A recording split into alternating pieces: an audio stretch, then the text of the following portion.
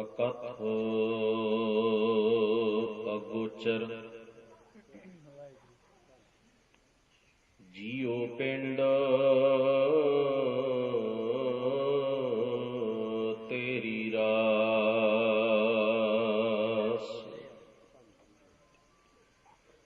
ਰਹਿਮ ਤੇਰੀ ਸੁਖ ਪਾਇਆ ਸਦਾ ਨਾਨਕ ਕੀ ਅਰਦਾਸ।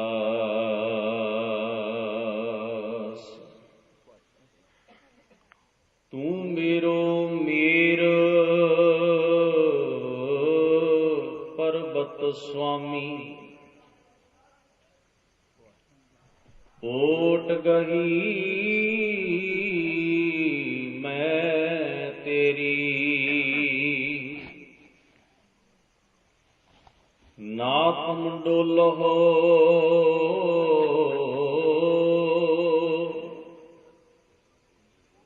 ਨਾ ਹਮ ਗਿਰਤੇ ਰੱਖ ਲੀਨੀ ਹਰ ਮੇਰ।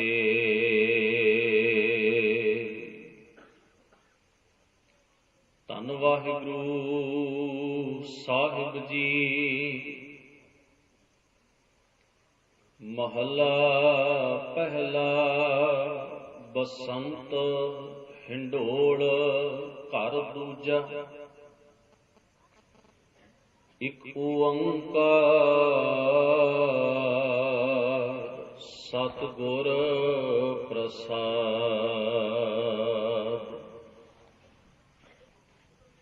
ਸਾਲ ਗ੍ਰਾਮ ਬਿਪ ਪੂਜ ਮਨਾਵ।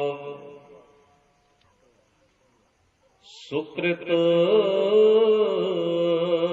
ਤੁਲਸੀ ਮਾਲਾ।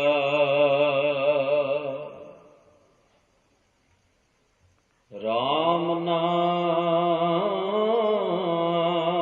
ਜਪ ਬੇੜਾ ਬੰਦੋ।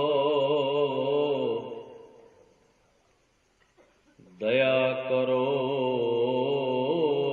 ਦਇਆਲਾ। ਕਾਹੇ ਕਲਰਾ ਸਿੰਚੋ ਜਨਮ ਗਵਾਵੋ।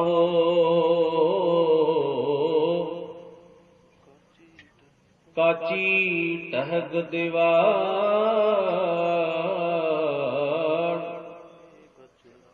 ਕਾਹੇ ਗਚ ਲਾਵੋ ਰਹਾ।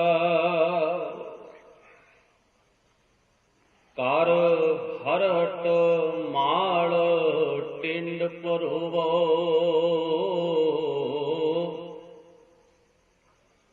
ਤਿਸ ਭੀਤਰ ਮਨ ਜੋਵਹੁ। ਅੰਮ੍ਰਿਤ ਸਿੰਚੋ ਭਰੋ ਕਿਆਰੇ। ਤੋ ਮਾਲੀ ਕੇ ਹੋਵੋ। ਕਾਮ ਕ੍ਰੋਧ ਦੋਏ ਕਰੋ ਵਸੂਲੇ। ਗੋਡੋ ਧਰਤੀ ਭਾਈ।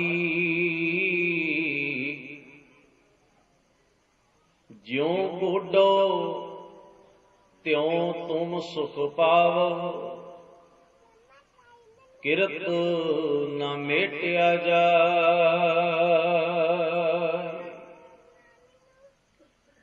ਬਗੁਲੇ ਤੇ ਹੁਣ ਹੰਸਲਾ ਹੋਵੈ। ਜੇ ਤੂੰ ਕਰੈ ਦਇਆਲਾ।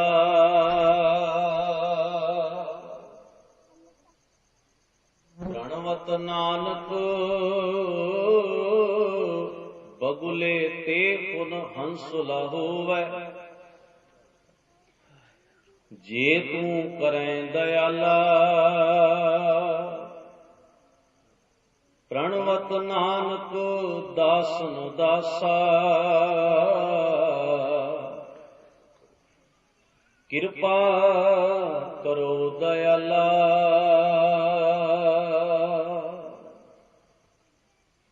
ਪਰਮ ਸਤਿਕਾਰਯੋਗ ਦੀਨ ਦੁਨੀ ਦੇ ਮਾਲਕ ਸ਼ਬਦ ਗੁਰੂ ਧੰਨ ਧੰਨ ਗੁਰੂ ਗ੍ਰੰਥ ਸਾਹਿਬ ਸੱਚੇ ਪਾਤਸ਼ਾਹ ਮਹਾਰਾਜ ਜੀ ਦੇ ਸਜੇ ਹੋਏ ਪਾਵਨ ਦਰਬਾਰ ਦੀਆਂ ਹਾਜ਼ਰੀਆਂ ਭਰ ਰਹੇ, ਦੂਰੋਂ ਨੇੜਿਓਂ ਚੱਲ ਕੇ ਆਏ ਗੁਰੂ ਪਿਆਰੇ ਗੁਰੂ ਸਵਾਰੇ ਸਤ ਸੰਗੀ ਜਨੋ, ਅਕਾਲ ਪੁਰਖ ਵਾਹਿਗੁਰੂ ਜੀ ਨੇ ਅਪਾਰ ਬਖਸ਼ਿਸ਼ ਕਿਰਪਾ ਰਹਿਮਤ ਕੀਤੀ ਹੈ। 3 ਦਿਨਾਂ ਦੇ ਇਸ ਗੁਰਮਤਿ ਸਮਾਗਮ ਵਿੱਚੋਂ ਅੱਜ ਆਪਾਂ ਦੂਸਰੇ ਦਿਨ ਦੇ ਗੁਰਮਤਿ ਸਮਾਗਮ ਵਿੱਚ ਸਤਿਗੁਰੂ ਸੱਚੇ ਪਾਤਸ਼ਾਹ ਮਹਾਰਾਜ ਜੀ ਦੇ ਪਾਵਨ ਦਰਬਾਰ ਵਿੱਚ ਹਾਜ਼ਰੀਆਂ ਭਰ ਰਹੇ ਹਾਂ, ਸੱਜ ਬੈਠੇ ਹਾਂ। ਚੱਲ ਰਹੇ ਇਸ ਗੁਰਮਤਿ ਸਮਾਗਮ ਦੌਰਾਨ ਆਪ ਸਾਰੀ ਸੰਗਤ ਨੇ ਗੁਰੂ ਘਰ ਦੇ ਪ੍ਰਚਾਰਕ ਜਥੇ ਪਾਸੋਂ ਇਤਿਹਾਸ ਬਾਬਤ, ਗੁਰਬਾਣੀ ਬਾਬਤ, ਗੁਰੂ ਮਹਾਰਾਜ ਦੇ ਦੱਸੇ ਹੋਏ ਰਾਹ ਤੋਂ ਥਿੜਕ ਕੇ ਭਟਕ ਕੇ ਕਿਵੇਂ ਕੁਰਾਹੇ ਪੈ ਕੇ ਅਸੀਂ ਖੁਆਰ ਹੋ ਰਹੇ ਹਾਂ,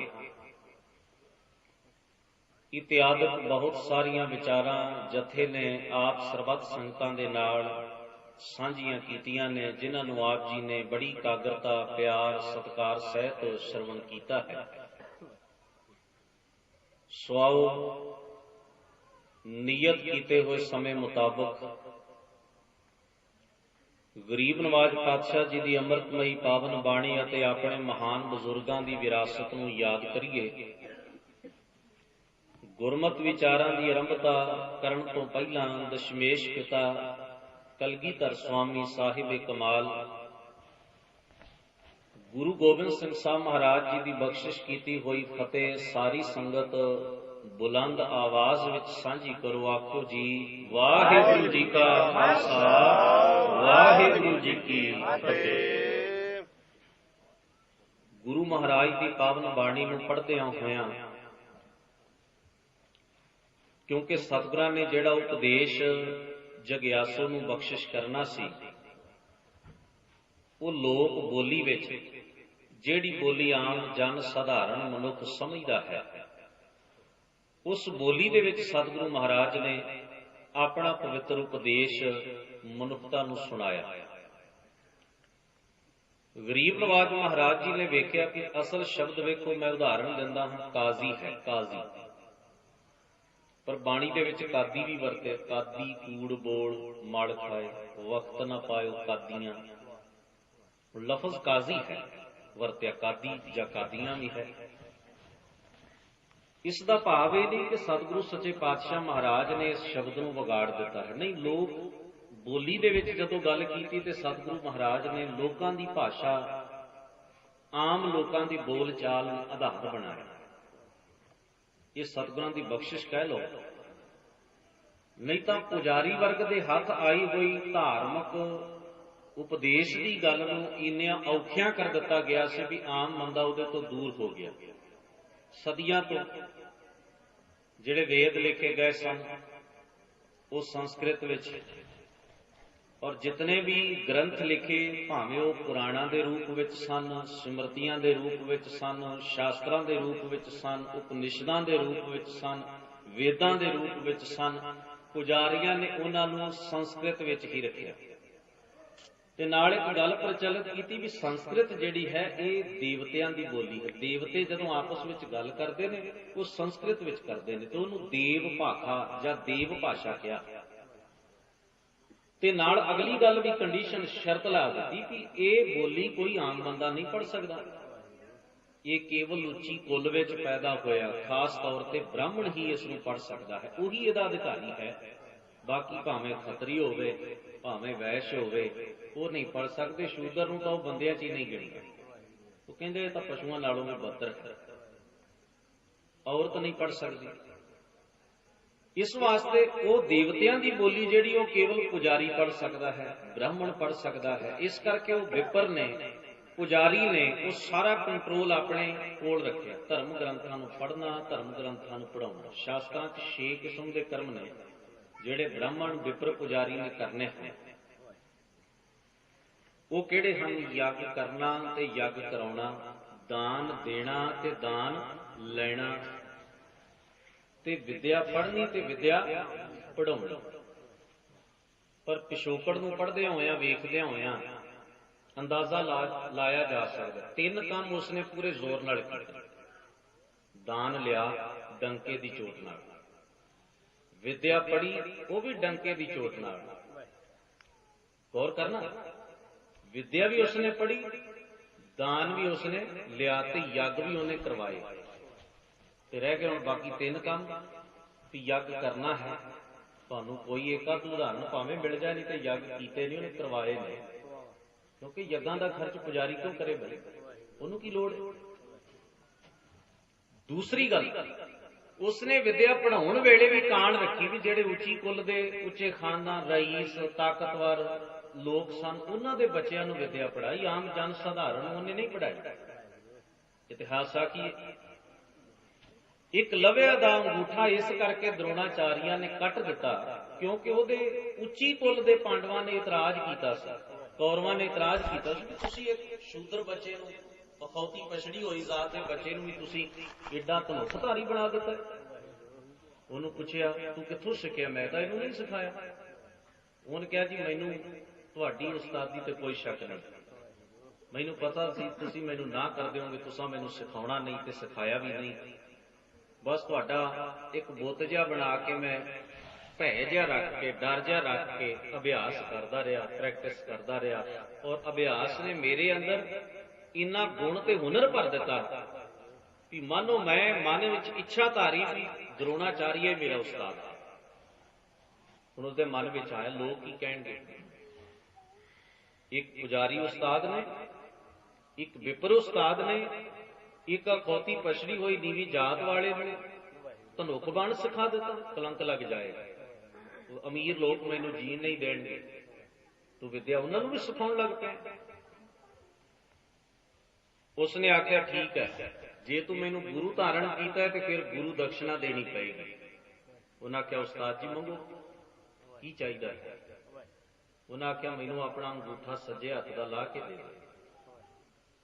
द्रोणाचार्या जानदा सी अंगूठा वढ देण दे नाल हमेशा वास्ते नकारा हो जाएगा कि कदे तीर नहीं चला सकेगा। जिस चीज उत्ते उहदा हुनर खड़ा सी, वो अंगूठा ही उहदे कोलों भेटा दे रूप विच, दक्षिणा दे रूप विच ले लिया। इन्ना धक्का कीता, इन्ना जुल्म कीता। ऐसियां तां उदाहरणां नक्कां नक्क भरीआं पईआं ने, किस पासों गल छेड़ी जाए। खैर मैं संखेप दी गल तुहाडे सामने कहीए भी दान लिया है, दान दिता नहीं। विद्या पढ़ी गज वज के है, विद्वान अखवाया, पर विद्या पढ़ाउण वेले कान कीती। जिथों दौलत मिलती सी, जिथों पूजा हुंदी उन्हां नूं पढ़ा दित्ती, वो भी जात पात दा विचार करके, ऊच नीच दा विचार करके। ते यज्ञ तां करवाई नहीं, कीते दा किते जिक्र संखेप मात्र थोड़ा बहुत किते मिल जाए, वो कहानी वखरी है। इन्ना खर्चीला काम जिहड़ा सी पुजारी कदे नहीं करता। गरीब नवाज सतगुरु सच्चे पातशाह महाराज ने वेख्या धर्म की हर गल मनु सिमरती ने आख्या जे शूद्र धर्म ग्रंथों का पाठ सुन ले, वेद मंत्र सुन ले, कन्ना सिक्का ढाल के पा दिओ, जे जबान नाल मंत्र पढ़ ले, दी जबान कट वगैरह बड़ा कुछ बनाया। यानी कि भाव ये सी भी आम जन साधारण इन्हां ग्रंथों नूं ना पढ़े, ना समझे, केवल डिपेंड रहे किहदे उत्ते? पुजारी जमात उत्ते। ओही उन्हें जो पढ़ के सुनाए उन्होंने सत मनना पवेगा। तो जो उन्हें सुनाया लोगों को सुनना पिया, जो दसिया लोगों ने मनना पिया, जो कहा गया उसे सच करके मनना पिया। यानी कि एक धिर की विद्या जिहड़ी सी, धर्म ग्रंथों का ज्ञान जिहड़ा सी, एक धिर का गुलाम बन के रह गया। भारत के इतिहास अंदर जिस वेले असीं बुद्ध धर्म का जिक्र पढ़ते, उन्होंने पाली भाषा, वो भी लोक भाषा से, उहदे च लोकां नाल गल कीती। गुरु नानक महाराज ने बा कमाल सिद्धांत बख्शिया। उन्होंने लोक बोली विच ਜਿਹੜੀ ਭਾਸ਼ਾ ਆਮ ਜਨ ਸਾਧਾਰਨ ਨੂੰ ਸਮਝ ਆਉਂਦੀ ਹੈ, ਜਿਹੜੇ ਸ਼ਬਦ ਆਮ ਲੋਕਾਂ ਦੇ ਵਰਤੋਂ ਵਿਹਾਰ ਨਾਲ ਜੁੜੇ ਹੋਏ ਹਨ, ਜਿਹੜੀਆਂ ਗੱਲਾਂ ਆਮ ਲੋਕ ਇੱਕ ਦੂਜੇ ਨੂੰ ਮਿਲਦਿਆਂ ਇੱਕ ਦੂਜੇ ਕੋਲ ਬੈਠਿਆਂ ਕਰਦੇ ਹਨ, ਉਹਨਾਂ ਸਾਰੀਆਂ ਚੀਜ਼ਾਂ ਨੂੰ ਸਤਿਗੁਰੂ ਸੱਚੇ ਪਾਤਸ਼ਾਹ ਨੇ ਆਪਣੇ ਉਪਦੇਸ਼ ਦਾ ਮਾਧਿਅਮ ਸਾਧਨ ਬਣਾਇਆ ਤੇ ਉਹਨਾਂ ਦੇ ਰਾਹੀਂ ਲੋਕਾਂ ਨਾਲ ਗੱਲਬਾਤ ਕੀਤੀ। ਇਹਨੂੰ ਕੁਝ ਲੋਕਾਂ ਨੇ ਸਾਧ ਭਾਖਾ ਦਾ ਨਾਮ ਵੀ ਦਿੱਤਾ। ਆਮ ਜਨ ਸਧਾਰਨ ਨਾਲ ਗੱਲ ਕਰਨ ਦਾ ਜੋ ਸਲੀਕਾ, ਜੋ ਢੰਗ ਜਾਂ ਸਾਧਨ ਜਾਂ ਮਾਧਿਅਮ ਵਰਤਿਆ ਜਾਂਦਾ ਸੀ। ਇਸ ਦੀ ਇੱਕ ਉਦਾਹਰਣ ਮੈਂ ਤੁਹਾਡੇ ਸਾਹਮਣੇ ਰੱਖਦਾ ਵੀ ਗੁਰੂ ਗ੍ਰੰਥ ਸਾਹਿਬ ਮਹਾਰਾਜ ਦੀ ਬਾਣੀ ਚ ਵੇਖੋ ਕਿਰਸਾਨੀ ਨਾਲ ਸੰਬੰਧਿਤ ਚੀਜ਼ਾਂ ਦੀਆਂ ਉਦਾਹਰਨਾਂ। ਤੁਸੀਂ ਸ਼ਬਦ ਪੜ੍ਹਦੇ ਹੋ, ਮਨ ਹਾੜੀ, ਕਿਰਸਾਣੀ ਕਰਨੀ, ਸ਼ਰਮ ਪਾਣੀ, ਤਨ ਖੇਤ, ਨਾਮ ਬੀਜ, ਸੰਤੋਖ ਸੁਹਾਗਾ, ਰੱਖ ਗਰੀਬੀ ਵੇਸ। ਹੁਣ ਕਿੱਡਾ ਸੌਖੇ ਸ਼ਬਦ ਨੇ। ਹਾੜੀ, ਕਿਰਸਾਣੀ, ਪਾਣੀ, ਖੇਤ, ਬੀਜ, ਸੁਹਾਗਾ, ਗਰੀਬੀ ਵੇਸ, ਇਹ ਸ਼ਬਦ ਜਿਹੜੇ ਨੇ ਆਮ ਨੇ। ਹੁਣ ਇਹਨਾਂ ਦੇ ਅਰਥ ਸਮਝਣ ਵਾਸਤੇ ਕੋਈ ਕੋਸ਼ ਖੋਲਣ ਦੀ ਲੋੜ ਨਹੀਂ।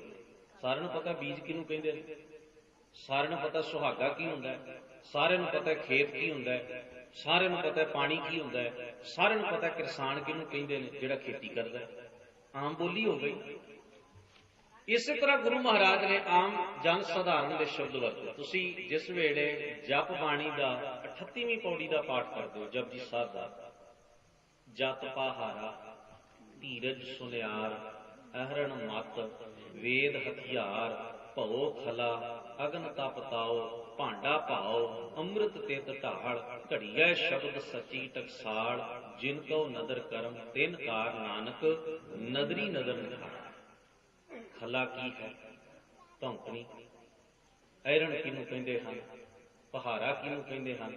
ਇਹ ਸ਼ਬਦ ਆਮ ਬੋਲ ਚੱਲਦੇ। ਹੁਣ ਭਾਵੇਂ ਉਹ ਗੱਲ ਵੱਖਰੀ ਹੈ ਵੀ ਨਵੇਂ ਸ਼ਬਦ ਜਿਹੜੇ ਨੇ ਉਹ ਭਾਸ਼ਾ ਨੇ ਅਸੈਪਟ ਕਰ ਲਏ, ਕਬੂਲ ਕਰ ਲਏ, ਤੇ ਸਾਡੀ ਆਮ ਭਾਸ਼ਾ ਦੇ ਵਿੱਚ ਸ਼ਬਦ ਰਲ ਗਏ। ਇੱਕ ਉਦਾਹਰਣ ਦਿੰਦਾ, ਤੁਸੀਂ ਵੇਖਣਾ, ਆਮ ਬੰਦਾ ਵੀ ਆਖੇਗਾ ਜਾਂ ਪਾਣੀ ਦਾ ਜੱਗ ਫੜ ਲਿਆ। ਜੱਗ ਪੰਜਾਬੀ ਦਾ ਸ਼ਬਦ ਤੇ ਹੈ ਹੀ ਨਹੀਂ, ਅੰਗਰੇਜ਼ੀ ਦਾ ਸ਼ਬਦ ਹੈ। ਜੱਗ ਸਾਡੇ 'ਚ ਹੁੰਦਾ ਹੀ ਨਹੀਂ ਸੀ। ਅਸਲ ਗੱਲ ਸਾਡੇ ਵਿੱਚ ਜੱਗ ਹੁੰਦਾ ਹੀ ਨਹੀਂ ਸੀ। ਗੜਵੇ ਹੁੰਦੇ ਸਨ, ਕਮੰਡਲ ਹੁੰਦੇ ਸਨ, ਸਾਡੇ ਕੋਲ ਇਹ ਚੀਜ਼ਾਂ ਸਨ। ਜੱਗ ਸ਼ਬਦ ਸਾਡੇ 'ਚ ਹੈ ਹੀ ਨਹੀਂ, ਕਿਉਂਕਿ ਜੱਗ ਵਰਗਾ ਭਾਂਡਾ ਹੀ ਸਾਡੇ ਕੋਲ ਨਹੀਂ ਸੀ। ਇਸ ਕਰਕੇ ਜੱਗ ਦਾ ਮਤਲਬ ਹੀ ਕੋਈ ਨਹੀਂ। ਤੋ ਅਸੀਂ ਇਹ ਸ਼ਬਦ ਲੈ ਲਿਆ, ਦੂਸਰੀਆਂ ਭਾਸ਼ਾ 'ਚੋਂ ਅਸੀਂ ਇਹਨੂੰ ਕਬੂਲ ਕਰ ਲਿਆ। ਅੱਜ ਆਮ ਬੰਦਾ ਵੀ ਜੱਗ ਸ਼ਬਦ ਬੋਲ ਸਕਦਾ ਹੈ, ਉਹਨੂੰ ਮਤਲਬ ਉਹਦਾ ਸਮਝ ਵਿੱਚ ਆਉਂਦਾ ਹੈ। ਅਸੀਂ ਸ਼ਬਦ ਕਹਿੰਦੇ ਹਾਂ, ਤੁਹਾਡਾ ਗੁਸਲਖਾਨਾ ਕਿੱਥੇ ਹੈ? ਅਸਲ ਸ਼ਬਦ ਗੁਸਲਖਾਨਾ। ਗੁਸਲ ਕਹਿੰਦੇ ਨੇ ਨਹਾਉਣਾ, ਨਹਾਉਣ ਵਾਲੀ ਜਗ੍ਹਾ, ਉਹਨੂੰ ਗੁਸਲਖਾਨਾ ਕਹਿ ਦਿੱਤਾ। ਕਈ ਗੁਰਦੁਆਰਾ ਸਾਹਿਬਾਨਾਂ ਦੇ ਵਿੱਚ ਜਿੱਥੇ ਅਨਾਜ ਰੱਖਿਆ ਹੁੰਦਾ ਹੈ, ਦਾਸ ਨੇ ਆਪਣੀ ਅੱਖਾਂ ਨਾਲ ਵੇਖਿਆ, ਉੱਥੇ ਬਾਹਰ ਪੇਂਟ ਦੇ ਨਾਲ ਉੱਤੇ ਲਿਖ ਦਿੱਤਾ ਮੋਦੀ ਖਾਨਾ। ਯਾਨੀ ਕਿ ਜਨ ਸਧਾਰਨ ਨੂੰ ਵੀ ਪਤਾ ਹੈ ਜਿੱਥੇ ਅਨਾਜ ਸੰਭਾਲਿਆ ਜਾਏ ਉਹਨੂੰ ਮੋਦੀ ਖਾਨਾ ਕਹਿੰਦੇ ਨੇ। ਹੁਣ ਇਹ ਸ਼ਬਦ ਵੇਖੋ ਹੌਲੀ ਹੌਲੀ ਅਸੀਂ ਦੂਸਰੀਆਂ ਭਾਸ਼ਾਵਾਂ ਕੋਲੋਂ ਲੈ ਗ੍ਰਹਿਣ ਕਰ ਲੈ। ਪਰ ਮੈਂ ਇਹ ਵੀ ਬੇਨਤੀ ਕਰਦੇ ਹਾਂ, ਆਪਣੀ ਭਾਸ਼ਾ ਜਿਹੜੀ ਹੈ ਨਾ, ਉਹ ਬੜੀ ਅਮੀਰ ਹੁੰਦੀ ਹੈ। ਜਿਹੜਾ ਵਿਅਕਤੀ ਉਸ ਭਾਸ਼ਾ ਨਾਲੋਂ ਟੁੱਟ ਜਾਂਦਾ ਹੈ, ਉਹ ਬਹੁਤ ਕੁਝ ਵਿਸਾਰ ਦਿੰਦਾ ਹੈ, ਉਹ ਅਪਾਹਜ ਹੋ ਜਾਂਦਾ ਹੈ। ਜਿਵੇਂ ਉਦਾਹਰਣ ਦਿੰਦਾ ਹੈ ਇੱਕ ਹੋਰ, ਸਾਡੇ ਕੋਲ ਕਿੰਨੇ ਰਿਸ਼ਤੇ ਨੇ। ਅਸੀਂ ਜੇ ਨਾਮ ਲਈਏ ਵੀ ਇਹ ਮੇਰਾ ਚਾਚਾ ਹੈ, ਆਹ ਮੇਰਾ ਮਾਮਾ ਹੈ, ਆਹ ਮੇਰਾ ਫੁੱਫੜ ਹੈ, ਸਮਝ ਵਿੱਚ ਆਈ ਨਾ, ਆਹ ਮੇਰਾ ਤਾਇਆ ਹੈ। ਹੁਣ 4 ਰਿਸ਼ਤੇ ਹੋ ਗਏ ਜੀ। ਸਾਰੇ ਕੋਲ ਸਮਝ ਆਏਗਾ ਵੀ ਚਾਚਾ ਕਿਹੜਾ ਹੁੰਦਾ ਹੈ? ਜਿਹੜਾ ਮੇਰੇ ਪਿਓ ਦਾ ਛੋਟਾ ਭਰਾ ਉਹ ਚਾਚਾ, ਜਿਹੜਾ ਵੱਡਾ ਭਰਾ ਉਹ ਤਾਇਆ, ਜਿਹੜਾ ਮੇਰੀ ਮਾਂ ਦਾ ਭਰਾ ਉਹ ਮਾਮਾ। ਗੱਲ ਸਮਝ ਆ ਗਈ? ਮੇਰੀ ਭੂਆ ਦਾ ਘਰ ਵਾਲਾ ਫੁੱਫੜ, ਯਾਨੀ ਕਿ ਰਿਸ਼ਤੇ ਨੇ। ਹੁਣ ਤੁਸੀਂ ਅੰਗਰੇਜ਼ੀ ਚੋਂ ਲੱਭੋ ਇਹ ਰਿਸ਼ਤਾ, ਨਹੀਂ ਲੱਭੇਗਾ। ਅੰਕਲ ਸਿੱਧਾ ਜਿਹਾ ਸ਼ਬਦ ਹੈ ਵੀ ਮਾਮਾ ਆ ਜਾਏ ਉਹਨੂੰ ਵੀ ਅੰਕਲ ਕਹਿਣਾ, ਚਾਚਾ ਆ ਜਾਏ ਉਹ ਵੀ ਅੰਕਲ ਹੈ, ਤਾਇਆ ਆ ਜਾਏ ਉਹ ਵੀ ਅੰਕਲ ਹੈ। ਇੱਕ ਸ਼ਬਦ ਨੇ ਕਿੰਨੇ ਰਿਸ਼ਤਿਆਂ ਨੂੰ ਢੱਕ ਦਿੱਤਾ, ਰਿਸ਼ਤੇ ਗਵਾਚ ਗਏ। ਅੱਜ ਦਾ ਜਿਹੜਾ ਪੜ੍ਹ ਰਿਹਾ ਬੱਚਾ, ਉਸ ਨੂੰ ਆਖੋ ਭੂਆ ਕਿਸ ਨੂੰ ਕਹਿੰਦੇ ਹਨ? ਉਹ ਕਹਿੰਦਾ ਮੈਨੂੰ ਤਾਂ ਪਤਾ ਨਹੀਂ। ਮਾਮੀ ਕਿਹਨੂੰ ਕਹਿੰਦੇ ਹਨ? ਤਾਈ ਕਿਹਨੂੰ ਕਹਿੰਦੇ ਹਨ? ਚਾਚੀ ਕਿਹਨੂੰ ਕਹਿੰਦੇ ਹਨ? ਹੁਣ ਆਂਟੀ ਸ਼ਬਦ ਨੇ ਉਹ ਸਾਰੇ ਰਿਸ਼ਤੇ ਖਾ ਲਏ। ਸਾਡੇ ਕੋਲ ਭਾਸ਼ਾ ਕਿੰਨੀ ਅਮੀਰ ਸੀ। ਹਰ ਰਿਸ਼ਤੇ ਦਾ ਵੱਖਰਾ ਨਾਮ ਹੈ, ਹਰ ਰਿਸ਼ਤੇ ਨੂੰ ਵੱਖਰੇ ਢੰਗ ਨਾਲ ਬੁਲਾਉਣ ਦਾ ਸਲੀਕਾ ਹੈ ਸਾਡੇ ਕੋਲ। पर असी देखा देखी अपनी मात भाषा वाल इन्नी कुछ पिठ करते जा रहे हैं कि साडा बहुत कुछ गवाचदा जा रहा है। अज दे बच्चे नूं ये नहीं पता कि ये मामी ते चाची ताई भूआ इन्हां दे विच की फर्क हुंदा है, मासी किहनूं कहिंदे ने। उहदे वास्ते कोई शब्द है कि जिहड़ी भी बीबी घर आ जाए वो आंटी है, जिहड़ा बंदा घर आ जाए वो अंकल है। बस इक्के दो शब्दां नाल सारा कुछ तोल दिता। भाषा की अमीरी वेखो, गुरु ग्रंथ साहब महाराज असी शब्द वरतते हाँ अम्मा, अम्मा कहते ने मां नूं, वड्डी नूं। गुरु ग्रंथ साहब महाराज दे विच अमड़ी शब्द भी आया। अमड़ी मिठा शब्द असी कहने हैं, मिठे का मतलब होता है जिहड़ा रस का एक मिठा एक रस है, खट रस, 6 रस ने, 6 चों एक रस है मिठा। पर बाणी दे विच आए मिठड़ा, अम अब्बे थामो मिठड़ा। हुण असीं कहने हैं बोलना, बाणी दे विच शब्द आए बोलड़ा, मिठ बोलड़ा जी हर सज्जन स्वामी मोरा। हुण मिठे का अर्थ जे तुसीं डिक्शनरी दे विचों लभो जां मिठे नूं तुसीं दूसरी भाषा दे विच करो तो स्वीट बन जाएगा। मिठड़े का कोई नहीं बनेगा, मिठड़ा भी स्वीट ही रहेगा। पर मिठे का ते मिठड़े शब्द का जज्बात भाव बदल जाएंगे, जिहड़े बयान नहीं किए जा सकते, महसूस किए जा सकते। गौर करना, भाषा जिहड़ी असीं बोलदे हां वो भाषा दे विच जिहड़ा रस हुंदा है वो बड़ा कीमती हुंदा है। वो रस ही मनुख नूं जीना सिखाउंदा है, वो रस ही मन की गल प्रगट करता है, वो रस ही तुहाडे अंदर दे ख्याल प्रगट करता है। इस करके ये भाषा की अमीरी है। सानू सतगुरु सच्चे पातशाह ने जितना भी उपदेश दिता वो आम लोक बोली विच उपदेश दिता। हुण मैं एक बेनती करदे हां, असीं वेखो किन्ने अणगहली वरतदे हां।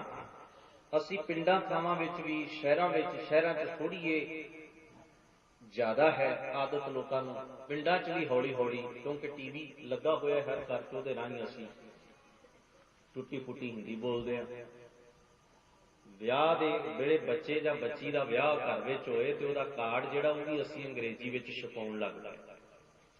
मैं एक सज्जन नूं पुछिया अपने जाणकार नूं, अंग्रेजी विच कार्ड सी, मैं कहा इंग्लैंड अमेरिका घल्लने ने?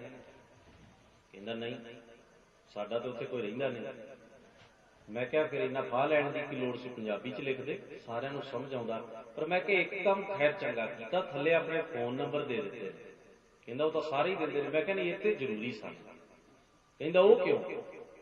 मैं क्या भी असीं पिंडां दे रहण वाले आपां सारे लोक हां, कईयां नूं तुहाडी इह भाषा समझ नहीं आउंदी। आम ऐसे भी परिवार होंगे ने जिन्हां च अंग्रेजी का बहुता ज्यादा प्रभाव नहीं जां पढ़िया नहीं कोई। मैं क्या घट्टो घट्ट फोन करके तुहानूं पुछते लैणगे कि कदों विआह ते कित्थे आईए। मैं क्या ये चंगा कीता जिहड़ा फोन नंबर दे दित्ता। कि सानू अपनी भाषा हीनी लगती है, सानू अपनी लोक बोली अपनी मात भाषा जिहड़ी वो कमजोर लगती है। ਉਹਦੇ ਵਿੱਚ ਸਾਨੂੰ ਆਪਣੀ ਧੀ ਦਾ, ਆਪਣੇ ਪੁੱਤਰ ਦਾ, ਭੈਣ ਭਰਾਵਾਂ ਦੇ ਵਿਆਹ ਦਾ ਸੱਦਾ ਦਿੰਦਿਆਂ ਸੰਗ ਆਉਂਦੀ ਹੈ, ਸ਼ਰਮ ਆਉਂਦੀ ਹੈ। ਕਿਉਂ? ਕਾਰਨ ਬਸ ਅਸੀਂ ਕੇਵਲ ਤੇ ਕੇਵਲ ਦੇਖਾ ਦੇਖੀ ਕਰਨ ਲੱਗੇ। ਜੋ ਲੋਕਾਂ ਨੇ ਕੀਤਾ ਉਹ ਤੁਸੀਂ ਕਰ ਲਓ। ਉਹ ਦੇਖਾ ਦੇਖੀ ਦੇ ਚੱਕਰਾਂ ਦੇ ਵਿੱਚ ਹੀ ਅਸੀਂ ਮਾਡਰਨ ਬਣਨ ਦੀ ਕੋਸ਼ਿਸ਼ ਕਰ ਰਹੇ ਹਾਂ, ਅਸੀਂ ਪੜ੍ਹੇ ਲਿਖੇ ਅਖਵਾਉਣ ਦੀ ਕੋਸ਼ਿਸ਼ ਕਰ ਰਹੇ ਹਾਂ। ਪਰ ਇਹਦਾ ਮਾਡਰਨ ਬਣਨ ਨਾਲ ਜਾਂ ਪੜ੍ਹੇ ਲਿਖੇ ਬਣਨ ਨਾਲ ਕੋਈ ਸੰਬੰਧ ਨਹੀਂ ਹੁੰਦਾ। ਇਹ ਤਾਂ ਫੁਕਰਬਾਜ਼ੀ ਹੈ। सीधे शब्दों में मैं फुकरापन है। इनू असी पंजाबी च एक मुहावरा वरते, अड्डियां चुक के फा लैण। जो उमें रस्सा गलना ना पवे तो अड्डियां चुक लो, पब्बां भार होकर रस्सा गल पवा के फा लवो औखे होके। कहण तो भाव यह है कि असी अपनी मात भाषा नूं, ये ऐसा नहीं कि असी कोई होर भाषा नहीं सीखनी। तुसीं गुरु नानक महाराज का इतिहास पढ़ो, काजी कुतुबदीन ने उन्होंने फारसी ते उर्दू पढ़ाया, बृज लाल ने उन्होंने संस्कृत पढ़ाई, गोपाल पांधे कोलों उन्होंने हिंदी ते पंजाबी सीखी है, हिंदी ते पंजाबी सारियां भाषा गुरु पातशाह नूं आउंदियां सन। वो पटवारी दे पुत्र सन ते पटवारी पढ़िया लिखिया ही हुंदा सी। पढ़े लिखे परिवार नाल संबंधित सन गुरु नानक महाराज। पिता जी ने उस्ताद नियत कीते, 3 उस्ताद जिन्हां कोलों संसार दी विद्या हजूर ने ग्रहण कीती। इन्ने चेतन, इन्ने सूझी वाले, इन्नी छेती समझण वाले भी पढ़ाउण वाले उस्ताद भी हैरान होए। ਉਸਤਾਦਾਂ ਨੂੰ ਆਖਿਆ ਤੁਸਾਂ ਮੈਨੂੰ ਸੰਸਾਰ ਦੇ ਅੱਖਰ ਸਿਖਾਏ ਨੇ, ਮੇਰਾ ਫਰਜ਼ ਬਣਦਾ ਮੈਂ ਵੀ ਤੁਹਾਨੂੰ ਕੁਝ ਦੇ ਕੇ ਤੋਰਾਂਗਾ। ਉਹ ਹੈਰਾਨ ਹੋਏ, ਇਹਨਾਂ ਗੁਰੂ ਨਾਨਕ ਮਹਾਰਾਜ ਸੱਚੇ ਪਾਤਸ਼ਾਹ ਦੇ ਅੰਦਰ ਸੋਝੀ ਹੈ, ਇਹਨਾਂ ਸੱਤ ਹੈ, ਇਹਨਾਂ ਆਤਮ ਪਰਮਾਤਮ ਦਾ ਗਿਆਨ ਹੈ। ਉਹ ਵੀ ਗੁਰੂ ਨਾਨਕ ਦੇ ਮੁਰੀਦ ਹੋਏ, ਪਰ ਸੰਸਾਰ ਦੀ ਵਿਦਿਆ ਸਿੱਖੀ। ਪੰਡਤ ਕਿਰਪਾ ਰਾਮ ਉਰਫ ਕਿਰਪਾ ਸਿੰਘ, ਜਿਹੜਾ ਚਮਕੌਰ ਦੀ ਹਵੇਲੀ ਵਿੱਚ ਸ਼ਹੀਦ ਹੋਇਆ, ਧੰਨ ਗੁਰੂ ਗੋਬਿੰਦ ਸਿੰਘ ਸਾਹਿਬ ਸੱਚੇ ਪਾਤਸ਼ਾਹ ਨੂੰ ਸੰਸਕ੍ਰਿਤ ਸਿਖਾਉਂਦਾ ਰਿਹਾ। ਮੁਨਸ਼ੀ ਸਾਹਿਬ ਚੰਦ ਸਾਹਿਬ ਸਿੰਘ ਸਤਿਗੁਰੂ ਮਹਾਰਾਜ ਨੂੰ ਪੰਜਾਬੀ ਗੁਰਮੁਖੀ ਗੁਰਬਾਣੀ ਦੀ ਸੰਥਿਆ ਦਿੰਦਾ ਰਿਹਾ, ਦਸਮ ਪਾਤਸ਼ਾਹ ਹਜ਼ੂਰ ਨੂੰ। ਇਸੇ ਤਰ੍ਹਾਂ ਕਾਜ਼ੀ ਪੀਰ ਮੁਹੰਮਦ ਸਲੋਹ ਵਾਲਾ ਹਜ਼ੂਰ ਧੰਨ ਗੁਰੂ ਗੋਬਿੰਦ ਸਿੰਘ ਸਾਹਿਬ ਮਹਾਰਾਜ ਦਾ ਫਾਰਸੀ ਦਾ ਅਧਿਆਪਕ ਰਿਹਾ, ਜਿਸ ਨੇ ਬਾਅਦ ਵਿੱਚ ਜਦੋਂ ਧੰਨ ਗੁਰੂ ਗੋਬਿੰਦ ਸਿੰਘ ਸਾਹਿਬ ਮਹਾਰਾਜ ਉੱਚਦੇ ਪੀਰ ਦੇ ਰੂਪ ਵਿੱਚ ਮਾਛੀਵਾੜੇ ਤੋਂ ਚੱਲੇ ਸਨ, 5 ਮੁਸਲਮਾਨ ਪੀਰਾਂ ਫਕੀਰਾਂ ਦੇ ਵਿੱਚ ਇੱਕ ਉਹ ਵੀ ਸੀ। ਗੁਰੂ ਮਹਾਰਾਜ ਨੇ ਫਾਰਸੀ ਪੜ੍ਹਾਉਂਦਾ ਰਿਹਾ, ਉਸਤਾਦ ਅਧਿਆਪਕ। ਉਹਨੂੰ ਵੀ ਆਖਿਆ ਜੀ ਇਹ ਤਾਂ ਵਾਕਈ ਉੱਚਦੇ ਪੀਰ ਨੇ, ਸ਼ੱਕ ਕਾਹਦਾ। ਕਹਿਣ ਤੋਂ ਭਾਵ ਇਹ ਹੈ ਕਿ ਸਤਿਗੁਰੂ ਮਹਾਰਾਜ ਨੇ ਵੀ ਦੁਨਿਆਵੀ ਭਾਸ਼ਾਵਾਂ ਸਿੱਖੀਆਂ, ਪਰ ਪਿਆਰ ਕੀਤਾ ਆਪਣੀ ਭਾਸ਼ਾ ਨਾਲ, ਗੱਲ ਕੀਤੀ ਲੋਕ ਬੋਲੀ ਵਿੱਚ। ਬੰਦਾ ਸਭ ਕੁਝ ਸਿੱਖੇ ਸੰਸਾਰ ਦਾ, ਪਰ ਆਪਣਾ ਵਿਰਸਾ ਨਾ ਭੁੱਲੇ, ਆਪਣਾ ਕਲਚਰ ਨਾ ਭੁੱਲੇ, ਆਪਣਾ ਧਰਮ ਨਾ ਭੁੱਲੇ, ਆਪਣਾ ਬੇਸ ਨਾ ਭੁੱਲੇ, ਆਪਣੀਆਂ ਜੜ੍ਹਾਂ ਨਾਲੋਂ ਨਾ ਟੁੱਟੇ, ਤਾਂ ਹੀ ਉਹ ਵਿਕਾਸ ਕਰ ਸਕਦਾ ਹੈ। ਨਹੀਂ ਤਾਂ ਉਹ ਖਤਮ ਹੋ ਜਾਏਗਾ, ਖੁਰ ਜਾਏਗਾ ਸੰਸਾਰ ਦੇ ਅੰਦਰ। ਲੂਣ ਦੀ ਡਲੀ ਜਿਵੇਂ ਪਾਣੀ 'ਚ ਪੈ ਕੇ ਡਿੱਗ ਕੇ ਖੁਰ ਜਾਂਦੀ ਹੈ, ਇਸੇ ਤਰ੍ਹਾਂ ਉਹ ਸੰਸਾਰ ਦੇ ਇਸ ਘਟਨਾ ਚੱਕਰ ਵਿੱਚ ਉਲਝ ਕੇ ਖੁਰ ਜਾਏ, ਖਤਮ ਹੋ ਜਾਏਗਾ, ਉਹਦਾ ਸਭ ਕੁਝ ਗਵਾਚ ਜਾਏਗਾ। ਤੋ ਸਿਆਣੇ ਲੋਕ, ਸਿਆਣੀਆਂ ਕੌਮਾਂ, ਸਿਆਣੇ ਸਮਾਜ ਉਹ ਹੁੰਦੇ ਨੇ ਜਿਹੜੇ ਹੋਰ ਕੁਝ ਵੀ ਬਹੁਤ ਕੁਝ ਸਿੱਖਣ, ਪਰ ਆਪਣੀ ਮਾਤ ਭਾਸ਼ਾ ਨੂੰ ਪਿਆਰ ਕਰਨ। ਖੈਰ ਮੈਂ ਬੇਨਤੀ ਕਰ ਰਿਹਾ, ਧੰਨ ਗੁਰੂ ਨਾਨਕ ਮਹਾਰਾਜ ਸੱਚੇ ਪਾਤਸ਼ਾਹ ਨੇ ਆਪਣੀ ਬਾਣੀ ਵਿੱਚ ਲੋਕ ਸ਼ਬਦ ਵਰਤੇ, ਜਿਹੜੇ ਆਮ ਲੋਕ ਆਪਣੇ ਵਰਤੋਂ ਵਿਹਾਰ ਬੋਲ ਚਾਲ ਦੇ ਵਿੱਚ ਲਿਆਉਂਦੇ ਨੇ। ਸੁਨਿਆਰ ਦੀ ਦੁਕਾਨ ਦੀਆਂ ਉਦਾਹਰਨਾਂ ਦਿੱਤੀਆਂ ਨੇ, ਲੋਹਾਰ ਦੀ ਦੁਕਾਨ ਦੀਆਂ ਉਦਾਹਰਨਾਂ ਦਿੱਤੀਆਂ ਨੇ, ਤਰਖਾਣ ਦੀ ਦੁਕਾਨ ਦੀਆਂ ਉਦਾਹਰਨਾਂ ਦਿੱਤੀਆਂ ਨੇ, ਕਿਰਸਾਨ ਦੇ ਕਿੱਤੇ ਨਾਲ ਉਦਾਹਰਨਾਂ ਦਿੱਤੀਆਂ ਨੇ, ਪਠਿਆਰ ਭੱਠ ਦੇ ਉੱਤੇ ਕੰਮ ਕਰਨ ਵਾਲਾ ਜਾਂ ਕੰਮ ਕਰਨ ਵਾਲੀ ਔਰਤ ਜਿਹੜੀ ਉਹ ਕਿਸ ਤਰ੍ਹਾਂ ਮਿਹਨਤ, ਉਹਦੀਆਂ ਉਦਾਹਰਨਾਂ, ਕੱਚੇ ਭਾਂਡੇ ਬਣਾਉਣ ਵਾਲਾ, ਘੁਮਿਆਰ ਦੀ ਕਿਰਤ ਕਰਨ ਵਾਲਾ ਮਨੁੱਖ, ਉਹਦੀਆਂ ਉਦਾਹਰਨਾਂ ਗੁਰੂ ਗ੍ਰੰਥ ਸਾਹਿਬ ਮਹਾਰਾਜ ਨੇ ਬਾਣੀ, ਭਾਵ ਕਿ ਆਮ ਜੀਵਨ ਦੀਆਂ ਗੱਲਾਂ ਜਿਹੜੀਆਂ ਸਨ ਸਤਿਗੁਰਾਂ ਨੇ ਬਾਣੀ ਦੇ ਵਿੱਚ ਵਰਤ। ਬਨਸਪਤੀ ਦੀਆਂ ਉਦਾਹਰਨਾਂ, ਬਨਸਪਤੀ ਦੀਆਂ ਰੁੱਤਾਂ ਦੀਆਂ ਉਦਾਹਰਨਾਂ, ਇਹ ਸਾਰਾ ਕੁਝ ਸਾਡੇ ਸਾਹਮਣੇ ਵਾਪਰਦਾ। ਤੇ ਭਾਵ ਇਹ ਸੀ ਕਿ ਜਿਹੜਾ ਉਪਦੇਸ਼ ਮਨੁੱਖ ਨੂੰ ਦੇਣਾ ਉਹਦੇ ਭਾਂਡੇ 'ਚ ਹੀ ਪਾ ਦਿੱਤਾ ਜਾਏ। ਭਾਂਡਾ ਨਵਾਂ ਦੇਣ ਦੀ ਕੋਈ ਲੋੜ ਨਹੀਂ, ਭਾਂਡਾ ਮਨੁੱਖ ਕੋਲ ਹੈ, ਤੁਸੀਂ ਵਿੱਚ ਚੀਜ਼ ਪਾ ਦਿਓ, ਵਸਤੂ ਪਾ ਦਿਓ। ਸਤਿਗੁਰਾਂ ਨੇ ਧਰਮ ਪਾ ਦਿੱਤਾ ਸਾਡੇ ਬੋਲਾਂ ਦੇ ਵਿੱਚ, ਸਾਡੇ ਵਰਤੋਂ ਵਿਹਾਰ ਵਿੱਚ। ਗੱਲ ਸਮਝਾਉਣੀ ਸੀ ਧਰਮ ਦੀ, ਗੱਲ ਸਮਝਾਉਣੀ ਸੀ ਮਨੁੱਖ ਨੂੰ ਉੱਚੇ ਜੀਵਨ ਦੀ, ਤੇ ਉਹ ਗਿਆਨ ਦੇਣ ਵਾਸਤੇ, ਰਸ ਪਾਉਣ ਵਾਸਤੇ, ਪਦਾਰਥ ਦੇਣ ਵਾਸਤੇ ਮਹਾਰਾਜ ਨੇ ਆਖਿਆ ਭਾਂਡਾ ਤੇ ਲੋਕਾਂ ਕੋਲ ਹੈ, ਲੋਕਾਂ ਦੀ ਬੋਲੀ ਦਾ, ਉਹਦੇ ਵਿੱਚ ਹੀ ਪਾ ਦਿਓ। ਇਸ ਵਾਸਤੇ ਸਤਿਗੁਰੂ ਸੱਚੇ ਪਾਤਸ਼ਾਹ ਨੇ ਸਾਡੀਆਂ ਜੜ੍ਹਾਂ ਹੋਰ ਮਜ਼ਬੂਤ ਕਰ ਦਿੱਤੀਆਂ। ਐਸਾ ਵੀ ਵਿਦਵਾਨ ਲਿਖਦੇ ਨੇ, ਅੰਗਰੇਜ਼ੀ ਦਾ ਜਿਹੜਾ ਸਭ ਤੋਂ ਪੁਰਾਣਾ ਲਿਖਾਰੀ ਹੈ, ਉਸ ਨਾਲੋਂ ਵੀ ਕਿਤੇ ਪੁਰਾਣਾ ਲਿਖਾਰੀ ਪੰਜਾਬੀ ਵਿੱਚ ਹੈ ਸ਼ੇਖ ਫਰੀਦ ਸਾਹਿਬ, ਜਿਨ੍ਹਾਂ ਦੇ ਪਵਿੱਤਰ ਸ਼ਲੋਕ ਤੇ ਸ਼ਬਦ ਤੁਸੀਂ ਗੁਰੂ ਗ੍ਰੰਥ ਸਾਹਿਬ ਜੀ ਦੀ ਬਾਣੀ ਵਿੱਚੋਂ ਪੜ੍ਹਦੇ ਹੋ। ਤੁਹਾਨੂੰ ਮਾਣ ਹੋਣਾ ਚਾਹੀਦਾ ਹੈ, ਅੰਗਰੇਜ਼ੀ ਵਾਲਿਆਂ ਕੋਲ ਵੀ ਏਡਾ ਪੁਰਾਣਾ ਲੇਖਕ ਨਹੀਂ ਅੰਗਰੇਜ਼ੀ ਦਾ, ਜਿੰਨਾ ਪੰਜਾਬੀ ਦਾ ਸਭ ਤੋਂ ਪੁਰਾਣਾ ਲੇਖਕ ਸਾਡੇ ਕੋਲ ਹੈ। ਔਰ ਉਹਨਾਂ ਦੀ ਬਾਣੀ ਸਤਿਕਾਰ ਅਦਬ ਸਹਿਤ ਗੁਰੂ ਗ੍ਰੰਥ ਸਾਹਿਬ ਮਹਾਰਾਜ ਦੇ ਵਿੱਚ ਸੰਭਾਲੀ ਹੋਈ ਹੈ। ਹੋਰ ਕੀ ਪ੍ਰਮਾਣ ਚਾਹੀਦੇ ਹਨ? ਇਹਨੇ ਸੁੰਦਰ ਪ੍ਰਮਾਣ ਗੁਰੂ ਗ੍ਰੰਥ ਸਾਹਿਬ ਦੇ ਰੂਪ ਵਿੱਚ ਸਾਡੇ ਕੋਲ। ਕਈ ਭਾਸ਼ਾਵਾਂ ਦੇ ਸ਼ਬਦ ਗੁਰੂ ਗ੍ਰੰਥ ਸਾਹਿਬ ਦੇ ਵਿੱਚ 12 ਕੁੱਟ ਬੋਲੀਆਂ ਦਾ ਜ਼ਿਕਰ ਵਿਦਵਾਨ ਕਰਿਆ ਕਰਦੇ। ਸੰਸਕ੍ਰਿਤ ਦੇ ਸ਼ਬਦ ਨੇ, ਉਰਦੂ ਦੇ ਸ਼ਬਦ ਨੇ, ਫਾਰਸੀ ਦੇ ਸ਼ਬਦ ਨੇ, ਅਰਬੀ ਦੇ ਸ਼ਬਦ ਨੇ, ਹਿੰਦੀ ਦੇ ਸ਼ਬਦ ਨੇ, ਸਿੰਧੀ ਦੇ ਸ਼ਬਦ ਨੇ, ਲਹਿੰਦੀ ਦੇ ਸ਼ਬਦ ਨੇ, ਔਰ ਇਸ ਤੋਂ ਇਲਾਵਾ ਮਰਾਠੀ ਦੇ ਸ਼ਬਦ ਨੇ, ਪੰਜਾਬੀ ਦੇ ਸ਼ਬਦ ਨੇ। ਇਹ ਐਸੇ ਸ਼ਬਦ ਗੁਰੂ ਗ੍ਰੰਥ ਸਾਹਿਬ ਮਹਾਰਾਜ, ਅਸੀਂ ਸ਼ਬਦ ਪੜ੍ਹਦੇ ਹਾਂ, ਯਾ ਕਰਜ਼ ਗੁਫਤਮ ਪੇਸ਼ ਤੋ ਦਰ, ਗੋਸ਼ ਤੁਮ ਕਰਤਾਰ, ਫਕਾ ਕਬੀਰ ਕਰੀਮ ਤੂੰ, ਬੇਐ ਪਰਵਰਦਗਾਰ ਦੁਨੀਆ ਮੁਕਾਮੇ ਫਾਨੀ, ਤਹਕੀਕ ਦਿਲਦਾਨੀ ਮਮ ਸਰ ਮੋਏ ਅਜ਼ਰਾਇਲ, ਗਿਰਫਤਾ ਦਿਲ ਹੇਚ ਨਾ ਦਾਨੀ। ਫਾਰਸੀ ਦੇ ਸ਼ਬਦ ਹਨ, ਅਰਬੀ ਦਾ ਟੱਚ ਦਿੱਤਾ ਗਿਆ। ਖਾਕ ਨੂਰ ਕਰਦਨ ਆਲਮ ਦੁਨੀਆਏ, ਅਸਮਾਨ ਜ਼ਮੀਨ ਦਰਖਤ ਆਬ ਪੈਦਾਇਸ਼ ਖੁਦਾਏ, बंदे चश्मदीदम खाना है। सतगुरु सच्चे पातशाह महाराज ऐसे शब्द भी वरतते हैं। संस्कृत के शब्द गुरु ग्रंथ साहिब महाराज दे विच वरते गए। देख शब्द नूं दखणे दे विच देख लिखिया गया है। देखण तू मुश्ताक मुख किजेहा कौ धनी, तू चौ सज्जण मेंडिया डेई सिस उतार, नैण महीजे तरस दे कद पसी दीदा। पाठ कर रहे सन, शब्द आ रहा से अखीर ते समाप्ति वेले। खंभ भी कांदड़े जे लहां किन्ना सावी तोड़। हुण असीं अपने हिसाब नाल टकरवां उचारण करदे किन्ना। एक सज्जण सन, वो कोई वेखण तो बाणी दे पाठी तां नहीं सन लगदे, पर उन्होंने एक सुझाव दिता। कहने लगे जी एक गल कहनी है। मैं कहा जी दसो। कहंदे शब्द है घिन्ना। घग्गा शब्द है, गग्गा नहीं, घग्गा घिन्ना। असीं घिन्ना बोलां। कहंदा जी जिथे ये शब्द उचारण किया जाता है उत्थे शब्द बोलिया जाता घिन्ना सावी तोड़। यानी कि जेड़े बंदा जिस इलाके विचों आया है, असीं कबीर साहब का शब्द पढ़ांगे। कबीर समुंद न छोड़िए जौ अत खारो होए, पोखर पोखर ढूंढते भलो न कह है। हुण आपां कहने छप्पड़, कलकत्ते वाले बंगाली बोलण वाले लोग कहणगे पोखर, छप्पड़ तो कहणगे पोखर। भावी इवें भाषा रल गई, शब्द इधर उधर आ गए।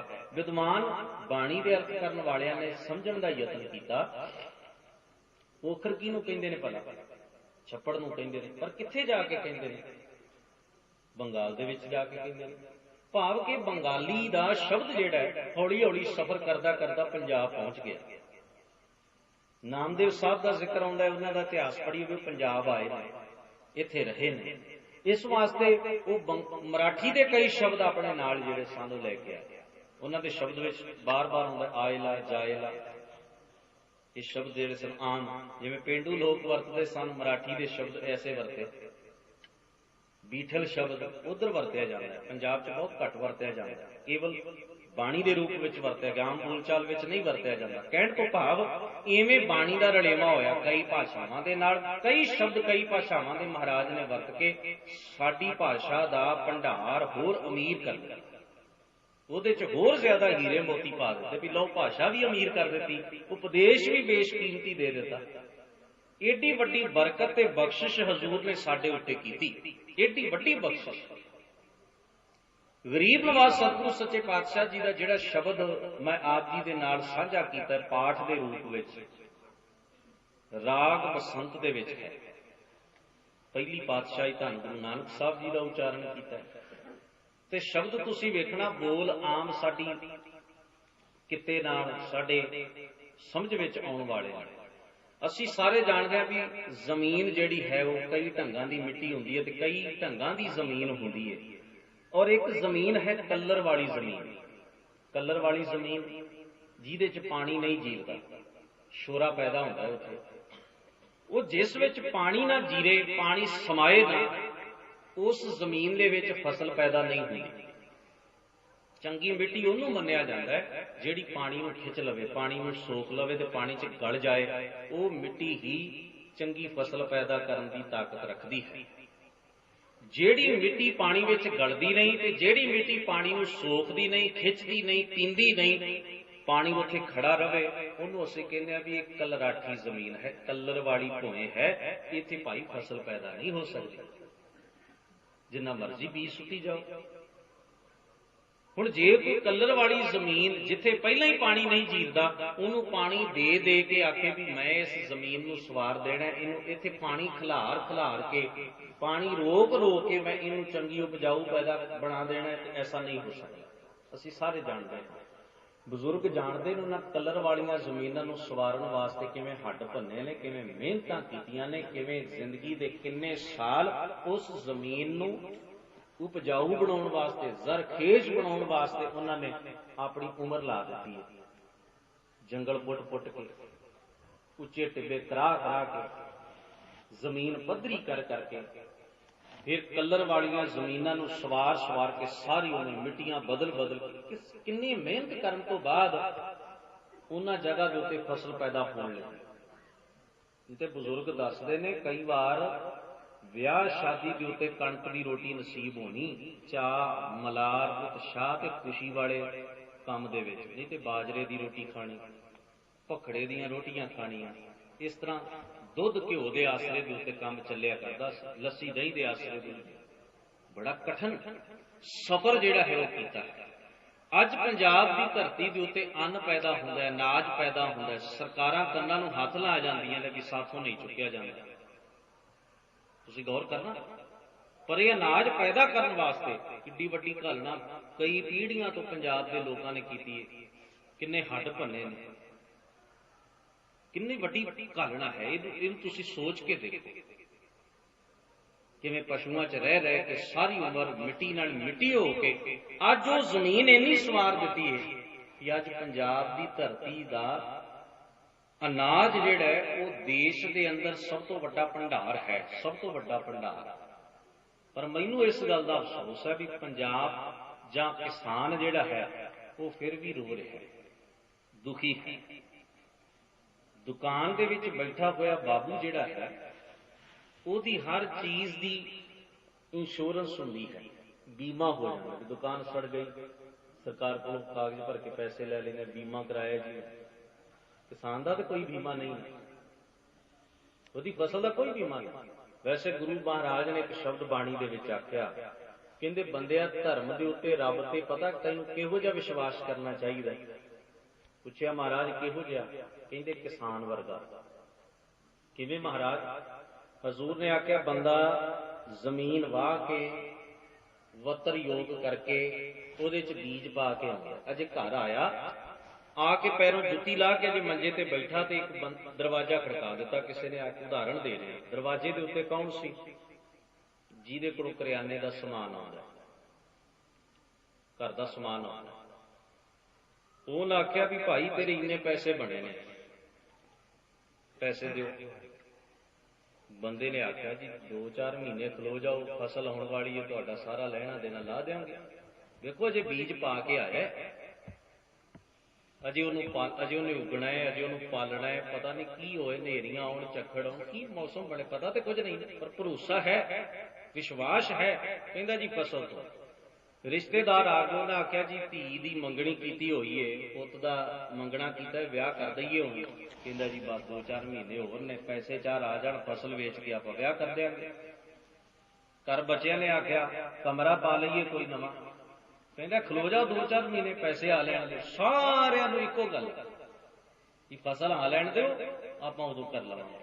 आड़तीआ पुछदा पैसे, असीं कहने जी फसल तो ला देंगे, फसल तुहाडे कोल ही लिआउणी है, कित्थे खड़नी है। किन्ना भरोसा है, किन्ना विश्वास है। इनू गुरु नानक महाराज ने आख्या होए किसान ईमान जमाएदा। किसान वर्गा ईमान रख, भरोसा रख। ओनू भरोसा है ना मेरी फसल आएगी, घर विच मेरी फसल आएगी, मैं सारे घाटे वादे पूरे कर देंगा। गुरु महाराज कहते इस तरह का भरोसा रख गुरु के शब्द उत्ते, इस तरह का भरोसा रख अकाल पुरख की होंद उत्ते, अकाल पुरख के गुणा उत्ते। जे तू अपने जीवन के अंदर ईमान रखना है, धर्मी बनना है, ऐसा अटल विश्वास ते यकीन चाहिए तेरे। ये यकीन नहीं है ना, भरोसा नहीं है, फिर तू धार्मिक नहीं, फिर तू गुरु की बख्शिश नूं मान नहीं सकता। ये यकीन ते भरोसे नाल माणी जाती है, होर किसी ढंग नाल नहीं।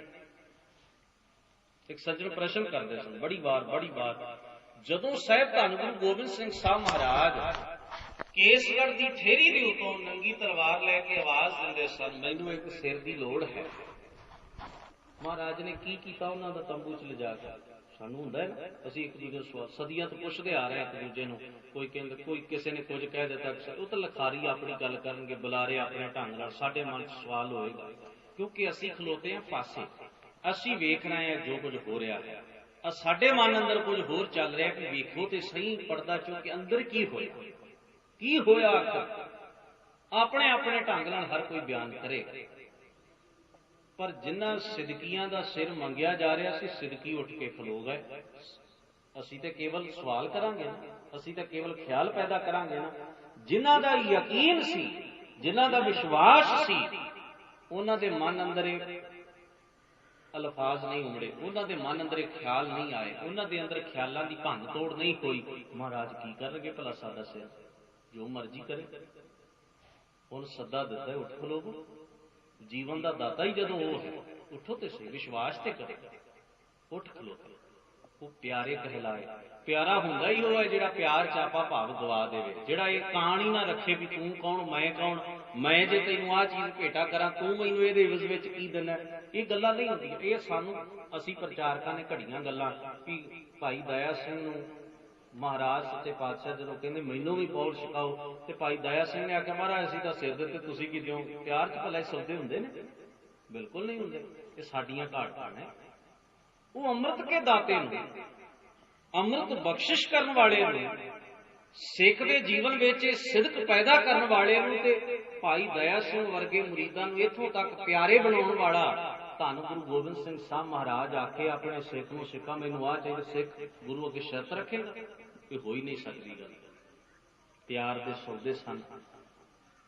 ਗੁਰੂ ਨੇ ਸਿਰ ਮੰਗਿਆ, ਸਿੱਖ ਨੇ ਆਪਣਾ ਭੇਟਾ ਕੀਤਾ, ਮਹਾਰਾਜ ਹਾਜ਼ਰ।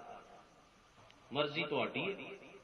ਤੁਸੀਂ ਇਤਿਹਾਸ ਮਾਲਵੇ ਦੀ ਇਸ ਧਰਤੀ ਤੇ ਤਲਵੰਡੀ ਸਾਬੋ, ਜਦੋਂ ਹਜ਼ੂਰ ਸੱਚੇ ਪਾਤਸ਼ਾਹ ਨੇ ਆਖਿਆ ਸੀ ਬੰਦੂਕ ਦਾ ਨਿਸ਼ਾਨਾ ਪਰਖਣਾ ਹੈ, ਜਾਓ ਚੌਧਰੀ ਸਾਹਿਬ, ਉੱਥੇ ਕੋਈ ਸਿੱਖ ਹੋਏਗਾ ਉਹਨੂੰ ਆਵਾਜ਼ ਦੇ ਦਿਓ। ਜਾਂਦਿਆਂ ਜਾਂਦਿਆਂ ਉਹਨੇ ਕਿਹਾ ਮਹਾਰਾਜ ਬੁਲਾ ਰਹੇ ਨੇ ਭਾਈ। ਪਿਓ ਤੇ ਪੁੱਤਰ ਆ ਗਿਆ, ਭਾਈ ਵੀਰ ਸਿੰਘ, ਭਾਈ ਧੀਰ ਸਿੰਘ। ਹਜ਼ੂਰ ਨੇ ਆਖਿਆ ਇੱਕ ਨੂੰ ਸੱਦੇ। ਉਹਨਾਂ ਕਿਹਾ ਜੀ ਅਸਾਂ ਦੋਵਾਂ ਨੇ ਸੁਣਿਆ। ਇੱਕ ਦੂਜੇ ਦੇ ਅੱਗੇ ਹੋ ਕੇ ਖਲੋਂਦੇ ਹਨ।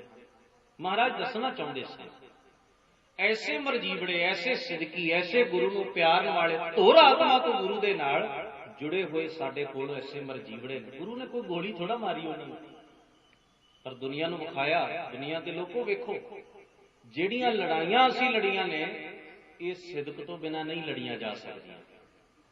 ਕਿਉਂਕਿ ਇੱਕ ਫੌਜ ਉਹ ਹੁੰਦੀ ਹੈ ਜਿੱਥੇ ਪੈਸਾ ਮਿਲਦਾ, ਤਨਖਾਹ ਮਿਲਦੀ ਹੈ, ਤਨਖਾਹ ਵਾਸਤੇ ਬੰਦਾ ਮਰ ਜਾਂਦਾ, ਲੋੜ ਹੈ, ਗਰਜ ਹੈ। ਇੱਕ ਹੈ ਹੰਕਾਰ ਦੀ ਲੜਾਈ, ਉੱਥੇ ਬੰਦਾ ਹੰਕਾਰ ਵਾਸਤੇ ਲੜ ਜਾਂਦਾ। ਇੱਕ ਹੈ ਝੂਠੀ ਸ਼ਾਨੋ ਸ਼ੌਕਤ ਦੀ ਲੜਾਈ, ਉੱਥੇ ਝੂਠੀ ਸ਼ਾਨੋ ਸ਼ੌਕਤ ਵਾਸਤੇ ਬੰਦਾ ਲੜ ਮਰ ਜਾਂਦਾ। ਇੱਥੇ ਲੜਾਈ ਨਾ ਹੰਕਾਰ ਦੀ ਏ, ਨਾ ਝੂਠੀ ਸ਼ਾਨੋ ਸ਼ੌਕਤ ਦੀ ਏ, ਨਾ ਲੋਭ ਲਾਲਚ ਦੀ ਏ। ਇੱਥੇ ਲੜਾਈ ਹੈ ਸਿਰੜ ਦੀ, ਅਸੂਲ ਦੀ। ਤੇ ਅਸੂਲ ਲਈ ਉਹੀ ਲੜਦਾ ਜਿਹਦੇ ਅੰਦਰ ਸਿਦਕ ਹੈ, ਜਿਹਦੇ ਅੰਦਰ ਸਿਰੜ ਹੈ, ਜਿਹਦੇ ਅੰਦਰ ਯਕੀਨ ਹੈ, ਜਿਹਦੇ ਅੰਦਰ ਈਮਾਨ ਹੈ। ਹੋਰ ਉਹਨਾਂ ਨੂੰ ਕੋਈ ਪ੍ਰੋਫਿਟ ਨਹੀਂ, ਕੋਈ ਸੰਸਾਰ ਦਾ ਧਨ ਨਹੀਂ ਮਿਲਣਾ, ਕੋਈ ਕੁਝ ਨਹੀਂ ਮਿਲਣਾ। ਇਤਿਹਾਸ ਵਿੱਚ ਲਿਖਿਆ ਮੁਕਤਸਰ ਦੀ ਧਰਤੀ ਤੇ ਗਰੀਬ ਨਵਾਜ਼ ਸਤਿਗੁਰੂ ਧੰਨ ਗੁਰੂ ਗੋਬਿੰਦ ਸਿੰਘ ਸਾਹਿਬ ਮਹਾਰਾਜ ਦੀ ਗੋਦ ਵਿੱਚ ਸਭ ਤੋਂ ਅਖੀਰ ਉੱਤੇ ਪ੍ਰਾਣ ਤਿਆਗੇ ਸਨ ਭਾਈ ਮਹਾਂ ਸਿੰਘ। ਭਾਈ ਮਹਾਂ ਸਿੰਘ ਦੇ ਪੁੱਤਰ ਸਨ ਭਾਈ ਰਾਏ ਸਿੰਘ ਤੇ ਸੀਤਲ ਸਿੰਘ। ਉਹ ਜਿਸ ਵੇਲੇ ਪ੍ਰਾਣ ਤਿਆਗੇ, ਉਸ ਤੋਂ ਪਹਿਲਾਂ ਆਖਰੀ ਸਾਹ ਰਿਹਾ ਸੀ, ਅੰਮ੍ਰਿਤ ਵੇਲੇ ਦਾ ਸਮਾਂ ਸੀ। ਇਤਿਹਾਸਕਾਰਾਂ ਨੇ ਲਿਖਿਆ ਅਖੀਰ ਵੇਲੇ ਜਦੋਂ ਭਾਈ ਮਹਾਂ ਸਿੰਘ ਨੇ ਪ੍ਰਾਣ ਤਿਆਗੇ, ਹਜ਼ੂਰ ਮਹਾਰਾਜ ਉਸ ਦਾ ਮੱਥਾ ਪਲੋਸਦੇ ਰਹੇ। ਆਪਣੇ ਮੁਖਾਰਬਿਆਂ ਤੋਂ ਹਜ਼ੂਰ ਨੇ ਕਿਹਾ ਭਾਈ ਜੀ ਬੜੀ ਵੱਡੀ ਸੇਵਾ ਕੁਰਬਾਨੀ ਕੀਤੀ ਹੈ, ਤੁਹਾਡੇ ਮਨ ਵਿੱਚ ਕੋਈ ਮੰਗ ਤੇ ਨਹੀਂ? ਨਹੀਂ ਮਹਾਰਾਜ, ਤੁਹਾਡੀ ਸਿੱਖੀ ਦਾ ਦਾਨ ਮਿਲ ਜਾਏ, ਜੋੜ ਬਣਿਆ ਰਹੇ, ਹੋਰ ਕੁਝ ਨਹੀਂ ਚਾਹੀਦਾ। ਇਹ ਸਿਦਕ ਦੀ ਜੰਗ ਹੈ, ਇਹ ਅਸੂਲ ਦੀ ਬਾਤ ਹੈ। ਇਸ ਨੂੰ ਸਿਦਕੀ ਹੀ ਸਮਝ ਸਕਦਾ ਹੈ। ਲੋਭੀ, ਲਾਲਚੀ, ਕਪਟੀ ਤੇ ਪਖੰਡੀ ਇਹਦੇ ਆਪਣੇ ਆਪਣੇ ਅਰਥ ਕਰੇਗਾ, ਪਰ ਇਹ ਸਿਦਕ ਦੀ ਜਿਹੜੀ ਗੱਲ ਹੈ ਨਾ, ਉਹਨੂੰ ਸਿਦਕੀ ਹੀ ਬੰਦਾ ਸਮਝ ਸਕਦਾ ਹੈ। ਸਿਦਕ ਦੀ ਕਹਾਣੀ ਬਿਲਕੁਲ ਵੱਖਰੀ ਹੁੰਦੀ, ਯਕੀਨ ਦੀ ਗੱਲ ਹੈ, ਵਿਸ਼ਵਾਸ ਦੀ ਗੱਲ ਹੈ, ਸਿਦਕ ਦੀ ਗੱਲ ਹੈ। ਤਾਂ ਸੰਸਾਰ ਵਿੱਚ ਜਿੰਨੇ ਵੀ ਮਹਾਨ ਲੋਕਾਂ ਨੇ ਅਸੂਲਾਂ ਦੀਆਂ ਲੜਾਈਆਂ ਲੜੀਆਂ ਨੇ ਨਾ, ਉਹ ਸਿਦਕ ਨਾਲ ਲੜੀਆਂ। ਲਾਲਚਾਂ ਨਾਲ ਕੋਈ ਅਸੂਲਾਂ ਦੀ ਲੜਾਈ ਨਹੀਂ ਲੜਦਾ। ਜੇ ਕਿਸੇ ਲਾਲਚ ਦੇ ਦਈਏ ਨਾ, ਆਓ ਤੁਸੀਂ ਧਰਮ ਦੀ ਲੜਾਈ ਵਿੱਚ ਸ਼ਾਮਲ ਹੋਵੋ, ਅਸੀਂ ਤੁਹਾਨੂੰ ਇਨਾਮ ਦੇਵਾਂਗੇ, ਇਹੋ ਜਿਹੇ ਬੰਦੇ ਕੰਮ ਨਹੀਂ ਆਉਂਦੇ ਮੌਕੇ ਉੱਤੇ। ਕਿਉਂਕਿ ਉਹਨਾਂ ਨੂੰ ਬੜਾ ਕੁਝ ਪਿਆਰਾ। ਜਿਹਨੂੰ ਮਾਨ ਸਨਮਾਨ ਪਿਆਰਾ, ਉਹਨੂੰ ਜਾਨ ਵੀ ਪਿਆਰੀ ਹੈ, ਉਹਨੂੰ ਦੁਨੀਆ ਦੀ ਧਨ ਸੰਪਦਾ ਪਿਆਰੀ ਹੈ, ਉਹਨੂੰ ਸੰਸਾਰ ਦੀ ਸ਼ੌਹਰਤ ਪਿਆਰੀ ਹੈ, ਉਹਨੂੰ ਆਪਣਾ ਹੰਕਾਰ ਪਿਆਰਾ ਹੈ। ਉਹ ਅੱਗੇ ਪੈਰ ਪੁੱਟ ਹੀ ਨਹੀਂ ਸਕਦਾ। ਇੱਥੇ ਤਾਂ ਇੱਕੋ ਹੀ ਗੱਲ ਹੈ, ਬਸ ਤੂੰ ਉਹਦੇ ਦਰ ਤੇ ਸੁਰਖਰੂ ਹੋ ਜਾਏਗਾ, ਹੋਰ ਕੋਈ ਚੀਜ਼ ਦੀ ਆਸ ਨਾ ਰੱਖੀ, ਬਸ ਉਹਦਾ ਪਿਆਰ ਮੰਨਣਾ ਹੈ, ਹੋਰ ਕੁਝ ਨਹੀਂ। ਤਾਂ ਹੀ ਉਹ ਆਖਿਆ ਸ਼ੇਖ ਫਰੀਦ ਸਾਹਿਬ ਨੇ, ਜਾਂ ਲੱਭ ਤਾਂ ਨਹੀਂ ਕਿਆ, ਲੱਭ ਤਾਂ ਕੂੜਾ ਨੇ। ਲੱਭ ਦਾ ਮਤਲਬ ਹੁੰਦਾ ਚਸਕਾ। ਲੋਭ ਦਾ ਅਰਥ ਹੁੰਦਾ ਹੈ ਲਾਲਚ। ਜੇ ਤੈਨੂੰ ਚਸਕੇ ਲੱਗੇ ਹੋਏ ਨੇ, ਜੇ ਤੂੰ ਚਸਕਾ ਨਹੀਂ ਛੱਡ ਸਕਦਾ ਤੇ ਤੂੰ ਨਹੀਂ ਪਾ ਸਕਦਾ, ਪਿਆਰ ਮੁਹੱਬਤ ਨਹੀਂ ਰੱਖ ਸਕਦਾ। ਪਿਆਰ ਮੁਹੱਬਤ ਇਸ ਗੱਲ ਦੀ ਮੰਗ ਕਰਦਾ ਹੈ, ਚਸਕਾ ਛੱਡ ਦੇ, ਅੰਦਰ ਦੀ ਪੁੱਠੇ ਪਾਸੇ ਦੀ ਖਿੱਚ ਲਗਨ ਤਿਆਗ ਦੇ। ਜੇ ਤੂੰ ਚਸਕਿਆਂ ਨਾਲ ਪਿਆਰ ਕਰਨਾ, ਨਹੀਂ, ਤੇਰਾ ਮਾਲਕ ਨਾਲ ਗੁਰੂ ਨਾਲ ਜੋੜ ਨਹੀਂ ਬਣ ਸਕਦਾ। ਜਾਂ ਲੱਭ ਤਾਂ ਨੇ ਕਿਹਾ, ਲੱਭ ਤਾਂ ਪੂਰਾ ਨਹੀਂ। ਜੇ ਤੂੰ ਚਸਕੇ ਵੀ ਪਾੜਦਾ ਫਿਰ ਭਾਈ ਤੇਰਾ ਪਿਆਰ, ਤੇਰਾ ਨੇ ਗੁਰੂ ਨਾਲ ਪਰਮਾਤਮਾ ਨਾਲ ਕੇਵਲ ਵਿਖਾਵਾ ਹੈ, ਝੂਠਾ ਹੈ। ਕਿਚਰ ਝੱਤ ਲੰਘਾਈਆ ਕਿਵੇਂ ਸਮਾਂ ਲੰਘੇ, ਛੱਪਰ ਟੁੱਟੈ ਨੇ। ਛੱਪਰ ਟੁੱਟਾ ਹੋਵੇ ਤੇ ਮੀਂਹ ਪੈਂਦਾ ਹੋਵੇ, ਬੰਦਾ ਉਹਦਾ ਆਸਰਾ ਲਵੇ, ਕਿੰਨਾ ਕੁ ਚਿਰ ਭਿੱਜਣ ਤੋਂ ਬਚੇ, ਆਖਰ ਭਿੱਜੇਗਾ ਹੀ। ਇਹ ਟੁੱਟੀਆਂ ਛੱਪਰੀਆਂ ਕੰਮ ਨਹੀਂ ਆਉਣਗੀਆਂ, ਮੋੜੇ ਧਾਰ ਮੀਂਹ ਜਦੋਂ ਪੈਂਦਾ ਹੋਵੇ। ਇਹ ਲੱਭ ਲੋਭ ਤੇ ਚਸਕਿਆਂ ਦੀਆਂ ਛੱਪਰੀਆਂ ਦੇ ਵਿੱਚ ਲੁਕਿਆ ਨਹੀਂ ਜਾ ਸਕਦਾ। ਬਚਣ ਦਾ ਇੱਕੋ ਹੀ ਢੰਗ ਹੈ, ਉਹਦੇ ਨੇਹ ਦੇ ਘਰ ਵਿੱਚ ਜੀਣਾ ਸਿੱਖ। ਇਸ ਵਾਸਤੇ ਇਹ ਦੁਨੀਆ ਦੇ ਸਮਝਣ ਸਮਝਾਉਣ ਵਾਸਤੇ ਹਨ। ਇਹਦੇ ਸੰਸਾਰ ਉੱਤਰ ਲੱਭਦਾ ਆਇਆ ਤੇ ਲੱਭਦਾ ਰਹੇਗਾ। ਮੈਂ ਕੇਸ ਕਿਉਂ ਰੱਖਾਂ, ਮੈਂ ਕੜਾ ਕਿਉਂ ਪਾਵਾਂ, ਮੈਂ ਬਾਣੀ ਕਿਉਂ ਪੜਾਂ, ਮੈਂ ਗੁਰੂ ਮਹਾਰਾਜ ਨੂੰ ਮੱਥਾ ਕਿਉਂ ਟੇਕਾਂ। ਪਰ ਜਿੱਥੇ ਗੱਲ ਨੇਹ ਦੀ ਤੇ ਸਿਦਕ ਦੀ ਆਏਗੀ, ਉੱਥੇ ਸਭ ਕੁਝ ਇਹ ਸਵਾਲ ਪਿੱਛੇ ਰਹਿ ਜਾਣਗੇ।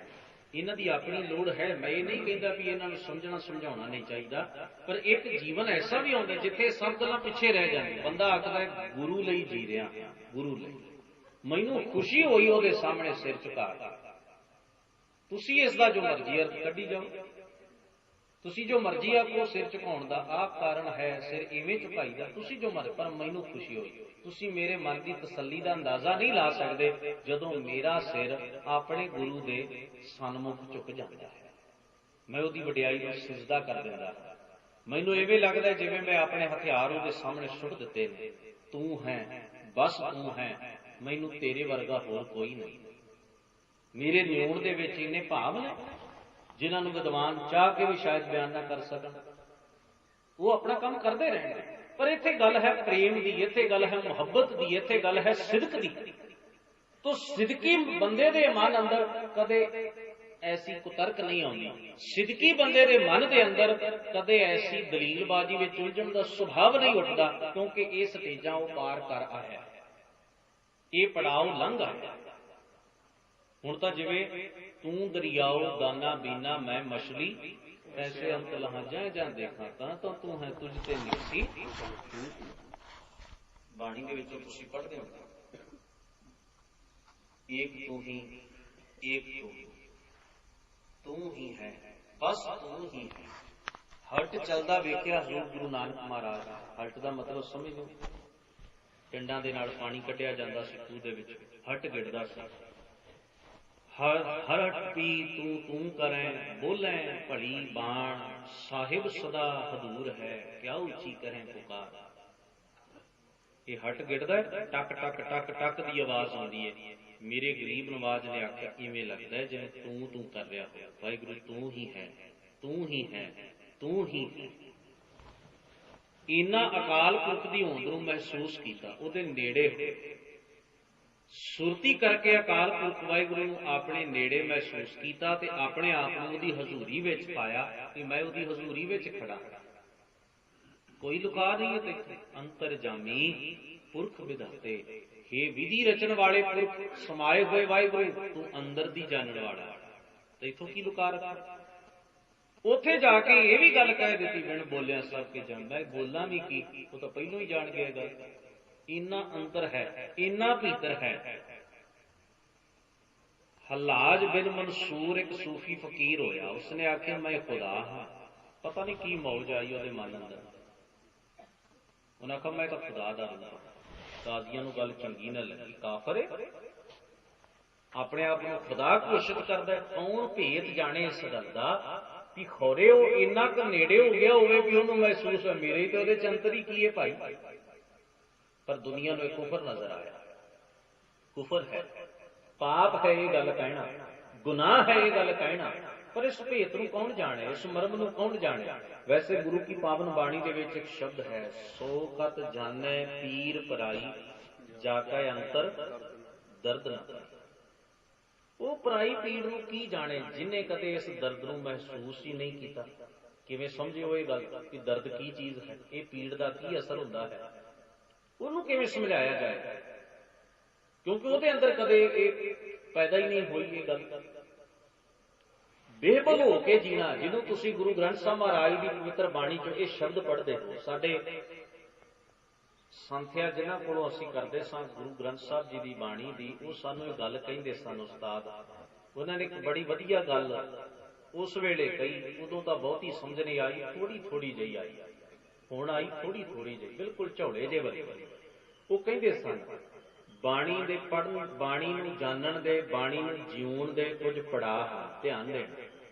पहला है बाणी नूं पढ़ना सीखना, दूजा है बाणी का अर्थ सीखना, पहला है उच्चारण, दूजा है अर्थ, तीजा है भाव अर्थ, ते चौथा है अनुभव।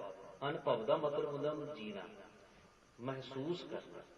जिवें तुसीं शब्द पढ़दे हो, मेरे मीत गुरदेव मोको राम नाम प्रकाश, कितनी सौखी पंक्ति, रोज सोदर के पाठ भाई साहब गुरुद्वारा साहब पढ़ते हैं, नितनेमी गुरसिखे का पाठ रोज करते हैं। चौथे पातशाह जी का शब्द है, राग गुजरी, उच्चारण हो गया मेरे मीत गुरदेव मोको राम नाम प्रकाश, उच्चारण हो गया। हुण अखरी अर्थ होएगा, मेरे मित्र प्रकाश रूप गुरु मोको मेरे अंदर रब दे नाम का चानण कर। हुण इहदा भाव अर्थ की होएगा, भाव अर्थ की है इसका कि मन अंदर रब दे नाम का चानण हो जाए। तीसरा भाव इहदा समझ विच आया कि रब दे गुण मेरे हिरदे अंदर वस जाणगे, अंदर दी अज्ञानता खत्म हो जाएगी, उहदे गुण ही गुणां दा चानण जीवन च पसरेगा, किरदार उच्चा हो जाएगा, विहार उच्चा हो जाएगा, सुरत उच्ची हो जाएगी, जीवन का पद्धर उच्चा हो जाएगा। ये भाव ते हुण इहनूं महसूस करके वेखो, एक मित्र कोलों जिवें कोई मित्र मंग करता है, मेरे मीत गुरुदेव मोको राम नाम प्रकाश, महसूस कर लो। इहनूं महसूस करन दा अंदाज ही वखरा है।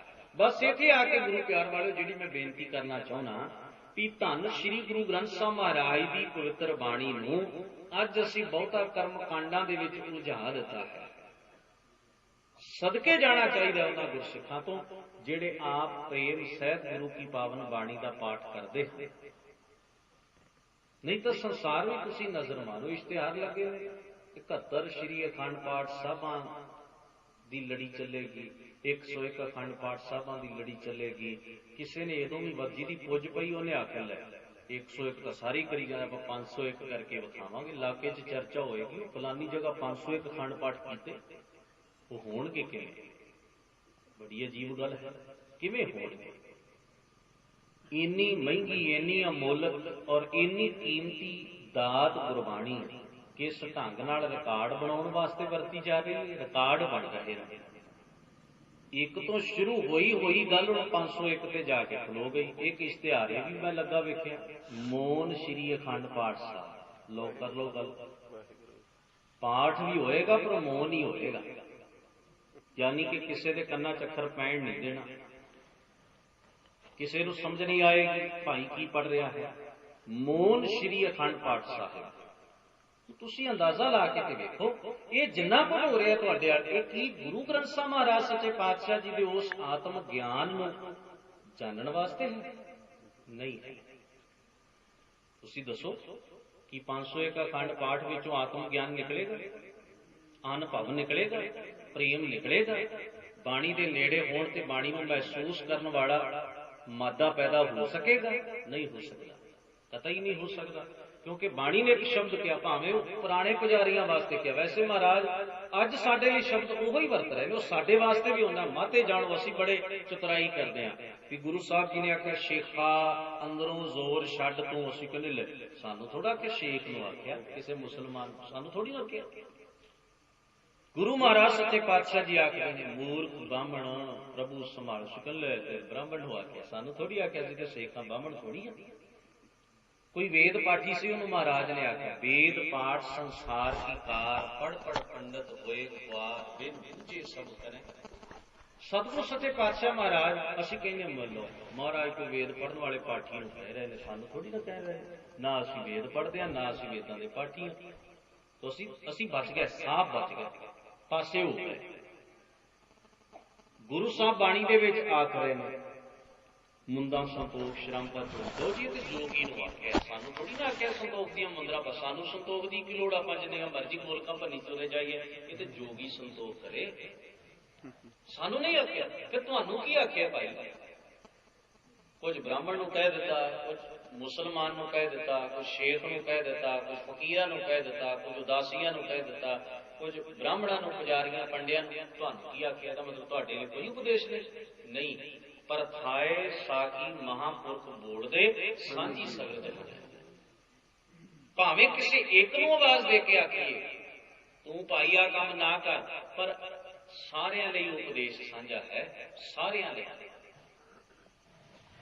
ਕਲਾਸ ਵਿੱਚ ਇੱਕ ਬੱਚੇ ਨੇ ਕਿਸੇ ਦੀ ਕਾਪੀ, ਪੈਨਸਲ ਜਾਂ ਕੋਈ ਚੀਜ਼ ਚੁੱਕ ਲਈ। ਪੜ੍ਹਾਉਣ ਵਾਲੇ ਅਧਿਆਪਕ ਨੇ, ਟੀਚਰ ਨੇ ਉਹਨੂੰ ਸੱਦਿਆ, ਮਿੱਠੀ ਜਿਹੀ ਝਿੜਕ ਦਿੱਤੀ, ਨਾਲੇ ਉਹਨੂੰ ਡਰਾਇਆ ਤੇ ਨਾਲੇ ਉਹਨੂੰ ਆਖਿਆ ਅੱਗੇ ਤੋਂ ਚੋਰੀ ਨਹੀਂ ਕਰਨੀ।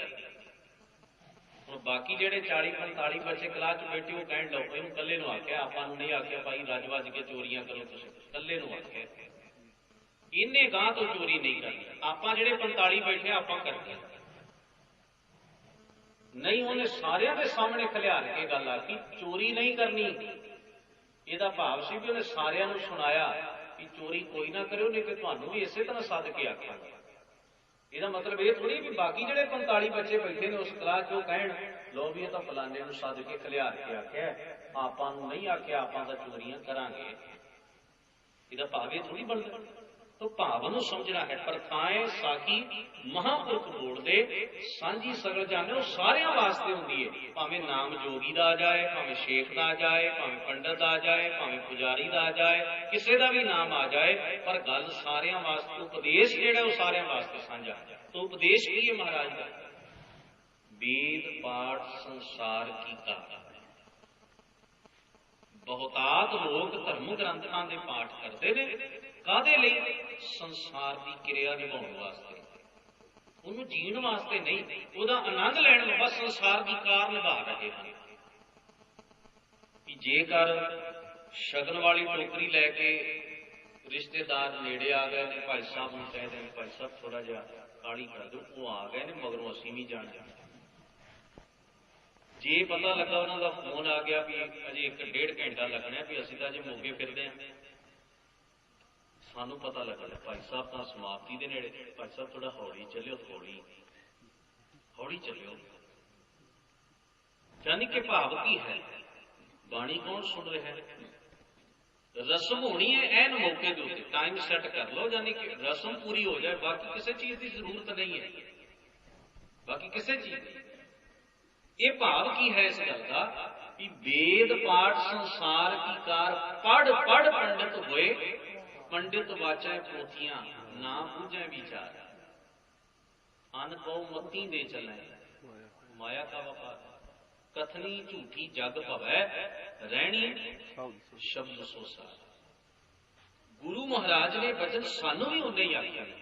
तो मेरा कहने का भाव केवल इन्ना है कि अज असीं गुरबाणी नूं कर्म कांड बना रहे हाँ। इतिहास में एक साखी बड़ी कीमती है भी भाई पारो, जिन्होंने परमहंस की उपाधि सतगुरु पातशाह ने बख्शिश की सी, वो दूसरी पातशाही के समय के सिख सन, डल्ले के रहने वाले सन। इन्हां दे परिवार में ही सतगुरु सच्चे पातशाह महाराज धन गुरु हरगोबिंद साहब महाराज के उन्हां दे आनंद कारज होए सन। खैर सुल्तानपुर के इलाके में गुरु नानक महाराज के समय तो सिक्खी का पसार होया, क्योंकि हजूर सुल्तानपुर रहे। गरीब नवाज सच्चे पातशाह महाराज के दर्शन करन गुरु अंगद साहब के, फिर गुरु अंगद साहब के ज्योति जो समाउण तो बाद तीसरे पातशाह धन गुरु अमरदास महाराज के दर्शन करन डल्ले पिंड तो चलना भाई पारो ने। उन्हां समयां दे विच लोग गधियां ते सवारी करते, खच्चरां ते, ऊठां ते, घोड़ियां ते, घोड़ियां ते, गड्डियां ते जां पैदल, इहो साधन सन। वो उन्होंने घोड़ी रखी, घोड़ी ते सवार होकर वो आउंदे सन। जदों ना घर तो चल पैना बड़ी उच्ची सुर दे विच, बड़ा रब ने उन्हां दे गड़े विच बड़ा रास मिठास पाई सी और बाणी बड़ी शुद्ध पढ़ते सन। उन्होंने उच्ची आवाज में बाणी पढ़ते होना, उच्ची उच्ची जदों मौज आनी बहुत उच्ची उच्ची गाउना उन्होंने। हालियां ने अपने हल रोक लेने, राह च जांदियां हल वाउण वालियां ने अपने हल रोक लेने। बलदां दीयां जंगियां खड़कदियां ने, भाई साहब की आवाज कन्नां च नहीं पएगी। जिन्ना चिर भाई साहब की आवाज कन्नां च पैंदी रहनी, सिख काश्तकारां ने अपने हल रोक लेने, बलदां दीयां जंगियां ना वजन, घुंघरू ना वजन, सुनते रहने। तीसरे पातशाह महाराज को आउंदे ने, हजूर महाराज ने आखिया भाई जी आराम कर लो, सफर करके आए प्रशादा पानी छकाओ, फिर तुसां आके बाणी सुनाउणी, पाठ तुसां करना है अज दीवान दे विच। भाई साहब जी की ड्यूटी लाउणी पाठ करना। पाठ करन विच इन्ने निपुण, इन्ने मगन, इन्ने प्रेम सहित करते सन। गरीब नवाज सतगुरां ने उन्होंने परमहंस की उपाधि गुरु नानक महाराज के दर तो प्राप्त हुई। भाव पूर्ण गुरसिख, परमहंस का मतलब भाव है पूर्ण गुरसिख, विवेकी गुरसिख, सच झूठ दे फर्क समझण वाला गुरसिख। ऐसियां बरकतां, ऐसियां बख्शिशां सन गुरु घर दे विचों जड़ियां भाई पारो जी नूं प्राप्त होईयां। और एक बार तो हजूर ने उन्हां दा अंदर भी टोया,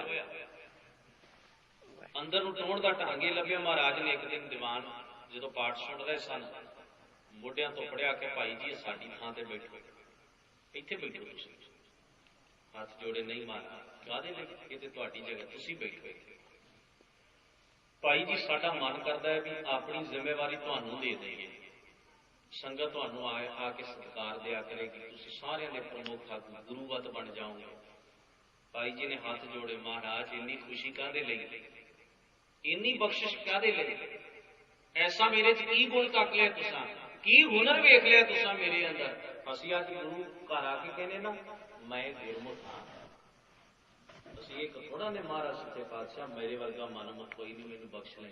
असीं कहने नहीं महाराज मैं तो गुरमुख हाँ।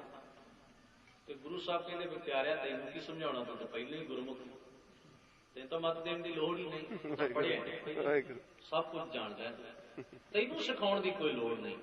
असीं आउंदे हंकार दे घोड़े ते सवार हो के गुरु दे दर दे उत्ते, इसे करके साडे पल्ले कुछ नहीं पैंदा, हौमे तो बिना साडे कोल रही कख नहीं जांदा। सतगुरां ने इसे करके आख्या कमर कटारा बंकुड़ा बंके का सवार, गर्भ न कीजै नानका मत सिर आवे पासा। गरीब नवाज सतगुरां ने सानू आख्या सी मन मत तू मान करें, जे हों किश जानदा गुरमुख निमाणा हो। मना मत तू ये गल जानी भी मैं कुछ जानदा हाँ, निमाणा हो जा, न्यू जा। ਉਹਦੀ ਦਾਤ ਨਿਉਣ ਵਾਲਿਆਂ ਦੇ ਹਿੱਸੇ ਵਿੱਚ ਆਉਂਦੀ। ਅਸੀਂ ਕਹਿੰਦੇ ਲੋ ਅਸੀਂ ਭਾਈ ਨੂੰ 10 ਰੁਪਏ ਦਿੱਤੇ ਕੱਲ ਸੰਗਰਾਂ ਦੇ ਨਾਲਿਆਂ ਦੀ ਉਹਨੇ ਅਨਾਉਂਸਮੈਂਟ ਤੇ ਸਾਡਾ ਨਾਂ ਹੀ ਭੁੱਲ ਗਿਆ। 10 ਰੁਪਈਆਂ ਤੇ ਰੌਲਾ ਪੈ ਗਿਆ ਜੀ ਸਾਰੀ ਪਤੀ ਸਾਡਾ ਨਾਂ ਕਿਉਂ ਨਹੀਂ ਬੋਲਿਆ, ਕੀ ਆਖਰ ਆ ਗਿਆ, ਕੀ ਐਸਾ ਹੋ ਗਿਆ ਨਹੀਂ ਬੋਲਿਆ ਗਿਆ, ਛੱਡ ਦਿਓ ਗੱਲ। ਤੁਹਾਨੂੰ ਭੁਲੇਖਾ ਹੈ, ਕਿਹਨੂੰ ਸੁਣਾਉਣਾ ਹੈ, ਕਿਸ ਨੂੰ ਦੱਸਣਾ ਹੈ, की मान लेना है इस विच, भाव के साडी हौमे नूं पट्ठे पै जाण किसे ना किसे तरीके नाल। मत आख्या करिए सच्चे पातशाह फलाना सिंह बड़ा गुरमुख है उन्हें सेवा की, नहीं महाराज फलाना सिंह ने सेवा की, गुरमुखताई की दात बख्श दो। इस अरदास ये होनी चाहिए, ये नहीं होनी चाहिए फलाने गुरमुखा ने बड़ी सेवा की, ना सर्टिफिकेट देवो, ये आखो महाराज फलाना सिंह ने सेवा की है, रहमत करो, ਤੁਹਾਡੇ ਨਾਲ ਇਸੇ ਤਰ੍ਹਾਂ ਇਹਦਾ ਪਿਆਰ ਬਣੇ ਤੇ ਗੁਰਮੁਖ ਜੀਵਨ ਬਖਸ਼ਿਸ਼ ਕਰ। ਅਸੀਂ ਤਾਂ ਗੁਰਮੁਖ ਹੋਣ ਵਾਸਤੇ ਗੁਰੂ ਕੋਲ ਆਉਣਾ ਹੈ, ਗੁਰੂ ਨੂੰ ਦੱਸਣ ਥੋੜਾ ਆਉਣਾ ਵੀ ਮਹਾਰਾਜ ਅਸੀਂ ਗੁਰਮੁਖ ਹਾਂ, ਅਸੀਂ ਬੜੇ ਵੱਡੇ, ਸਾਡੇ ਚਾਹੇ ਰੋਮ ਚੱਲ ਪਿਆ। ਅਸੀਂ ਆਪਣੇ 4 ਬੰਦੇ ਇਕੱਠੇ ਕਰਦੇ ਹਾਂ, ਉਹਨਾਂ ਨੂੰ ਪਹਿਲਾਂ ਕਹਿ ਦਿੰਦੇ ਮੈਨੂੰ ਪੰਥ ਰਤਨ ਦਿਓ, ਬੰਦਾ ਜੇ ਮਰਿਆ ਨਹੀਂ ਪੰਥ ਰਤਨ ਪਹਿਲਾਂ ਮਿਲ ਗਿਆ, ਪੰਥ ਰਤਨ ਮੈਨੂੰ ਤੁਸੀਂ ਖਿਤਾਬ ਦਿਓ पूर्ण गुरसिख का, वो दे देंगे। ਜਿਹੜੇ मगर लगन वाले उन्होंने मैं जो नाम दिना होना 50-50 रुपये लेके जकारे छड्डण वाले, वो बंदे पता कौन, स्वार्थी लालची, जिन्होंने पंजाबी का एक शब्द असीं वरतदे सां चापलूस, वो वादियां देंदे ने किसी नूं पंथ रतन का, किसी नूं फकरे कौम का, किसी नूं पूर्ण सेवक का। एडा की कर दिता है भाई गुरु साहब सच्चे पातशाह जिन्हां सिखां ते खुश होया कि तुसीं मेरे फरजंद हो, तुसां दा घर असां दा घर है, ये शब्द कहे सिख नूं चाह चढ़ गया। गुरु ने मैनू अपना पुत्र आख्या, ये नहीं आख्या तू पंथ का रतन है, नहीं सारा पंथ ही रत्ना दा। ध्यान दो, सारा पंथ ही रतन, बाकी जेडे ने कोई इट्टे वट्टे ने भाई, बाकी कचरा है कि तू कला पंथ रतन है, बाकी सब कचरा इकट्ठा किया। ना ना ना, सारा गुरु का पंथ ही रतन है। पंथ वर्गी मुल्क वस्तु और की हो सकती सी। सानू लोभ लाले जुबियां नूं, थां थां थिड़कदियां नूं, भटकियां नूं, वंडिया होया नूं, ईर खालूआं नूं सतगुरु सच्चे पातशाह ने मत दी आके कट्ठे बह जाओ। गुरु दे राह ते पंथ बन गया, पंथ बन गया। एडी वड्डी अमोलक दात हजूर ने सानू पंथ च रड़ा के दे दी। इस तो वधिया सौगात साडे लई की हो सकदी सी। भाव कि सानू चैन नहीं हुंदा, साडी होमे नूं पट्ठे पैणे चाहीदे हन। जिहड़ी होमे असीं बाहर चुकी फिरदे हां, ओह असीं गुरु कोल आके भी नहीं छड्डदे। खिमा करो, इत्थे भी असीं खिताब भालदे हां, इत्थे भी डिग्रियां भालदे हां, इत्थे भी लंबे चौड़े नाम चाहुंदे हां। इसे करके तुसीं वेखो लोकां गड्डियां भर रखियां ने, पेंट कर करके कंधां भर रखियां ने, इश्तिहारां दे उत्ते किड्डे वड्डे वड्डे लफ्ज़ लिखे ने लोकां ने। बंदे दा अपना नां जिहड़ा ओहदे मां प्यो रखो तां गवाच ही गया। अगे पिछे जिहड़ियां पूछां ला रखियां ने ओह एडियां वध गईयां ने। पूर्ण ब्रह्म ज्ञान, भी ब्रह्म ज्ञानी दा भले हुंदा ही पूर्ण है, क्योंकि लागे दे 7-8 बंदियां ने ब्रह्म ज्ञानी लवा लिया, उन्हां लगे लै 7-8 धागे ब्रह्म ज्ञानी ने एक होर। इस तरह दा गल बनी। पूर्ण ब्रह्म ज्ञानी अधूरा ब्रह्म ज्ञानी नहीं हुंदा। पुछ के तो वेखो कि ब्रह्म ज्ञानी काहदा होया जिहड़ा अधूरा है। तुसीं शब्द वरतन लग्या ते माड़ा मोटा सोच के वेखो ना, ब्रह्म ज्ञानी ते ओह भी पूर्ण कि ब्रह्म ज्ञानी कोई अधूरा भी है। वो भाव पता की है, दूसरे नूं दसना भी आ जिहड़े ने केवल ब्रह्म ज्ञानी ने, ये अधूरे हो सकते हैं। मैं इन्हां चों पूर्ण हाँ, जिहड़े अपने इलाके च 7-8 ने, इन्हां चों मैं पूर्ण हाँ। की लोड़ सी, की जरूरत सी? क्योंकि मेरी होमै नूं चैन नहीं आ रहा, उन्होंने पट्ठे पै जाण, उन्होंने खुराक मिल जाए। गुरु नानक महाराज के जीवन में एक साखी होती है। सतगुरु सच्चे पातशाह एक नगर में जाते हैं। हमजा गौस नाम का एक फकीर है, पीर है। वो भूरे दे विचों बाहर निकल चलिया करता सी, ढोल वजदा, लोग इकट्ठे होंदे, फुल्लां दीयां माला जय जयकार, भेटां चढ़दे, मत्थे टेकदे, आशीर्वाद लैंदे। हजूर जिस वेले गए उहदा चलिया पूरा होने वाला सा। महाराज ने सुन लाई, पता लाया। गरीब नवाज पातशाह ने ढोल वाले नूं आख्या भी तैं ढोल नहीं बजाउणा। ना ढोल वजया, ना लोग इकट्ठे होए, ना उस पद्धर की जय जय जिवें अगे होंदी सी। वो बाहर निकलिया तो गश खा के डिग पे। पानी पूनी उहदियां अखां ते छिट्टे मारे, पानी पियाया। ढोल महाराज ने इशारा किया भी हुण बजा। ढोल वजन, लोग आए, जय जयकार, सारी पूजा प्रतिष्ठा, भेटा चढ़िया। हुण कुछ सुरत टिकाणे आए। गुरु महाराज ने पूछा की होया? कहण लग्या जी ये भी तो मैं उलझिया होया भी होया की, अगे कदे नहीं होया। चलिया कटी दा आराम नाल, 40 दिन बाद बाहर आ जाइदा।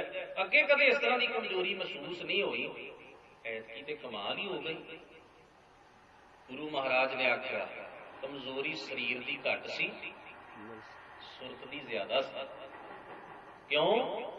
क्योंकि अगे जदों लोग जय जयकार करते, मार ढोल वजदे, हार पैंदे, भेटा चढ़दियां, गोडी पैरी हथ लगदा, वो 40 दिन की भुख ते भुल ही जांदी। ਉਹਦਾ चेता ही भुल जाता मैं तो 40 दिन भुखा रहा। पर अज जदों वो नीयत की, हंकार की भुख पूरी नहीं हुई, अज तन की भुख ने जोर पा लिया।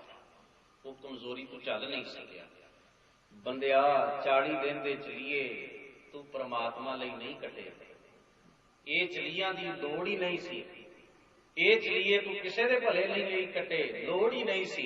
ये अपनी हौमे नूं पट्ठे पाउण वास्ते कटे ने, हंकार की खुराक लैण वास्ते कटे ने। तेरा धर्म जिन्हों तू कहना मैं धर्म कर रहा हाँ, मैं भगती कर रहा हाँ, मैं बंदगी कर रहा हाँ, ये सारा कुछ तेरी हौमे नूं पट्ठे पाउण वास्ते है। ये तू विखावे हौमे लई नहीं जी, ਉਹਦੇ ਲਈ ਜੀ जिस नूं तू प्यार है। पर तू तो अपनी हौमे नूं प्यार करदा है, तेनू रब नालों अपनी हौमे प्यारी है। इस करके तो महाराज ने मत दी, आप गवाइया तां शौ पाइया, अबर कैसी चतुराई। ताई तो महाराज ने आख्या हौमे जाई तां कंत सवाई, धन फिरका एक ही संग वासा विच हौमे पीत करारी। ਗਰੀਬ ਨਵਾਜ ਨੇ ਐਸੇ ਵਿੱਚ ਬਾਰ-ਬਾਰ ਹਉਮੈ ਦਾ ਜ਼ਿਕਰ ਬਾਣੀ ਦੇ ਰਾਹੀਂ ਕਰਕੇ ਸਾਨੂੰ ਸਮਝਾਇਆ, ਸੁਚੇਤ ਕੀਤਾ। ਕਹਿਣ ਤੋਂ ਭਾਵ ਮਨੁੱਖ ਦੇ ਮਨ ਦੇ ਅੰਦਰ ਸਭ ਤੋਂ ਪ੍ਰਬਲ ਚੀਜ਼ ਹੈ, ਜ਼ਬਰਦਸਤ ਵਿਕਾਰ ਹੈ ਹਉਮੈ ਦਾ। ਹਉਮੈ ਦਾ ਮੈਂ ਇੰਨੇ ਪਾਠ ਕਰ ਲੈਂਦਾ ਹਾਂ, ਹਉਮੈ ਹੋ ਗਈ। ਤੀਰਥ ਬ੍ਰਤ ਅਰਦਾਨ ਕਰ ਮਨ ਮੈਂ ਧਰੈ ਗੁਮਾਨ, ਨਾਨਕ ਨੇਵਲ ਜਾਤ ਕਹੇ ਜਿਉ ਕੁੰਚਰ ਇਸ਼ਨਾਨ। ਹਉਮੈ ਪ੍ਰਭੂ ਨੂੰ। ਸੋ ਜਿਹੜੀ ਮੈਂ ਬੇਨਤੀ ਕਰ ਰਿਹਾ ਸਾਂ ਕਿ ਗੁਰਬਾਣੀ ਦਾ ਰਸ ਉਸ ਨੂੰ ਆ ਸਕਦਾ ਜਿਹੜਾ ਗੁਰੂ ਕੋਲ ਆ ਕੇ। ਭਾਈ ਪਾਰੋ ਜੀ ਨੇ ਆਖਿਆ, ਮਹਾਰਾਜ ਇੰਨੇ ਮੇਰੇ ਤੁਸੀਂ ਕੀ ਖੂਬੀ ਵੇਖੀ ਸੱਚੇ ਪਾਤਸ਼ਾਹ, ਮੇਰੇ ਤੇ ਏਡੀ ਵੱਡੀ ਬਖਸ਼ਿਸ਼ ਕਰਨ ਤੁਰੇ ਹੋ। ਭਾਈ ਤੂੰ ਬਾਣੀ ਦਾ ਰਸੀਆ ਹੈ, ਬਾਣੀ ਨਾਲ ਪਿਆਰ ਕਰਦਾ ਹੈ, ਤੇਰਾ ਬਾਣੀ ਪ੍ਰਤੀ ਅਨੁਭਵ ਹੈ, ਤੇਰਾ ਜੀਵਨ ਬੜਾ ਅਸਾਂ ਬੜਾ ਉੱਚਾ ਤੱਕਿਆ ਹੈ, ਤੇਰੇ 'ਚ ਗੁਣ ਵੇਖੇ ਅਸੀਂ। ਨਹੀਂ ਮਹਾਰਾਜ, ਜੇ ਖੁਸ਼ ਹੋਏ ਹੋ ਨਾ ਮੇਰੇ ਉੱਤੇ, ਜੇ ਤੁਹਾਨੂੰ ਲੱਗਦਾ ਹੈ ਵੀ ਮੈਂ ਕਾਸੇ ਜੋਗਾ ਹਾਂ, ਮੇਰੀ ਇੱਕ ਮੰਗ ਹੈ ਉਹ ਪੂਰੀ ਕਰ ਦਿਓ। ਹਾਂ ਭਾਈ ਪਾਲੋ ਜੀ ਦੱਸੋ। ਪਾਤਸ਼ਾਹ ਜੇ ਖੁਸ਼ ਹੋ ਤੇ ਮੈਨੂੰ ਅਸੀਸ ਦਿਓ, ਸਿੱਖੀ ਦਾਨ ਮੇਰੀ ਝੋਲੀ 'ਚ ਪਾ ਦਿਓ, ਮੈਂ ਸਿੱਖ ਬਣ ਜਾਵਾਂ, ਮੈਂ ਸਿੱਖ ਬਣ ਜਾਵਾਂ। ਇਹ ਸਤਿਗੁਰ ਮੋਕੋ ਸਿੱਖੀ ਹੀ ਭਾਵੈ, ਗੋਰੇ ਆਈ ਸਤਿਗੁਰਾਂ ਸਭਾ। ਮਹਾਰਾਜ ਇਹ ਜਗ੍ਹਾ ਤੁਹਾਨੂੰ ਹੀ ਸ਼ੋਭਦੀ ਏ, ਜੇ ਮੇਰੇ ਤੇ ਇਹਨੇ ਟੁੱਟਿਓ ਨਾ ਆ ਝੋਲੀ ਅੱਡਦਾ, ਸਿੱਖੀ ਪਾ ਦਿਓ ਮੇਰੀ ਝੋਲੀ 'ਚ, ਹੋਰ ਕੁਝ ਨਹੀਂ ਚਾਹੀਦਾ। ਵੇਖੋ ਜਿਹਨੂੰ ਗੁਰੂ ਐਡਾ ਵੱਡਾ ਮਾਣ ਦੇ ਰਿਹਾ, ਉਹ ਮੰਗ ਕੀ ਰਿਹਾ, ਮਹਾਰਾਜ ਜੇ ਟੁੱਟਿਓ ਤੇ ਸਿੱਖੀ ਝੋਲੀ 'ਚ ਪਾ ਦਿਓ, ਸਿੱਖੀ ਚਾਹੀਦੀ ਹੈ, ਹੋਰ ਕੁਝ ਨਹੀਂ। ਕੀਮਤ ਸਮਝ ਵਿੱਚ ਆਈ ਨਾ ਵੀ ਸਿੱਖੀ ਕਿੰਨੀ ਅਮੋਲਕ ਦਾਤ ਹੈ। ਸਿੱਖੀ 'ਚ ਸਭ ਕੁਝ ਆ ਜਾਂਦਾ ਹੈ, ਸਿੱਖੀ 'ਚ ਗੁਰੂ ਤੇ ਸਿੱਖ ਦੇ ਭੇਦ ਮਿਟ ਜਾਂਦੇ ਹਨ। ਪਰ ਅਸੀਂ ਕੀ ਮੰਗਦੇ ਹਾਂ? ਸਾਨੂੰ ਸਿੱਖੀ ਚਾਹੀਦੀ ਨਹੀਂ, ਸਾਨੂੰ ਸਿੱਖੀ ਦੀ ਜ਼ਰੂਰਤ ਹੀ ਨਹੀਂ। ਅਸੀਂ ਤੇ ਬਹੁਤ ਵੱਡੀਆਂ ਵੱਡੀਆਂ ਡਿਗਰੀਆਂ ਆਪਣੇ ਕੋਲੋਂ ਹੀ, ਆਪਣੇ ਚਾਟੜਿਆਂ ਕੋਲੋਂ, ਆਪਣੇ ਚਾਹ ਪਲੂਸਾਂ ਕੋਲੋਂ ਆਪਣੇ ਨਾਮ ਨਾਲ ਲਗਵਾ ਕੇ, ਉਹ ਸਿੱਖੀ ਤਾਂ ਦੂਰ ਰਹਿ ਗਈ। ਹੁਣ ਤਾਂ ਸਿੱਖ ਕਵਾਉਣ ਵਿੱਚ ਫਕਰ ਹੀ ਨਹੀਂ ਹੁੰਦਾ। ਇਹ ਗੱਲ ਮੰਗੇ ਕੌਣ? ਸਿੱਖੀ ਦਾਨ ਬਖਸ਼ੋ, ਕੌਣ ਮੰਗੇ ਜੀ? ਇਹ ਤਾਂ ਲੋੜ ਕੀ ਹੈ ਸਿੱਖ ਬਣਨ ਦੀ? ਦੁਨੀਆ ਦੇ ਹੰਕਾਰ ਦੇ ਘੋੜੇ ਤੇ ਸਵਾਰ ਹੋਣਾ ਅੱਜ ਸਾਨੂੰ ਚੰਗਾ ਲੱਗ ਰਿਹਾ ਹੈ, ਪਰ ਗੁਰੂ ਗ੍ਰੰਥ ਸਾਹਿਬ ਮਹਾਰਾਜ ਦੀ ਬਾਣੀ ਕੀ ਹੈ? ਇੱਕ ਆਨੰਦ ਹੈ।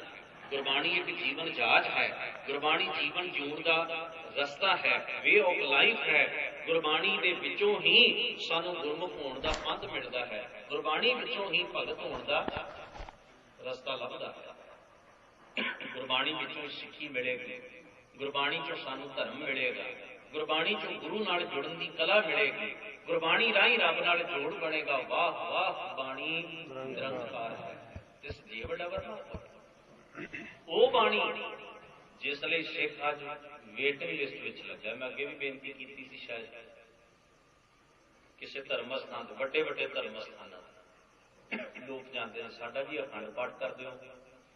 ਮੈਨੇਜਰ ਸਾਹਿਬ ਆਪਣਾ ਰਜਿਸਟਰ ਖੋਲਦੇ ਨੇ, ਉਹ ਕਹਿੰਦੇ ਜੀ 10 ਸਾਲ ਤੱਕ ਤਾਂ ਬੁੱਕ ਹੈ ਸਾਰਾ, 10 ਸਾਲ ਤੱਕ ਵਾਰੀ ਨਹੀਂ ਹੋਣੀ। ਬੰਦਾ ਆਪਣੇ ਘਰ ਫੋਨ ਕਰਦਾ, ਇੱਥੇ ਤਾਂ 10 ਸਾਲ ਦੀ ਬੁਕਿੰਗ ਹੋਈ ਪਈ ਏ। ਘਰ ਵਾਲੇ ਪਤਾ ਕੀ ਕਹਿੰਦੇ, ਛੇਤੀ ਛੇਤੀ ਲਿਖਾ ਦੇ, ਇਹ ਨਾ ਹੋਵੇ ਮਹੀਨਾ ਹੋਰ ਅੱਗੇ ਵੱਧ ਜਾਏ, 10 ਸਾਲ ਬਾਅਦ ਹੀ ਸਹੀ। ਜਿੱਥੇ 10 ਸਾਲਾਂ ਦੀ ਬੁਕਿੰਗ ਹੋ ਗਈ, ਇਹ ਨਾ ਹੋਵੇ 11 ਸਾਲ ਬਾਅਦ ਆਪਣੀ ਵਾਰੀ ਲਿਖਾ ਦੇ, ਛੇਤੀ ਛੇਤੀ, ਟਾਈਮ ਨਾ ਵੇ। ਲਿਖਾ ਦਿੱਤਾ ਜੀ। ਹੁਣ 10 ਸਾਲ ਸਿੱਖਾਂ ਦਾ ਪਰਿਵਾਰ ਉਡੀਕ ਕਰੇਗਾ ਇਸ ਗੱਲ ਦੀ ਕਿ ਸਾਡਾ ਅਖੰਡ ਪਾਠ ਜਿਸ ਦਿਨ ਹੋ, ਬਹੁਤਿਆਂ ਨੂੰ ਤਾਂ ਚੇਤਾ ਹੀ ਭੁੱਲ ਜਾਂਦਾ ਉਦੋਂ ਕਿ ਅਸੀਂ ਕੋਈ ਬੁੱਕ ਵੀ ਕਰਾਇਆ। ਫਿਰ ਪਤਾ ਲੱਗਦਾ ਫੋਨ ਆ ਗਿਆ, ਤੁਹਾਡਾ ਜੀ ਅਖੰਡ ਪਾਠ ਤਿਆਰ ਹੈ, ਆ ਜਾਇਓ। ਤਿਆਰ ਦਾ ਮਤਲਬ ਕੀ ਹੈ? ਜਾਓ ਫੋਨ ਕਰ ਦੇਣਗੇ, ਇੰਨੀ ਤਰੀਕ ਨੂੰ ਹੀ ਤੁਹਾਡਾ ਪਾਠ ਕਰਨਾ ਹੈ। ਹੋ ਕਿਸ ਦਿਨ ਪੈਣਾ ਜੀ? ਫਲਾਨੀ ਤਰੀਕ ਨੂੰ। ਚਲੋ ਅਸੀਂ ਉਸ ਦਿਨ ਆ ਜਾਵਾਂਗੇ। ਅਸੀਂ ਫਿਰ ਆਲੇ ਦੁਆਲੇ 2-4 ਪਰਿਵਾਰਾਂ ਦੇ ਲੋਕ ਇਕੱਠੇ ਕਰ, ਅੱਜ ਸਾਡਾ ਭੋਗ ਹੈ ਭਾਈ, ਫਲਾਨੀ ਜਗ੍ਹਾ ਉਹ ਚੱਲੀਏ। 10 ਸਾਲ ਸਿੱਖ ਵੇਟਿੰਗ ਲਿਸਟ ਵਿੱਚ ਲੱਗਾ ਰਿਹਾ, ਉਡੀਕ ਦੀ ਕਤਾਰ ਵਿੱਚ ਖਲੋਤਾ ਰਿਹਾ। ਕਮਾਲ ਦੀ ਗੱਲ ਹੈ। ਜਿਹੜੀ ਬਾਣੀ ਇਹ ਗੱਲ ਕਹਿੰਦੀ ਏ, ਹਰ ਜਪਦਿਆਂ ਖਿੰਨ ਢਿੱਲ ਨਾ ਕੀਚਈ, ਮੇਰੀ ਜਿੰਦੜੀਏ ਮਤ ਕੇ ਜਾਪੈ, ਸਾ ਆਵੈ ਕਿ ਨਾ ਆਵੈ ਰਾਮ। ਜਿਹੜੀ ਬਾਣੀ ਕਹਿੰਦੀ ਹੈ ਗੁਰਬਾਣੀ ਗਾਵੈ ਭਾਈ, ਉਹ ਸਫਲ ਸਦਾ ਸੁਖਦਾਈ। ਗੁਰਬਾਣੀ ਆਖਦੀ ਹੈ ਗਾਵੋ ਸੁਣੋ ਪੜੋ ਨਿਤ ਭਾਈ, ਗੁਰ ਪੂਰੈ ਤੂੰ ਰੱਖ। ਜਿਹੜੀ ਬਾਣੀ ਆਖਦੀ ਹੈ आवो सिख सतगुरु के प्यारे गावो सची बाणी। जिहड़ी बाणी आखदी है मत विच रतन जवाहर माणिक जे एक गुर की सिख सुनी। इन्ना कुछ क्या बाणी ने, पर सानू तो इन्ना ही बड़ा चाह कि साडी तां ईमेल ते हुक्मनामा भेज दिता है अगले ने, तुहाडा ते अखंड पाठ हो गया, मोबाइल ते सुनिया मिल गया जी तुहाडा हुक्मनामा आया, ले लो। कमाल की खेड है। 10 साल उਡੀਕ ਕਰਨ ਦੀ ਭਲਿਓ ਕੀ ਲੋੜ ਸੀ। ਤੁਸੀਂ ਬਾਣੀ ਪੜ੍ਹਨ ਵਾਲੇ ਸੱਜਣਾਂ ਨੂੰ ਘਰੇ ਬੁਲਾਉਂਦੇ, ਉਹਨਾਂ ਨੂੰ ਕਹਿੰਦੇ ਆਓ ਬਈ ਆਪਾਂ ਆਪਣੇ ਘਰੇ ਪਾਠ ਕਰਦੇ ਹਾਂ, ਤੁਸੀਂ ਪੜ੍ਹਿਓ ਅਸੀਂ ਸੁਣ ਲਵਾਂਗੇ, ਘਰੇ ਕਰਵਾ ਲੈਂਦੇ। ਉੱਥੇ ਵੀ ਤਾਂ ਕਿਸੇ ਨੇ ਕੀਤਾ, ਇੱਥੇ ਵੀ ਤੁਸੀਂ ਪਾਠੀ ਸਿੰਘਾਂ ਨੂੰ ਸਾਧਿਆਂ ਨੂੰ ਕਹਿੰਦੇ ਆਓ ਪਾਠ ਕਰੀਏ। 10 ਸਾਲ ਉਡੀਕਦੇ ਰਹੇ, 11 ਸਾਲ ਉਡੀਕਦੇ ਰਹੇ, 15 ਸਾਲ ਉਡੀਕਦੇ ਰਹੇ, ਅਖਬਾਰਾਂ 'ਚ ਖਬਰਾਂ ਛਾਪੀਆਂ ਨੇ, ਇੰਨੇ ਚਿਰ ਤੱਕ ਦੀ ਬੁਕਿੰਗ ਪ੍ਰਬੰਧਕਾਂ ਨੇ ਕਰ ਲਈ ਹੈ। ਵੈਸੇ ਮੈਂ ਇੱਕ ਰਾਜ ਦੀ ਗੱਲ ਦੱਸਦੇ ਹਾਂ, ਜੇ ਤਕੜੇ ਮਿਨਿਸਟਰ ਦਾ ਫੋਨ ਚਲਿਆ ਜਾਏ ਉਹਦਾ ਸਪੈਸ਼ਲ ਵੀ ਕਰ ਦਿੱਤਾ ਜਾਂਦਾ ਬਿਨਾਂ ਕਿਸੇ ਵੇਟਿੰਗ ਲਿਸਟ ਵਿੱਚ ਲੱਗਿਆ। ਉਹਦੇ ਵਾਸਤੇ 10 ਸਾਲ ਦੀ ਬੰਦਿਸ਼, ਉਹਨੂੰ ਕੋਈ ਨਹੀਂ ਕਹਿੰਦਾ ਵੀ 10 ਸਾਲ ਬਾਅਦ ਆਇਓ, ਤੁਹਾਨੂੰ ਕਹਿ ਦੇਣਾ। ਉਹਨਾਂ ਵਾਸਤੇ ਸਪੈਸ਼ਲ ਹੈ ਸਭ ਕੁਝ, ਪਾਠੀ ਵੀ ਸਪੈਸ਼ਲ ਹਨ, ਪਾਠ ਕਰਨ ਦੀ ਜਗ੍ਹਾ ਵੀ ਸਪੈਸ਼ਲ ਹੈ। ਉਹਨਾਂ ਵਾਸਤੇ ਜਦੋਂ ਮਰਜ਼ੀ ਉਹ ਅਖੰਡ ਪਾਠ ਆਰੰਭ ਕਰਵਾ ਸਕਦੇ ਨੇ, ਜਦੋਂ ਮਰਜ਼ੀ। ਯਾਨੀ ਕਿ ਪ੍ਰਬੰਧਕਾਂ ਦਾ ਇੱਕ ਵਪਾਰ ਬਣ ਗਿਆ, ਬਿਜ਼ਨਸ ਬਣ ਗਿਆ। ਇਸ ਕਰਕੇ ਸਾਡੇ 'ਚ ਧਰਮ ਤੇ ਗੁਰਸਿੱਖੀ ਦੇ ਜੀਵਨ ਦੀ ਉન્નਤੀ ਨਹੀਂ ਹੋ ਸਕੀ। ਇਸ ਕਰਕੇ ਸਾਡੇ ਅੰਦਰ ਗੁਰੂ ਦਾ ਪਿਆਰ ਤੇ ਗੁਰਬਾਣੀ ਦਾ ਅਨੁਭਵ ਪੈਦਾ ਨਹੀਂ ਹੋ ਸਕਿਆ, ਕਿਉਂਕਿ ਅਸੀਂ ਇਸ ਰੱਬੀ ਕਲਾਮ ਨੂੰ ਕੇਵਲ ਤੇ ਕੇਵਲ ਲੋਕ ਕਿਰਿਆ ਬਣਾ ਦਿੱਤਾ, ਆਪਣੇ ਜੀਵਨ ਲਈ ਉਹਨੂੰ ਜ਼ਰੂਰੀ ਨਹੀਂ ਸਮਝਿਆ। ਇਸ ਦੌਲਤ ਦਾ ਲਾਭ ਨਹੀਂ ਲਿਆ ਜਿਸ ਨੂੰ ਗੁਰੂ ਅਰਜਨ ਸਾਹਿਬ ਕਹਿੰਦੇ ਸਨ, ਖਾਵੇਂ ਖਰਚੈ ਰਾੜ ਮੇੜ ਭਾਰੀ ਤੋੜ ਨਾ ਆਵੇ ਵੱਧ ਹੋ ਜਾਈ। ਬਜ਼ੁਰਗ ਨੇ ਜਿਹੜੇ ਪੁਰਾਣੇ, ਉਹਨਾਂ ਨੂੰ ਪੁੱਛੋ, ਉਹ ਅਨਪੜ੍ਹ ਮਾਤਾਵਾਂ ਜਿਹੜੀਆਂ ਸਨ, ਜਿਨ੍ਹਾਂ ਨੂੰ ਸੰਸਾਰ ਦੀ ਭਾਸ਼ਾ ਬਹੁਤੀ ਨਹੀਂ ਸੀ ਆਉਂਦੀ, ਭਾਈ ਸਾਹਿਬ ਨੂੰ ਪਾਠ ਸੁਣਾ ਕੇ ਉਹਨਾਂ ਨੂੰ 2-4 ਪੌੜੀਆਂ ਆਨੰਦ ਸਾਹਿਬ ਦੀਆਂ ਜਾਂ ਜਪਜੀ ਸਾਹਿਬ ਦੀਆਂ ਯਾਦ ਹੋ ਜਾਂਦੀਆਂ ਸਨ। ਉਨੀ ਜਿੰਨੀ ਗਾਉਣੀ ਨਾ, ਉਹਨਾਂ ਗੁਰਮੁਖ ਮਾਈਆਂ ਨੇ ਉਸੇ ਤਰ੍ਹਾਂ ਹੀ ਉਹਨੂੰ ਪੜ੍ਹਦੇ ਰਹੇ। ਕਈ ਵਾਰ ਲਫ਼ਜ਼ ਵੀ ਅੱਗੇ ਪਿੱਛੇ ਹੋ ਜਾਵੇ, 2-4 ਪੌੜੀਆਂ ਦਾ ਪਾਠ ਹੋਣਾ, ਉਹਨਾਂ ਤੋਂ ਕਰ ਲੈਣ, ਫੇਰ ਪਿਛਾਂ ਤੋਂ ਸ਼ੁਰੂ ਹੋ ਜਾਣਾ, ਫੇਰ ਗਾਂ ਤੱਕ ਪੜ੍ਹਦੇ ਰਹੇ। ਜਿਹਨੂੰ ਕੱਖ ਨਹੀਂ ਆਉਂਦਾ ਉਹਨੇ ਸਤਨਾਮ ਵਾਹਿਗੁਰੂ ਸਤਨਾਮ ਇਹ ਧੁਨ ਉਚਾਰਨ ਕਰ ਲੈਣਾ। ਪਰ ਸਪਿਰਿਟ ਸੀ ਅੰਦਰ, ਸਿੱਖੀ ਪ੍ਰਤੀ ਪਿਆਰ ਸੀ ਅੰਦਰ, ਜਜ਼ਬਾ ਸੀ ਅੰਦਰ। ਗੁਰਦੁਆਰੇ ਵੀ ਕੱਚੇ ਸਨ, ਪਾਠ ਵੀ ਬਹੁਤਾ ਯਾਦ ਨਹੀਂ ਸੀ, ਸੁਣਾ ਕੇ ਯਾਦ ਹੁੰਦਾ ਸੀ, ਪਰ ਅੰਦਰ ਸਿੱਖੀ, ਜਜ਼ਬਾ, ਗੁਰੂ ਪ੍ਰਤੀ ਪਿਆਰ, ਗੁਰੂ ਪ੍ਰਤੀ ਸਪਿਰਿਟ, ਗੁਰੂ ਪ੍ਰਤੀ ਭਾਵਨਾ, ਇਹ ਚੀਜ਼ਾਂ ਜਿਹੜੀਆਂ ਸਨ ਨਾ, ਹੁਣ ਤੁਸੀਂ ਵੇਖੋ ਉਹ ਕਿੱਥੇ ਨੇ ਆਈਆਂ। ਕੇਸ ਰੱਖਣਾ ਫਖਰ ਦੀ ਗੱਲ ਹੈ, ਕੇਸ ਕਟਾਉਣਾ ਬੜੀ ਮਾੜੀ ਗੱਲ ਹੈ, ਬੜੀ ਮਾੜੀ। ਅੱਜ ਇਹ ਗੱਲਾਂ ਕਿੱਥੇ ਨੇ? ਤੁਸੀਂ ਦੇਖੋ ਤੇ ਸਹੀ, ਅਸੀਂ ਗਵਾਇਆ ਕਿੰਨਾ ਕੁ। ਉਹ ਜੋ ਕੁਝ ਤੁਸੀਂ ਗਵਾ ਲਿਆ, ਨਾ ਲੱਖੀ ਨਾ ਹਜ਼ਾਰੀ, ਉਹ ਤੁਹਾਨੂੰ ਕਿਸੇ ਦੌਲਤ ਨਾਲ ਮੁੱਲ ਨਹੀਂ ਮਿਲ ਸਕਦਾ, ਵਾਪਸ ਨਹੀਂ ਆ ਸਕਦਾ। ਕੋਈ ਇੱਕੇ ਤਰੀਕੇ ਨਾਲ ਵਾਪਸ ਆ ਸਕਦਾ ਹੈ ਜੇ ਸਿੱਖ ਆਪਣੇ ਗੁਰੂ ਦੀ ਬਾਣੀ ਨਾਲ ਉਹੋ ਜਿਹਾ ਹੀ ਪ੍ਰੇਮ ਦੁਬਾਰਾ ਪੈਦਾ ਕਰਦਾ ਵੀ ਗੁਰੂ ਦਾ ਇੱਕ ਸ਼ਬਦ ਸੁਣਨਾ ਵੀ ਸਿੱਖ ਵਾਸਤੇ ਗੁਰੂ ਦੀ ਰਹਿਮਤ ਤੇ ਬਖਸ਼ਿਸ਼ ਤੇ ਪ੍ਰਸ਼ਾਦ ਹੋਵੇ। ਵੀ ਅੱਜ ਤੱਕ ਪ੍ਰਸ਼ਾਦ ਮਿਲ ਗਿਆ ਗੁਰੂ ਦੇ ਘਰ, ਪ੍ਰਸ਼ਾਦ ਵਰਗੀ ਚੀਜ਼ ਲੱਗੇ ਵੀ ਆਹ ਪ੍ਰਸ਼ਾਦ ਮਿਲ ਗਿਆ, ਇਹਦੀ ਮਿਠਾਸ ਜੀਵਨ ਵਿੱਚ ਘੁਲ ਜਾਏ, ਪਸਰ ਜਾਏ, ਫਿਰ ਸਵਾਦ ਹੁੰਦਾ। ਇਹ ਹੈ ਗੁਰਬਾਣੀ ਦਾ ਆਨੰਦ। ਗੁਰਬਾਣੀ ਨੇ ਜਿਹੜਾ ਸਹਿਜ ਦੇਣਾ, ਗੁਰਬਾਣੀ ਨੇ ਅੰਦਰ ਜਿਹੜੀ ਸਿੱਖੀ ਭਾਵਨਾ ਪੈਦਾ ਕਰਨੀ ਹੈ, ਤਾਂ ਗੱਲ ਬਣਦੀ ਹੈ। ਇਸ ਵਾਸਤੇ ਮੈਂ ਬੇਨਤੀ ਕਰ ਰਿਹਾ ਹਾਂ ਵੀ ਧੰਨ ਗੁਰੂ ਗ੍ਰੰਥ ਸਾਹਿਬ ਸੱਚੇ ਪਾਤਸ਼ਾਹ ਜੀ ਦੀ ਪਵਿੱਤਰ ਬਾਣੀ। ਵੈਸੇ ਮੈਂ ਕਈਆਂ ਨੂੰ, ਜਿੰਨੇ ਕਾਪਾਂ ਨੂੰ ਜਾਣਦੇ ਨੇ ਭਾਈ, ਉਹਨਾਂ ਨੂੰ ਹੱਥ ਜੋੜ ਕੇ ਬੇਨਤੀ ਕਰੀਦੀ ਏ, ਤੁਸੀਂ ਲੰਗਰ ਲਾਓ ਜੀ, ਸਦਕੇ ਲਾਓ, ਪਰ ਸੜਕ ਦੇ ਉੱਤੇ ਅਖੰਡ ਪਾਠ ਕਾਹਨੂੰ ਰੱਖਿਆ? ਕਹਿੰਦੇ ਲਓ ਜੀ ਇੱਥੇ ਸੰਗਤ ਇਕੱਠੀ ਹੋਈ, ਮੇਲਾ ਜੁੜ ਜਾਂਦਾ, ਬਾਬਾ ਥੋੜਾ ਜਿਹਾ ਅਖੰਡ ਪਾਠ ਰੌਣਕ ਵਧੀਆ ਬਣ ਜਾਂਦਾ। ਅੱਛਾ, ਅਖੰਡ ਪਾਠ ਰੌਣਕ ਲਾਉਣ ਵਾਸਤੇ ਰੱਖਿਆ, ਸੁਣਨ ਵਾਸਤੇ ਨਹੀਂ ਰੱਖਿਆ, ਪੜ੍ਹਨ ਵਾਸਤੇ ਨਹੀਂ। ਗੱਡੀਆਂ ਦੇ ਹਾਰਨ ਵੱਜਦੇ ਨੇ, ਟਾਂ ਟਾਂ ਪਾਂ ਪਾਂ ਹੁੰਦੀ ਹੈ, ਪਾਠ ਕਰਨ ਵਾਲਾ ਕਿਧਰ ਜਾਏਗਾ? ਸੋਚੋ ਤੇ ਸਹੀ, ਕੀ ਬਣੇਗਾ ਸਾਡਾ? ਅਸੀਂ ਗੁਰੂ ਗ੍ਰੰਥ ਸਾਹਿਬ ਸੱਚੇ ਪਾਤਸ਼ਾਹ ਰੌਣਕਾਂ ਵਧਾਉਣ ਵਾਸਤੇ ਵੀ ਲੋਕ ਇਕੱਠੇ ਹੋ ਜਾਣਗੇ, ਇਹਦੇ ਨਾਲ ਚਲੋ ਕੰਮ ਚੱਲਦਾ ਜਾਏਗਾ। ਇੰਨੇ ਆਲੀਸ਼ਾਨ ਸਾਡੇ ਕੋਲ ਗੁਰਦੁਆਰਾ ਸਾਹਿਬਾਨ ਹਨ, ਉੱਥੇ ਅਸੀਂ ਸਤਿਗੁਰੂ ਸੱਚੇ ਪਾਤਸ਼ਾਹ ਜੀ ਦਾ ਪਾਠ ਪ੍ਰਕਾਸ਼ ਕਰਵਾ ਕੇ ਸੁਣ ਨਹੀਂ ਸਕਦੇ। ਯਾਨੀ ਕਿ ਅਸੀਂ ਮੌਜ ਮੇਲੇ, ਖਿਮਾ ਕਰਿਓ, ਜ਼ਿਆਦਾ ਭਾੜਦੇ ਹਾਂ, ਮੌਜ ਮੇਲੇ ਜ਼ਿਆਦਾ ਹੋ ਜਾਣ, ਬਾਕੀ ਚੀਜ਼ਾਂ ਦੀ ਘਾਟ ਪੈ ਜਾਏ ਸਾਨੂੰ, ਭਾਵੇਂ ਪੈ ਜਾਏ। ਭਾਵ ਨੂੰ ਸਮਝਣਾ ਮੇਰੇ ਲਈ। ਮੈਂ ਕਹਿਣਾ ਕੀ ਚਾਹੁੰਦਾ ਵੀ ਸਤਿਗੁਰੂ ਸੱਚੇ ਪਾਤਸ਼ਾਹ ਦੀ ਬਾਣੀ ਦੇ ਨਾਲ ਜਿਹੜਾ ਲਗਾਵ, ਜਿਹੜਾ ਪ੍ਰੇਮ ਬਣਨਾ ਚਾਹੀਦਾ ਸੀ, ਜਿਹੜੀ ਖਿੱਚ ਹੋਣੀ ਚਾਹੀਦੀ ਸੀ ਗੁਰੂ ਦੇ ਸ਼ਬਦ ਦੇ ਪ੍ਰਤੀ ਸਿੱਖ ਦੇ ਮਨ ਅੰਦਰ, ਉਹ ਅੱਜ ਬਹੁਤਾਤ ਗਿਣਤੀ ਵਿੱਚ ਸਾਡੇ ਅੰਦਰੋਂ ਘਟ ਗਈ ਹੈ। ਦੇਖਾ ਦੇਖੀ, ਵਿਖਾਵੇ ਦੇ ਕਰਮ, ਲੋਕ ਲਾਜ, ਲੋਕ ਕਿਰਿਆ, ਇਹ ਸਾਰਾ ਕੁਝ ਤਾਂ ਚੱਲ ਹੀ ਰਿਹਾ, ਬੜੀ ਜ਼ੋਰ ਸ਼ੋਰ ਨਾਲ ਚੱਲ, ਅੱਗੇ ਨਾਲੋਂ ਵਧਿਆ ਹੀ ਹੈ, ਘਟਿਆ ਨਹੀਂ। ਪਰ ਸੋਚਣ ਦੀ ਬਾਤ ਇਹ ਹੈ ਵੀ ਅਸੀਂ ਇਹ ਰਿਕਾਰਡ ਬਣਾ ਕੇ ਕਿਹਨੂੰ ਦੱਸਣਾ ਚਾਹੁੰਦੇ ਵੀ ਅਸੀਂ ਇੰਨੇ ਕਰ ਲਏ ਹਨ, ਅਸੀਂ ਇੰਨੇ ਕਰ ਲਏ ਹਨ। ਇੱਕ ਸੱਜਣ ਕਹਿ ਰਹੇ ਸਨ, ਬਾਬਾ ਦੀਪ ਸਿੰਘ ਸਾਹਿਬ 101 ਜਪਜੀ ਸਾਹਿਬ ਦਾ ਪਾਠ ਤੇ ਸੁਖਮਨੀ ਸਾਹਿਬ ਦੇ ਖੋਰੇ ਮੈਨੂੰ ਯਾਦ ਨਹੀਂ, ਉਹਨਾਂ 52 ਕੇ 101 ਆਖਿਆ, ਮੈਨੂੰ ਚੇਤਾ ਨਹੀਂ ਪਤਾ। ਮੈਂ ਮਨ ਚ ਸੋਚ ਰਿਹਾ ਸੀ ਇਸ ਬੰਦੇ ਦੇ ਤੇ ਪੈਰੀ ਪੈਣਾ ਚਾਹੀਦਾ। ਸਭ ਤੋਂ ਸੀਕ੍ਰੇਟ ਗੱਲ ਬਾਬਾ ਦੀਪ ਸਿੰਘ ਦੀ ਤਾਂ ਇਹਨੂੰ ਪਤਾ, ਇਕੱਲੇ ਨੂੰ। ਉਹ ਪਾਠ ਕਿੰਨਾ ਕਰਦੇ ਸਨ, ਪੰਥ ਵਿੱਚ ਕਿਸੇ ਨੂੰ ਪਤਾ ਨਹੀਂ ਲੱਗਿਆ ਇਹਨਾਂ ਚ, ਇਸ ਬੰਦੇ ਨੂੰ ਪਤਾ ਲੱਗਿਆ। ਖੌਰੇ ਬਾਬਾ ਜੀ ਇਹਨੂੰ ਆਪ ਦੱਸ ਗਏ ਕਿ ਜਾਂ ਇਹਨੇ ਇਹ ਕੋਲ ਬੈਠਾ ਗਿਣਤੀ ਕਰਦਾ ਸੀ। ਜਿਸ ਵੇਲੇ ਬਾਬਾ ਜੀ ਇੱਕ ਪਾਠ ਕਰ ਲੈਂਦੇ ਸਨ, ਇਹਨੂੰ ਪਤਾ ਲੱਗ ਜਾਂਦਾ ਸੀ ਇੱਕ ਹੋ, ਜਦੋਂ ਦੂਜਾ ਕਰਦੇ ਸਨ ਫਿਰ ਇਹ ਗਿਣਦਾ ਸੀ 2, ਤੀਜਾ ਕਰਦੇ ਸਨ ਫਿਰ ਇਹਨੂੰ ਪਤਾ ਲੱਗਦਾ 3 ਹੋ। ਖਿਮਾ ਕਰਿਓ, ਮੇਰੇ ਵੀ ਮਨ ਵਿੱਚ ਆ ਗਿਆ, ਮਾੜਾ ਕੀ ਪ੍ਰਚਾਰ ਹੀ ਹੋ ਰਿਹਾ, ਚੰਗਾ ਜੇ ਕੋਈ ਇਹਦੇ ਤੋਂ ਸਿੱਖ ਕੇ ਕਰਨੀ ਲੱਗ ਜਾਵੇ ਚੰਗੀ ਗੱਲ, ਪਰ ਖਿਮਾ ਕਰਿਓ, ਤੁਹਾਨੂੰ ਨਹੀਂ ਲੱਗਦਾ ਬਾਣੀ ਨੂੰ ਗਿਣਤੀਆਂ ਮਿਣਤੀਆਂ ਵਿੱਚ ਪਾ ਕੇ ਬਾਣੀ ਦਾ ਪ੍ਰੇਮ ਘਟ ਜਾਂਦਾ ਹੈ, ਹਉਮੈ ਵੱਧ ਜਾਂਦੀ ਹੈ? ਤੁਹਾਨੂੰ ਨਹੀਂ ਲੱਗਦਾ? ਅਦਿਕ ਆਹੂ ਬੁੱਧ ਬਾਂਧੇ, ਬੜੀ ਸੂਖਮ ਗੱਲ ਆਖੀ ਹੈ ਸਤਿਗੁਰਾਂ ਨੇ ਬਾਣੀ ਦੇ ਅੰਦਰ। ਅਦਿਕ ਭਾਵ ਨੂੰ ਸਮਝਣਾ, ਗੁਰੂ ਗ੍ਰੰਥ ਸਾਹਿਬ ਮਹਾਰਾਜ ਦੀ ਬਾਣੀ ਤੁਹਾਨੂੰ ਕਿਸ ਰਾਹ ਤੇ ਖੜਦੀ ਹੈ। ਹਉਮੈ ਕੋਈ ਨਹੀਂ। ਮੈਂ ਅਕਸਰ ਬੇਨਤੀ ਕਰਿਆ ਮੈਨੂੰ ਨਹੀਂ ਪਤਾ ਬਾਬਾ ਦੀਪ ਸਿੰਘ ਸਾਹਿਬ ਕਿੰਨੇ ਪਾਠ ਕਰਦੇ ਸਨ। ਹਾਂ, ਮੈਨੂੰ ਇੰਨਾ ਪਤਾ ਹੈ ਉਹਨਾਂ ਨੂੰ ਪਾਠ ਕਰਨਾ ਆਉਂਦਾ ਸੀ ਔਰ ਬਹੁਤ ਬਿਹਤਰ ਹੁੰਦਾ ਸੀ। ਉਹ ਪਾਠ ਨਾਲ ਜਿਉਂਦੇ ਸੀ, ਪਾਠ ਉਹਨਾਂ ਦੀ ਰੂਹ ਆਤਮਾ ਦੀ ਖੁਰਾਕ ਸੀ, ਪਾਠ ਉਹਨਾਂ ਦੀ ਸੁਰਤ ਦੀ ਤਾਕਤ ਸੀ। ਉਹਨਾਂ ਦੀ ਆਤਮਾ ਪਰਮਾਤਮਾ ਨਾਲ, ਗੁਰੂ ਨਾਲ ਭੇਦ ਹੁੰਦੀ ਜਦੋਂ ਗੁਰੂ ਸ਼ਬਦ ਦਾ ਸਾਧਨ ਆਸਰਾ ਤੱਕਦਾ। ਬਾਣੀ ਉਹਨਾਂ ਦੇ ਜੀਵਨ ਦਾ ਆਧਾਰ ਸੀ, ਜੈਸਾ ਕਿ ਗੁਰੂ ਨੇ ਬਾਣੀ ਚ ਫਰਮਾਇਆ, ਮੈਂ ਗੁਰਬਾਣੀ ਆਧਾਰ ਹੈ, ਗੁਰਬਾਣੀ ਦਾ ਰਹਾਉ। ਮੈਨੂੰ ਨਹੀਂ ਪਤਾ ਕਿੰਨੇ ਕਰਦੇ ਸਨ ਇਹ, ਸਾਡੀਆਂ ਖਿਮਾ ਕਰੋ, ਸਾਡੀਆਂ ਪ੍ਰਚਾਰ ਸਟੇਜਾਂ ਤੇ ਬਹਿਣ ਵਾਲਿਆਂ ਦੀ ਘਾੜਤਾਂ ਨੇ, ਜਿੰਨੀਆਂ ਮਰਜ਼ੀ ਕਰ ਲਈਏ ਅਸੀਂ, ਪਰ ਸੱਚੀ ਬਾਤ ਹੈ ਉਹਨਾਂ ਦਾ ਬਾਣੀ ਪ੍ਰਤੀ ਜੋ ਪ੍ਰੇਮ ਹੈ, ਜੋ ਆਦਰ ਹੈ, ਜੋ ਸਤਿਕਾਰ ਹੈ, ਜੋ ਅਨੁਭਵ ਹੈ, ਉਹਨੂੰ ਸਿੱਖਣ ਦੀ ਲੋੜ ਹੈ, ਉਹਨੂੰ ਸਿੱਖਣ ਦੀ ਲੋੜ।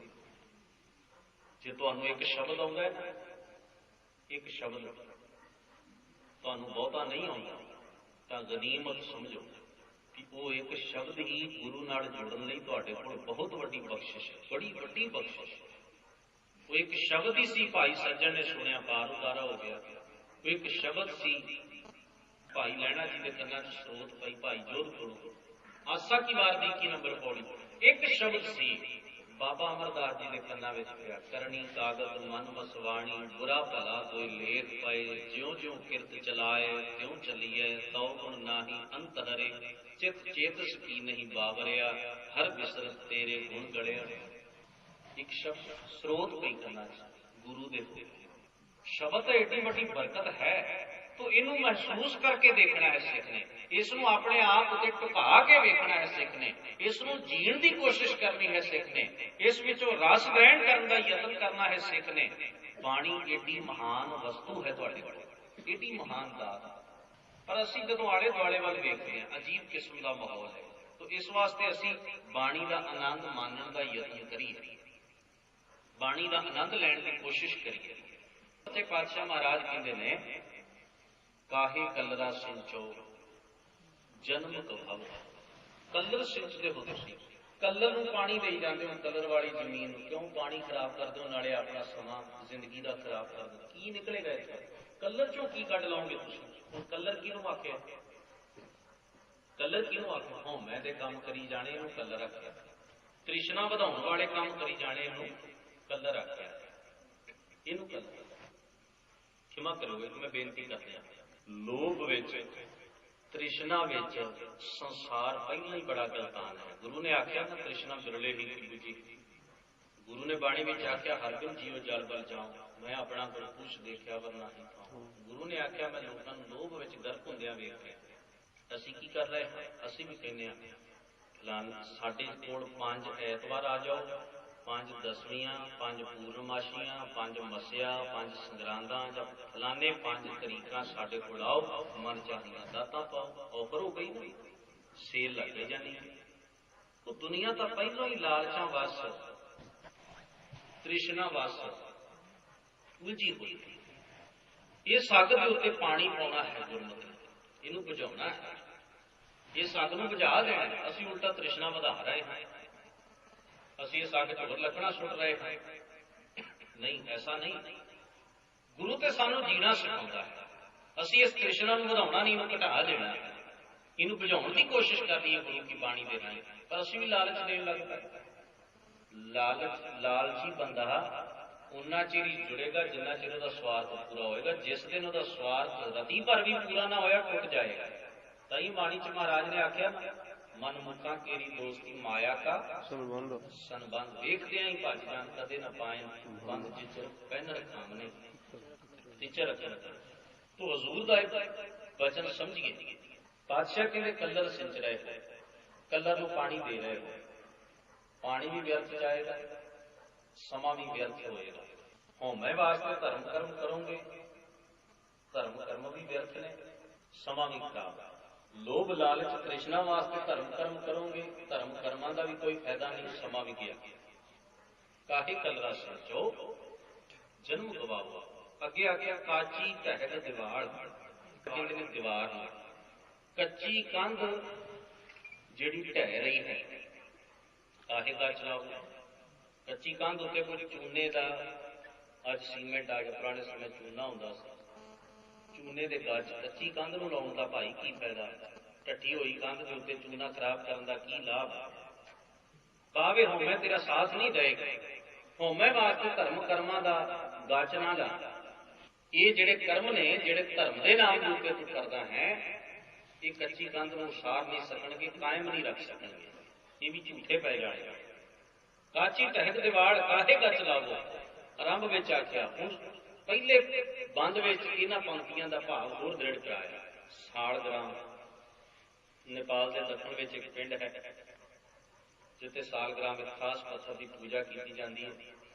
ਗੰਡਕਾ ਨਦੀ ਦੇ ਵਿੱਚੋਂ ਪੱਥਰ ਜਿਹੜੇ ਨਿਕਲਦੇ ਨੇ ਉਹ ਗੋਲ ਜਿਹੇ ਹੋ ਜਾਂਦੇ, ਪਾਣੀ ਨਾਲ ਘਸ ਘਸ ਕੇ ਉਹਨੂੰ ਵਿਸ਼ਨੂੰ ਦਾ ਪ੍ਰਤੀਕ ਮੰਨ ਕੇ, ਚਿੰਨ੍ਹ ਮੰਨ ਕੇ ਉਹਦੀ ਪੂਜਾ ਕੀਤੀ ਜਾਂਦੀ ਹੈ। ਯਾਨੀ ਕਿ ਸਾਲਗ੍ਰਾਮ ਇੱਕ ਪੱਥਰ ਹੈ ਜਿਹਨੂੰ ਵਿਸ਼ਨੂੰ ਦਾ ਚਿੰਨ੍ਹ ਮੰਨ ਕੇ ਉਹਦੀ ਪੂਜਾ ਕਰਨੀ, ਭਾਵ ਵਿਸ਼ਨੂੰ ਦੀ ਪੂਜਾ ਕਰਨੀ। ਸਿੱਧੇ ਸ਼ਬਦਾਂ ਵਿੱਚ ਕਹਿ ਦਿਓ, ਦੇਵੀ ਦੇਵਤਿਆਂ ਦੀ ਪੂਜਾ ਕਰ, ਉਹਨੂੰ ਠਾਕੁਰ ਕਹਿ ਦਿਓ, ਉਹਨੂੰ ਭਗਵਾਨ ਕਹਿ ਦਿਓ। ਅਸੀਂ ਵੀ ਪੱਥਰ ਪੂਜਣ ਲੱਗ ਪਏ। ਪੱਥਰ ਹੁਣ ਦੇਖੋ, ਕਿਸੇ ਦਰਖਤ ਨੂੰ ਅਸੀਂ ਮੱਥੇ ਟੇਕ ਰਹੇ ਹਾਂ, ਕਿਸੇ ਕੰਧ ਨੂੰ ਟੇਕ ਰਹੇ ਹਾਂ, ਕਿਸੇ ਥੜੇ ਨੂੰ ਟੇਕ ਰਹੇ ਹਾਂ। ਇਹ ਚੀਜ਼ਾਂ ਦੀ ਜ਼ਰੂਰਤ ਨਹੀਂ। ਮੱਥਾ ਕੇਵਲ ਗੁਰੂ ਗ੍ਰੰਥ ਸਾਹਿਬ ਮਹਾਰਾਜ ਅੱਗੇ ਸਿਰ ਝੁਕਾਇਆ ਜਾਣਾ, ਗੁਰੂ ਦਾ ਅਦਬ ਕੀਤਾ ਜਾਣਾ। ਬਾਕੀ ਸਾਰੀਆਂ ਚੀਜ਼ਾਂ ਗੁਰੂ ਦੇ ਨਾਮ ਉੱਤੇ, ਜਿਵੇਂ ਕਿ ਚੌਰ ਸਾਡਾ ਗੁਰੂ ਨਹੀਂ, ਗੁਰੂ ਦੀ ਸੇਵਾ ਵਾਸਤੇ ਚੌਰ ਹੈ। ਧਿਆਨ ਦੇਣਾ, ਆਪਾਂ ਚੌਰ ਨੂੰ ਮੱਥਾ ਨਹੀਂ ਨਾ ਟੇਕ ਸਕਦੇ। ਕਿਉਂ? ਕਿਉਂਕਿ ਚੌਰ ਤਾਂ ਗੁਰੂ ਸਾਹਿਬ ਦੀ ਸੇਵਾ ਵਾਸਤੇ ਹੈ। ਪੀੜੇ ਨੂੰ ਮੱਥਾ ਨਹੀਂ ਟੇਕ ਸਕਦੇ ਕਿਉਂਕਿ ਪੀੜਾ ਗੁਰੂ ਸਾਹਿਬ ਦੀ ਸੇਵਾ ਵਾਸਤੇ ਹੈ। ਰੁਮਾਲੇ ਚੰਦੋਏ ਨੂੰ ਮੱਥਾ ਨਹੀਂ ਟੇਕਦੇ ਕਿਉਂਕਿ ਰੁਮਾਲਾ ਤੇ ਚੰਦੋਆ ਗੁਰੂ ਪਾਤਸ਼ਾਹ ਦੀ ਸੇਵਾ ਵਾਸਤੇ ਹੈ, ਅਦਬ ਵਾਸਤੇ ਹੈ। ਇਮਾਰਤ ਜਿਹੜੀ ਹੈ ਇਹ ਗੁਰੂ ਮਹਾਰਾਜ ਦੀ ਸੇਵਾ ਵਾਸਤੇ ਹੈ, ਅਦਬ ਵਾਸਤੇ ਹੈ, ਸੰਗਤ ਵਾਸਤੇ ਹੈ। ਤੋ ਇਹ ਸਾਰੀਆਂ ਚੀਜ਼ਾਂ ਗੁਰੂ ਕਰਕੇ ਨੇ, ਗੁਰੂ ਇਹਨਾਂ ਕਰਕੇ ਨਹੀਂ। ਗੁਰੂ ਦਾ ਰੁਤਬਾ ਉੱਚਾ, ਗੁਰੂ ਹੈ ਤੇ ਸਾਰੀਆਂ ਚੀਜ਼ਾਂ ਨੇ। ਜੇ ਕੋਈ ਆਖੇ, ਉਦਾਹਰਣ ਦਿੰਦਾ ਵੀ ਗੁਰੂ ਗ੍ਰੰਥ ਸਾਹਿਬ ਮਹਾਰਾਜ ਦਾ ਪ੍ਰਕਾਸ਼ ਨੇ, ਭਾਈ ਚੰਦੋਏ ਨੂੰ ਮੱਥਾ ਟੇਕ ਕੇ ਜਾਏਗਾ, ਤੁਸੀਂ ਸਾਰੇ ਆਖੋਗੇ ਵੀ ਇਹ ਕੀ ਗੱਲ ਬਣੀ, ਚੰਦੋਏ ਨੂੰ ਮੱਥਾ ਕਾਹਨੂੰ ਟੇਕੀ ਜਦੋਂ ਸਾਡੇ ਪਾਤਸ਼ਾਹ ਹੀ ਇੱਥੇ ਨਹੀਂ ਹਨ। ਭਾਵ ਕਿ ਇਹਨਾਂ ਚੀਜ਼ਾਂ ਕਰਕੇ ਗੁਰੂ ਦੀ ਵੈਲਿਊ ਥੋੜਾ, ਗੁਰੂ ਕਰਕੇ ਇਹਨਾਂ ਚੀਜ਼ਾਂ ਦੀ ਵੈਲਿਊ ਹੈ। ਇਹਨਾਂ ਦੀ ਲੋੜ ਹੈ ਕਿਉਂਕਿ ਗੁਰੂ ਦਾ ਅਦਬ ਰੱਖਣਾ ਹੈ, ਗੁਰੂ ਦਾ ਸਤਿਕਾਰ ਕਰਨਾ ਹੈ, ਗੁਰੂ ਦੀ ਸੇਵਾ ਕਰਨੀ। ਅਸੀਂ ਆਖਦੇ ਹਾਂ ਫਲਾਣੇ ਰੂਪ ਨਾਲ ਮਹਾਰਾਜ ਨੇ ਘੋੜਾ ਬੱਧਾ ਹੈ, ਉੱਥੇ ਅਸੀਂ ਗੋਲਕ ਵੀ ਰੱਖ ਦਿੱਤੀ, 4 ਪੈਸੇ ਪੈ ਜਾਣਗੇ, ਉੱਥੇ ਬੋਰਡ ਵੀ ਲਾ ਦਿੱਤਾ, ਲੋਕ ਉੱਥੇ ਮੱਥੇ ਟੇਕ ਰਹੇ, ਕੋਈ ਨਹੀਂ ਰੋਕ ਰਿਹਾ। ਕਿਉਂ? ਭਲਾ ਇਹ ਗੁਰੂ ਮਹਾਰਾਜ ਨੇ ਖਿਮਾ ਕਰੋ, ਘੋੜਾ ਤੇ ਬੰਨਣਾ ਹੀ ਸੀ ਨਾ ਕਿਤੇ ਨਾ ਕਿਤੇ, ਖੁੱਲਾ ਤੇ ਛੱਡਣਾ ਨਹੀਂ। ਪਸ਼ੂ ਹੈ ਨਾ, ਆਖਰ ਬੰਨਣਾ ਹੀ ਤਾਂ ਪਏਗਾ ਨਾ ਜੀ, ਘੋੜਾ ਤਾਂ ਬੰਨਣਾ ਹੀ ਪਏਗਾ ਨਾ। तो ਉਹਦੇ ਨਾਲ ਘੋੜਾ ਬੰਨਿਆ, ਉਹ ਠੀਕ ਹੈ, ਇਤਿਹਾਸਕ चीज अगर तुहाडे कोल है उन्हें संभाल लिया, तुसीं चंगा कीता, उन्हें संभाल के रखो। तो इसका मतलब ये नहीं कि गुरु ग्रंथ साहब महाराज सच्चे पातशाह के बराबर असीं उस रुख की पूजा शुरू कर देंगे। कि रुख की पूजा करनी सिੱਖੀ च मानता रखती है? नहीं रखती। ठीक इस ढंग नाल किसी भी चीज की पूजा, कुदरती शक्तियां की पूजा, इन्हां वस्तुओं की पूजा, आपू घड़ियां चीज़ों की पूजा सिੱਖੀ दे विच मना है। इत्थे की है? पूजा अकाल की, परचा शब्द का, दीदार खालसे, दीदार खालसे। मैं इस गल नाल भी सहमत रही कि दीदार केवल किसी खास डेरेदार का किया नहीं, खालसे का दीदार गुरु महाराज ने आख्या। सिख मथे लग जाए धन भाग समझो सच्चे पातशाह, तो सिख मथे लगे। यह है खालसे का दीदार, खालसे का दीदार। असी अज बुत परस्त हो गए, शरीर परस्त, शरीरां की पूजा करन लग गए। असी भी वो कर्म कीते जिन्हां तो गुरु पातशाह एक विपर नूं कह रहे, साल ग्राम विप पूज मनावो। हे विपर, साल ग्राम पत्थर नूं पूज के भाई इहदे चों तूं की कढेगा? इहनूं पूजे दा कोई लाभ नहीं, इहदा कोई फायदा नहीं। की करां फिर महाराज? हजूर ने आख्या अकाल पुरख की पूजा करो। हुण अकाल पुरख की पूजा किवें होएगी?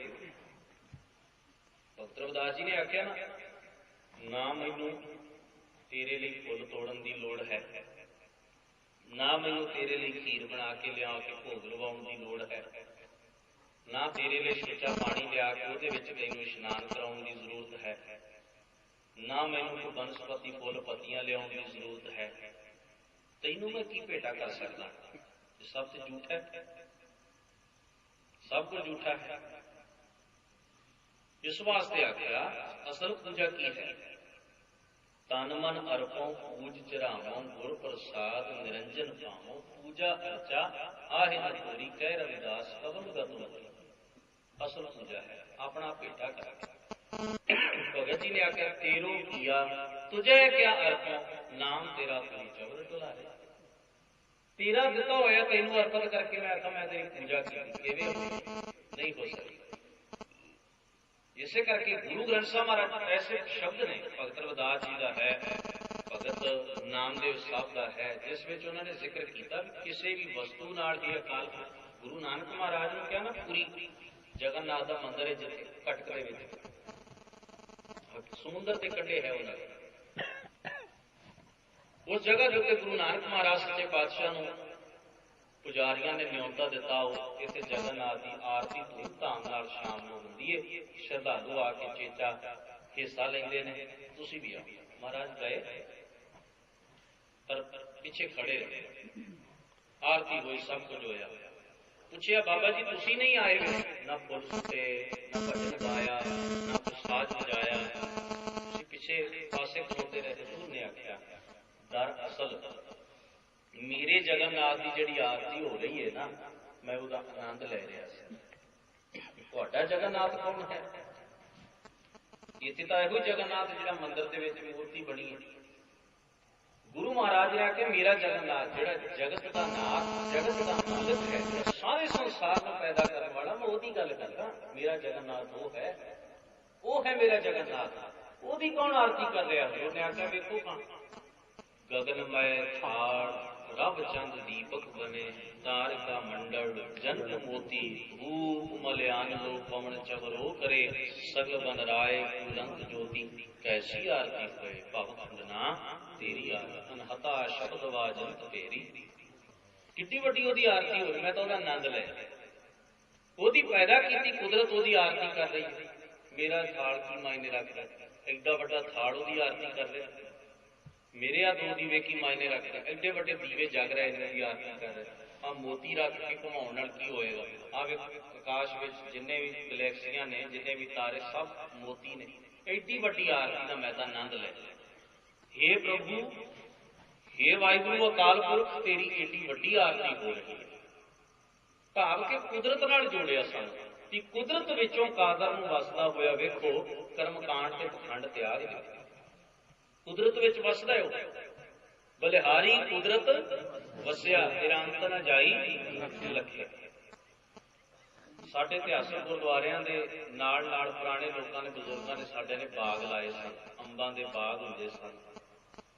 ਗਰਮੀਆਂ ਦੇ ਦਿਨਾਂ ਦੇ ਵਿੱਚ ਉਸ ਜਗ੍ਹਾ ਦੇ ਉੱਤੇ ਕੋਇਲਾਂ ਨੇ ਬੋਲਣਾ, ਅੰਬੀਆਂ ਲੱਗਣੀਆਂ, ਬੜਾ ਸ਼ਾਂਤ ਮਾਹੌਲ, ਕੁਦਰਤ ਦਾ ਵਾਤਾਵਰਨ। ਸਾਨੂੰ ਉਹ ਚੰਗਾ ਨਹੀਂ ਲੱਗਿਆ, ਖਿਮਾ ਕਰ। ਬਾਗ ਫੁੱਟ-ਫੁਟਾ ਕੇ ਵੇਚ ਛੱਡੇ ਨੇ, ਸੰਗਮਰਮਰ ਜੜ ਦਿੱਤਾ ਹੈ। ਸੰਗਮਰਮਰ ਜੜ ਦਿੱਤਾ, ਉਹਦੇ ਉੱਤੇ ਲਿਆ ਕੇ ਕੁਝ ਹਜ਼ਾਰ ਰੁਪਈਏ ਦਾ ਮੈਟ ਵਿਛਾਉਣਾ ਪਿਆ, ਕਿਉਂਕਿ ਉਹ ਠੰਡ 'ਚ ਠਰਦਾ ਹੈ ਤੇ ਗਰਮੀ 'ਚ ਸੜਦਾ ਹੈ। ਕੁਦਰਤ ਨਾਲ ਸਾਨੂੰ ਪ੍ਰੇਮ ਨਹੀਂ ਹੈ। ਗੁਰੂ ਨੇ ਬਾਣੀ 'ਚ ਕਿਹਾ ਨਾ, ਕੋਕਿਲ ਅੰਬ ਸੁਹਾਵੀ ਬੋਲੇ, ਕੋਕਿਲ ਅੰਬ ਲੱਭ ਕੇ ਵਿਖਾਓ, ਕਿੱਥੇ ਅੰਬ, ਕਿੱਥੇ ਕੋਇਲ। ਕੁਦਰਤ ਦਾ ਵਿਨਾਸ਼ ਕੀਤਾ ਸਾਡੇ ਕੁਹਾੜਿਆਂ ਨੇ, ਪੱਥਰ ਲਾਉਣ ਵਾਸਤੇ। ਪੱਥਰ ਲਾਉਣ ਵਾਸਤੇ ਕੁਦਰਤ ਦਾ ਵਿਨਾਸ਼ ਕਰ ਦਿੱਤਾ। ਅਸੀਂ ਦਰਿਆਵਾਂ ਦੇ ਪਾਣੀ ਗੰਧਲੇ ਕਰ ਦਿੱਤੇ, ਗੰਦ ਪਾ ਦਿੱਤਾ। ਜਿਸ ਪਾਣੀ ਦੀ ਸਤਿਗੁਰਾਂ ਨੇ ਆਖਿਆ ਪਹਿਲਾਂ ਪਾਣੀ ਜੀਓ ਹੈ, ਜੇ ਧਰਿਆ ਸਭ ਹੋਏ, ਉਹ ਪਾਣੀ ਗੰਦਾ ਕਰ ਦਿੱਤਾ, ਹਵਾ ਗੰਦੀ ਕਰ ਦਿੱਤੀ। ਜਿਸ ਕੁਦਰਤ ਦੇ ਸੰਕੇਤ ਸਨ, ਬਨਸਪਤੀ ਵਿਗਾੜ ਦਿੱਤੀ, ਰੁੱਖਾਂ ਦਾ ਬੁਰਾ ਮੰਗਦੇ ਹਾਂ।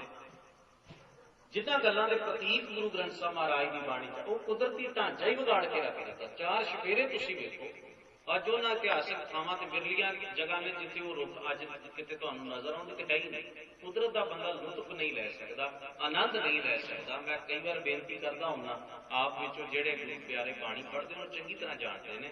ਤੁਕਾਰੀ ਰਾਗ ਦੇ 12 ਮਾਹ ਵਿੱਚ ਮਹਾਰਾਜ ਨੇ ਕੁਦਰਤ ਦਾ ਕਿਆ ਜ਼ਿਕਰ ਕੀਤਾ ਹੈ, ਕਿੰਨਾ ਸੁੰਦਰ ਜ਼ਿਕਰ ਹੈ, ਤੁਸੀਂ ਉਹਦੇ ਵਿੱਚੋਂ ਪੜ੍ਹਦੇ ਹੋ। ਕੁਦਰਤ ਨਾਲ ਕਿੰਨੀ ਗੁਰੂ ਦੀ ਨੇੜਤਾ ਹੈ। ਤੁਕਾਰੀ ਰਾਗ ਦੇ ਵਿਸਾਖ ਬੜਾ ਸ਼ਾਖਾਂ ਵੇਸ ਕਰੇ, ਵਿਸਾਖ ਦੇ ਮਹੀਨੇ 'ਚ ਸ਼ਾਖਾਂ ਵੇਸ ਧਾਰਨ ਕਰਦੀਆਂ। ਬਸੰਤ ਤੋਂ ਬਾਅਦ ਪੱਤੇ ਫੁੱਟਦੇ ਨੇ, ਵੇਸ ਕਰਦੇ।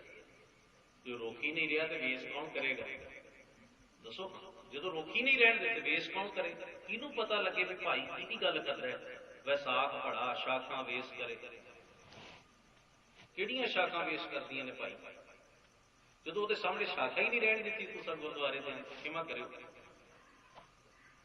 ਗੁਰੂ ਗ੍ਰੰਥ ਸਾਹਿਬ ਮਹਾਰਾਜ ਦੀ ਬਾਣੀ 'ਚ ਜਿੰਨੇ ਵੀ ਪ੍ਰਤੀਕ ਆਏ ਸਨ, ਮੋਰੀ ਰੋਣ ਝੁਣ ਲਾਇਆ ਭੈਣੇ ਸਾਵਣ ਆਇਆ, ਤੇਰੇ ਮੁੰਦ ਕਟਾਰੇ ਜੇਵੜਾ ਤੈਨੂੰ ਲੋਭੀ ਲੋਭ ਲੁਭਾਇਆ। ਹੁਣ ਮੋਰਾਂ ਨੇ ਰੋਣ ਝੁਣ ਲਾਈ ਹੈ, ਇਹ ਭੈਣੇ ਸਾਵਣ ਦਾ ਮਹੀਨਾ ਆਇਆ। ਹੁਣ ਸੰਗਮਰਮਰ ਦੇ ਕਦੇ ਮੋਰ ਨੱਚਦੇ ਵੇਖੇ ਨਹੀਂ ਤੁਸੀਂ? ਬਾਗਾਂ 'ਚ ਨੱਚਣਗੇ, ਬਾਗਾਂ 'ਚ। ਉਹ ਬਾਗ ਜਿਹੜੇ ਤੁਹਾਡੀ ਸੇਵਾ ਦੀ ਭੇਟ ਚੜ ਗਏ, ਕੁਹਾੜੇ ਨਾਲ ਕਤਲ ਕੀਤੇ ਜਿਹੜੇ ਬਾਗ, ਜਿਨ੍ਹਾਂ ਦੀ ਜਗ੍ਹਾ ਤੇ ਪੱਥਰ ਸੰਗਮਰਮਰ, ਇੱਥੇ ਪੱਥਰ ਦਾ ਮੋਰ ਤਾਂ ਭਾਵੇਂ ਤੁਸੀਂ ਲੈ ਆਓ ਬਾਜ਼ਾਰੋਂ, ਲੱਕੜ ਦਾ ਬਣਾ ਕੇ ਤਾਂ ਭਾਵੇਂ ਰੱਖ ਲਓ, ਪਹਿਲਾਂ ਪਾਉਣ ਵਾਲਾ ਮੋਰ ਨਹੀਂ ਆਏਗਾ। ਸਹੁੰ ਖਾ ਲਓ, ਨਹੀਂ ਆਏਗਾ। ਉਹ ਕੁਦਰਤ ਨਾਲ ਗੁਰਬਾਣੀ ਦਾ ਬੜਾ ਜੋੜ ਹੈ। ਮੈਂ ਕਈ ਵਾਰ ਬੇਨਤੀ ਕਰਦਾ, ਹਜ਼ੂਰ ਨੇ ਹੜ ਦਾ ਮੁੱਠਾ ਪੜਿਆ, ਹੜ ਵਾਹੁੰਦਿਆਂ ਉਹਨਾਂ ਦੀ ਆਤਮਦਰਸ਼ੀ ਸੋਚ ਵਿੱਚ ਰੱਬ ਦਾ ਅਨੁਭਵ ਆਇਆ। ਉਹਨਾਂ ਨੇ ਰੱਬ ਦੇ ਉਸ ਅਨੁਭਵ ਨੂੰ ਸ਼ਬਦਾਂ ਦਾ ਜਾਮਾ ਪਾ ਦਿੱਤਾ, ਪਹਿਰਾਵਾ ਦਿੱਤਾ ਕਿ ਮਨ ਹਾਲੀ ਕਿਰਸਾਣੀ ਕਰਨੀ, ਸ਼ਰਮ ਪਾਣੀ ਤਨ ਖੇਤ। ਕਿੱਡੀ ਕੀਮਤੀ ਗੱਲ ਹੈ। ਭਗਤ ਨਾਮਦੇਵ ਸਾਹਿਬ ਕੱਪੜੇ ਧੋ ਰਹੇ ਹਨ ਘਾਟ ਦੇ ਉੱਤੇ, ਉੱਥੇ ਉਹਨਾਂ ਦੀ ਅਨੁਭਵ ਵਿੱਚ ਇਹ ਗੱਲ ਆਉਂਦੀ ਹੈ। ਕੱਪੜੇ ਸਿਉਂਦੇ ਹਨ ਆਪਣੇ ਘਰ ਵਿੱਚ, ਉਹਨਾਂ ਦੇ ਅਨੁਭਵ ਵਿੱਚ ਉੱਥੇ ਗੱਲ ਆਉਂਦੀ ਹੈ। ਮਨ ਮੇਰੋ ਗਾਜ ਜਿਹਬਾ ਮੇਰੀ ਕਾਤੀ, ਮੱਪ ਕਾਟਣ ਜਮ ਕੀ ਫਾਸੀ। ਭਗਤ ਜੀ ਜੁੱਤੀਆਂ ਗੰਢ ਰਹੇ ਹਨ, ਉੱਥੇ ਉਹਨਾਂ ਦੀ ਅਨੁਭਵ ਵਿੱਚ ਪ੍ਰਕਾਸ਼ ਹੋਇਆ। ਉਹਨਾਂ ਨੇ ਆਖਿਆ ਚਮਰਟਾ ਗਾਂਠ ਨਾ ਜਨਈ, ਲੋਕ ਬਿਠਾਵੇਂ ਪੰਜ ਆਰ ਨਹੀਂ ਜੇ ਤੋਪੋਂ, ਨਹੀਂ ਰਾਮੀ ਠਾਉ ਰੋਪੋਂ। ਕਿਉਂਕਿ ਆਰ ਰੰਮੀ ਧੱਕ ਤੇ ਸਭ ਕੁਝ ਉੱਥੇ ਹੀ ਹੁੰਦਾ ਜਿੱਥੇ ਜੁੱਤੀਆਂ ਗੰਢੀਆਂ ਜਾਣ। ਬਾਣੀ ਦਾ ਪ੍ਰਕਾਸ਼ ਹੋਇਆ ਕਿਰਤ ਵਿੱਚ। ਧਿਆਨ ਦਿਓ, ਕਿਰਤ ਦੇ ਵਿੱਚ ਬਾਣੀ ਦਾ। ਹੋਰੇ ਲੋਕ ਕਿਵੇਂ ਭੋਰਿਆਂ 'ਚ ਬਹਿ ਬਹਿ ਕੇ ਆਨੰਦ ਲੈ ਲੈਂਦੇ ਨੇ।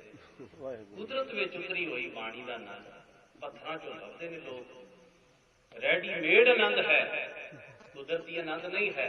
ਕੁਦਰਤ ਨਾਲ ਇਹਦਾ ਬੜਾ ਤਾਲਮੇਲ ਹੈ। ਗੁਰੂ ਗ੍ਰੰਥ ਸਾਹਿਬ ਜੀ ਦੀ ਬਾਣੀ ਦਾ ਬੜਾ ਤਾਲਮੇਲ ਹੈ। ਤੁਹਾਨੂੰ ਕੁਦਰਤੀ ਜੀਵਨ ਜੀਣਾ ਸਿਖਾ ਰਹੀ ਹੈ ਬਾਣੀ। ਕੁਦਰਤ ਦੇ ਨੇੜੇ ਹੋ ਕੇ ਕਾਦਰ ਦਾ ਆਨੰਦ ਆਏਗਾ, ਕਿਉਂਕਿ ਬਲਿਹਾਰੀ ਕੁਦਰਤ ਵਸਿਆ, ਤੇਰਾ ਅੰਤ ਨਾ ਜਾਈ। ਜੋਗੀਆਂ ਨੂੰ ਆਖਿਆ ਨਾ, ਲੋਕਾਂ 'ਚੋਂ ਕਾਹਤੋਂ ਨਿਕਲ ਆਏ? ਕਹਿੰਦੇ ਜੀ ਉੱਥੇ ਤੇ ਰੱਬ ਭੁੱਲ ਜਾਂਦੇ। ਮਹਾਰਾਜ ਨੇ ਕਿਹਾ ਯਾਦ ਹੀ ਉੱਥੇ ਆਉਂਦਾ। ਜਿਹਨੂੰ ਬੰਦਿਆਂ 'ਚ ਰੱਬ ਵੇਖਣਾ ਨਹੀਂ ਆਇਆ ਉਹ ਮਤ ਸੋਚੇ ਹਿਮਾਲਾ 'ਚ ਰੱਬ ਨੂੰ ਮਿਲ ਜਾਏਗਾ। ਬਿਲਕੁਲ ਨਹੀਂ ਮਿਲੇਗਾ। ਊਹਾਂ ਤੋ ਜਾਈਏ ਜੋ ਈਹਾਂ ਨਾ ਹੋਏ, ਊਹਾਂ ਤੋ ਜਾਈਏ ਜੋ ਈਹਾਂ ਨਾ ਹੋਏ। ਤੀਰਥਾਂ ਬਾਰੇ ਮਹਾਰਾਜ ਨੇ ਕਿਹਾ ਜਹ ਜਾਈਏ ਤਾਂ ਜਲ ਪਖਾਨ ਤੂੰ ਪੂਰ ਰਹਿਓ ਹੈ ਸਭ ਸਮਾਨ। वेद पुराण सब देखे जो ऊहा तो जाइए जो ईहा ना। एडी वड्डी गल सतगुरु सच्चे पातशाह ने सानू दृढ़ करवाई। तो गुरु प्यार वाले कुदरत नाल प्रेम करिए। कुदरत विच कादर आप वस रहा है, आप वस रहा है। कादर ते कुदरत पोत पोत हन। करता पोत तुसीं ना मूल मंत्र चों पढ़दे हो। करता दा मतलब बनाउण वाला, पुरख जिहड़ा अपने बनाए होए विच बैठा है। आप ही ने आप साजियो, आप ही ने रचियो नाम। दुई कुदरत साजिए कर आसन डिठो चाओ। आसन ला के उहदे विच जगत दा तमाशा वेख रहे, वो बाहर नहीं कुदरत दे विच है। हुजूर ने आख्या सारी प्रकृति जिहड़ी है भाई मैं वेख रहा रब की पूजा कर रही। तो पूजा की है उस अकाल पुरख की। कोई धन पदार्थ की भुख नहीं है अकाल पुरख को। तू वस्तुओं की भेटा लैके उसकी पूजा नहीं होएगी। आख्या उसकी पूजा सारी कुदरत करी, उहदे शामिल हो जाओ। कुदरत का रूप होके कादर नूं देखो, महसूस करो, अनुभव करो, उसनूं फील करो। इस वास्ते आख्या सतगुरु सच्चे पातशाह ने साल ग्राम विप हे विपर जी पुजारी जी, ये जो साल ग्राम पूज हो ये की कटोगे? पूज मनाओ, अकाल पुरख वाहिगुरू मनाओ, भाव ओदी खुशी हासिल करो। अकाल पुरख की बख्शिश के पात्र बनो। पूजा उहदा अदब करो, सत्कार करो। पूजा का अर्थ इत्थे है सत्कार। अदब रखो मन अंदर अकाल पुरख की होंद दा। सबना विच अकाल पुरख की जोत है, ये अदब रखो मन अंदर। सुकृत तुलसी माड़ा, आ जिहड़ी तुलसी की तुसीं माड़ा पढ़दे हो, तुलसी की माड़ा, तुलसी भी पवित्र है ते तुलसी की माड़ा बहुत ही पवित्र चीज। फिर माड़ा फेरदे होया तुसीं रब रब राम राम जो भी तुहानूं वो करदे हो, इहदी जगह पता तुसीं एक होर काम करके वेखो। वो की? सुकृत नेक अमल हौली हौली धारण करने की कोशिश करो। इनू माड़ा बनाओ, काम इहदे नाल बनेगा। ते मेरे वर्गा बाहरों माड़ा भी घुमाई जाता है, अंदर अंदर गिणतियां भी गिणी जाता है। एक पासे दूसरा चढ़ता है, माड़ा पूरियां हो लेंगे तो फिर मैं बंदा वेखदे नाले दुआले इतना माड़ा पूरियां कर रहे हैं, वेला हो रहा है फिर गल कर मेरे नाल अंदरों खिच चढ़ती है। बोला ना फिर बंदा सोचदा दो रह गई कारी पूरियां वेला हो के जिंदगी ये अंदर की चल रहा है। हाथ माड़ा फेर रहे हैं, अंदर की चल रहा है। अंदर बंदे नूं इह है 10 हो गई, 21 हो गई, 100 हो गई, की करे 101, चलो काम निबड़िया। एक दौड़ है ना अंदर, दौड़ है पूरियां कर देनियां ने। अज आपां 101 पूरियां हो गई, काम निबड़ गया, भार लै गया मन, चलो जी अज का काम निबड़िया, कल नूं वेखी जाएगी। भगती है, बंदगी है नहीं है, दौड़ है जी पूरी करनी सी कर ली, बंदे ने भार लै गया, जिम्मेवारी मुकी, चलो काम मुक गया। फिर जिन्नी अंदर खिज बंदे ने चढ़ा के, भाई जल्लण जी होए ने सतगुरां दे एक सिख बठिंडे के इलाके में, उन्होंने प्रचार किया बहुत। उन्होंने सन्यासी साधु मिलिया, ਉਹਦਾ ਖਹਿੜਾ ही ना छड़े। आखिर तू किरती तेन धर्म की बड़ी सोझी है, धर्म की गल करना है, तू प्रचार करना धर्म का, तू माड़ा फेरन तो बिना तेरा कख नहीं बनना, फेरिया कर। बड़ा उन्हें परेशान किया। भाई जी ने बड़ा क्या भी तू भी छाड़े काम किरतकार कर, ये चो रब तो की लैना है। वो हटे ना। भाई जी ने अपने गड्ढे का पहिया ला लिया, उन्होंने उच्ची जगह लै जा कर, थले रेड़ दिया कर, फिर थले तां चढ़ा लिया कर, फिर थले रेड़ दिया कर। लोग भी इकट्ठे होए, वो सन्यासी भी आके इनू हो की गया, मैं तो इनू आके माड़ा फेरिया करे, गड्ढे का पहिया ला के तां चढ़ाउंदा, फिर थले रेड़ दे, लक्कड़ के पहिए होंदे सन। की करदा है तू? मैं लग्या लोकां दीयां जप माड़ियां जल्लण दा जप माड़। निक्की जी गल नाल की बनना? मैं क्या इक्के राही काम नबेड़ छड़े, बड़ा जप माड़ बना लिया आपां, उतों रेड़ दिंदे। तेरियां हज़ारां माड़ा जिहड़ियां इहदे बराबर कख भी नहीं। ले एक बार रेड़िया पता नहीं किन्ने इहदे चक्कर पूरे कर जाने। निक्की जी माड़ा घुमाउणा है ਆਪਾਂ ਏਡਾ ਵੱਡਾ ਪਹੀਆ ਘੁਮਾ ਕੇ ਕੰਮ ਰੱਬ ਨੂੰ ਖੁਸ਼ ਕਰ ਲੈਣਾ, ਇੱਕੇ ਵਾਰ ਹੀ ਉਲਾਂਭੇ ਲਾ ਦੇਣੇ ਨੇ। ਯਾ ਲੈ ਤੇਰਾ ਮੇਰਾ ਹਿਸਾਬ ਬਰਾਬਰ ਹੋ ਗਿਆ। ਤੇਰਾ ਮੇਰਾ ਹਿਸਾਬ ਸਮਝਾਉਣ ਦਾ ਢੰਗ ਸੀ ਗੁਰਸਿੱਖ ਦਾ। ਇਕੱਲੀ ਆ ਮਾੜਾ ਘਮਾਉਣ ਨਾਲ ਨਹੀਂ ਗੱਲ ਬਣਨੀ, ਆਪਣੇ ਮਨ ਨੂੰ ਵਿਕਾਰ ਵੱਲੋਂ ਫੇਰ ਸੁਕ੍ਰਿਤ ਤੁਲਸੀ ਮਾਲਾ, ਇਹਨੂੰ ਬਾਣੀ ਨੇ ਕਿਹਾ ਹਰ ਹਰ ਅੱਖਰ ਦੋਏ ਇਹ ਮਾਲਾ, ਜਪਤ ਜਪਤ ਭੈ ਦੀਨ ਦਇਆ। ਉੱਥੇ ਆ ਕੇ ਬਾਣੀ ਕਬੀਰ ਜਪਨੀ ਕਾਠ ਕੀ ਕਿਆ ਦਿਖਲਾਵੇਂ ਹੋਏ, ਹਿਰਦੈ ਨਾਮ ਨਾ ਚੇਤਨੀ।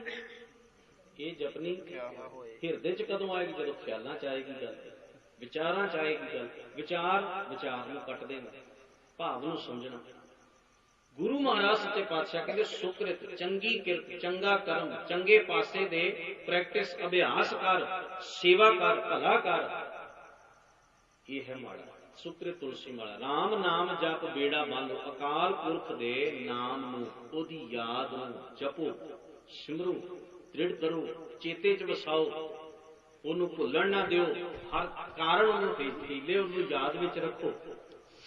ਇਹਨੂੰ ਬੇੜਾ ਬਣਾਓ, ਇਹ ਹੈ ਬੇੜਾ ਤਿਆਰ ਕਰੋ। ਰਾਮ ਨਾਮ ਜਪ ਬੇੜਾ ਬੰਦ ਹੋ ਤੇ ਅਰਦਾਸ ਕਰਿਆ ਕਰੋ, ਦਇਆ ਕਰੋ, ਦਇਆ। ਇਹ ਦਇਆਵਾਨ, ਦਇਆ ਕਰੋ, ਤਰਸ ਕਰੋ, ਮੇਰੇ ਜੀਵਨ ਦਾ ਭਲਾ ਹੋ ਜਾਏ, ਇਹ ਅਰਦਾਸ ਕਰਿਆ ਕਰੋ। ਇਹ ਹੈ ਬੇੜਾ ਬੰਨਣਾ ਰੱਬ ਦੇ ਨਾਮ ਦਾ।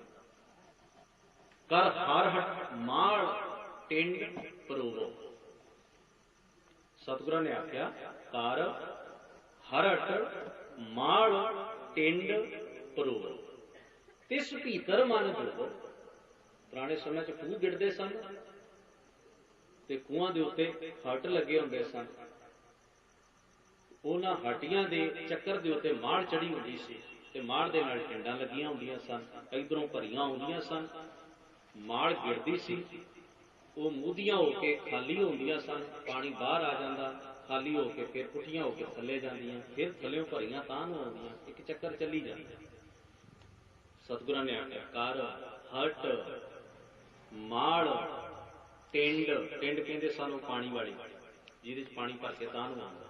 ਸਭ ਤੋਂ ਪਹਿਲਾਂ ਚਮੜੇ ਦੀਆਂ ਬਣੀਆਂ, ਫਿਰ ਹੌਲੀ ਹੌਲੀ ਲੋਹਾ ਇਜਾਦ ਹੋ ਕੇ ਲੋਹੇ ਦੀਆਂ ਬਣ ਗਈਆਂ। ਕਰ ਹਰਟ ਮਾੜ ਟਿੰਡ ਪਰੋਵੋ, ਤਿਸ ਭੀਤਰ ਮਨ ਜੋਗੋ। ਸਤਿਗੁਰਾਂ ਨੇ ਆਖਿਆ ਨੇਕ ਪਾਸੇ ਦਾ ਉਦਮ ਕਰੋ।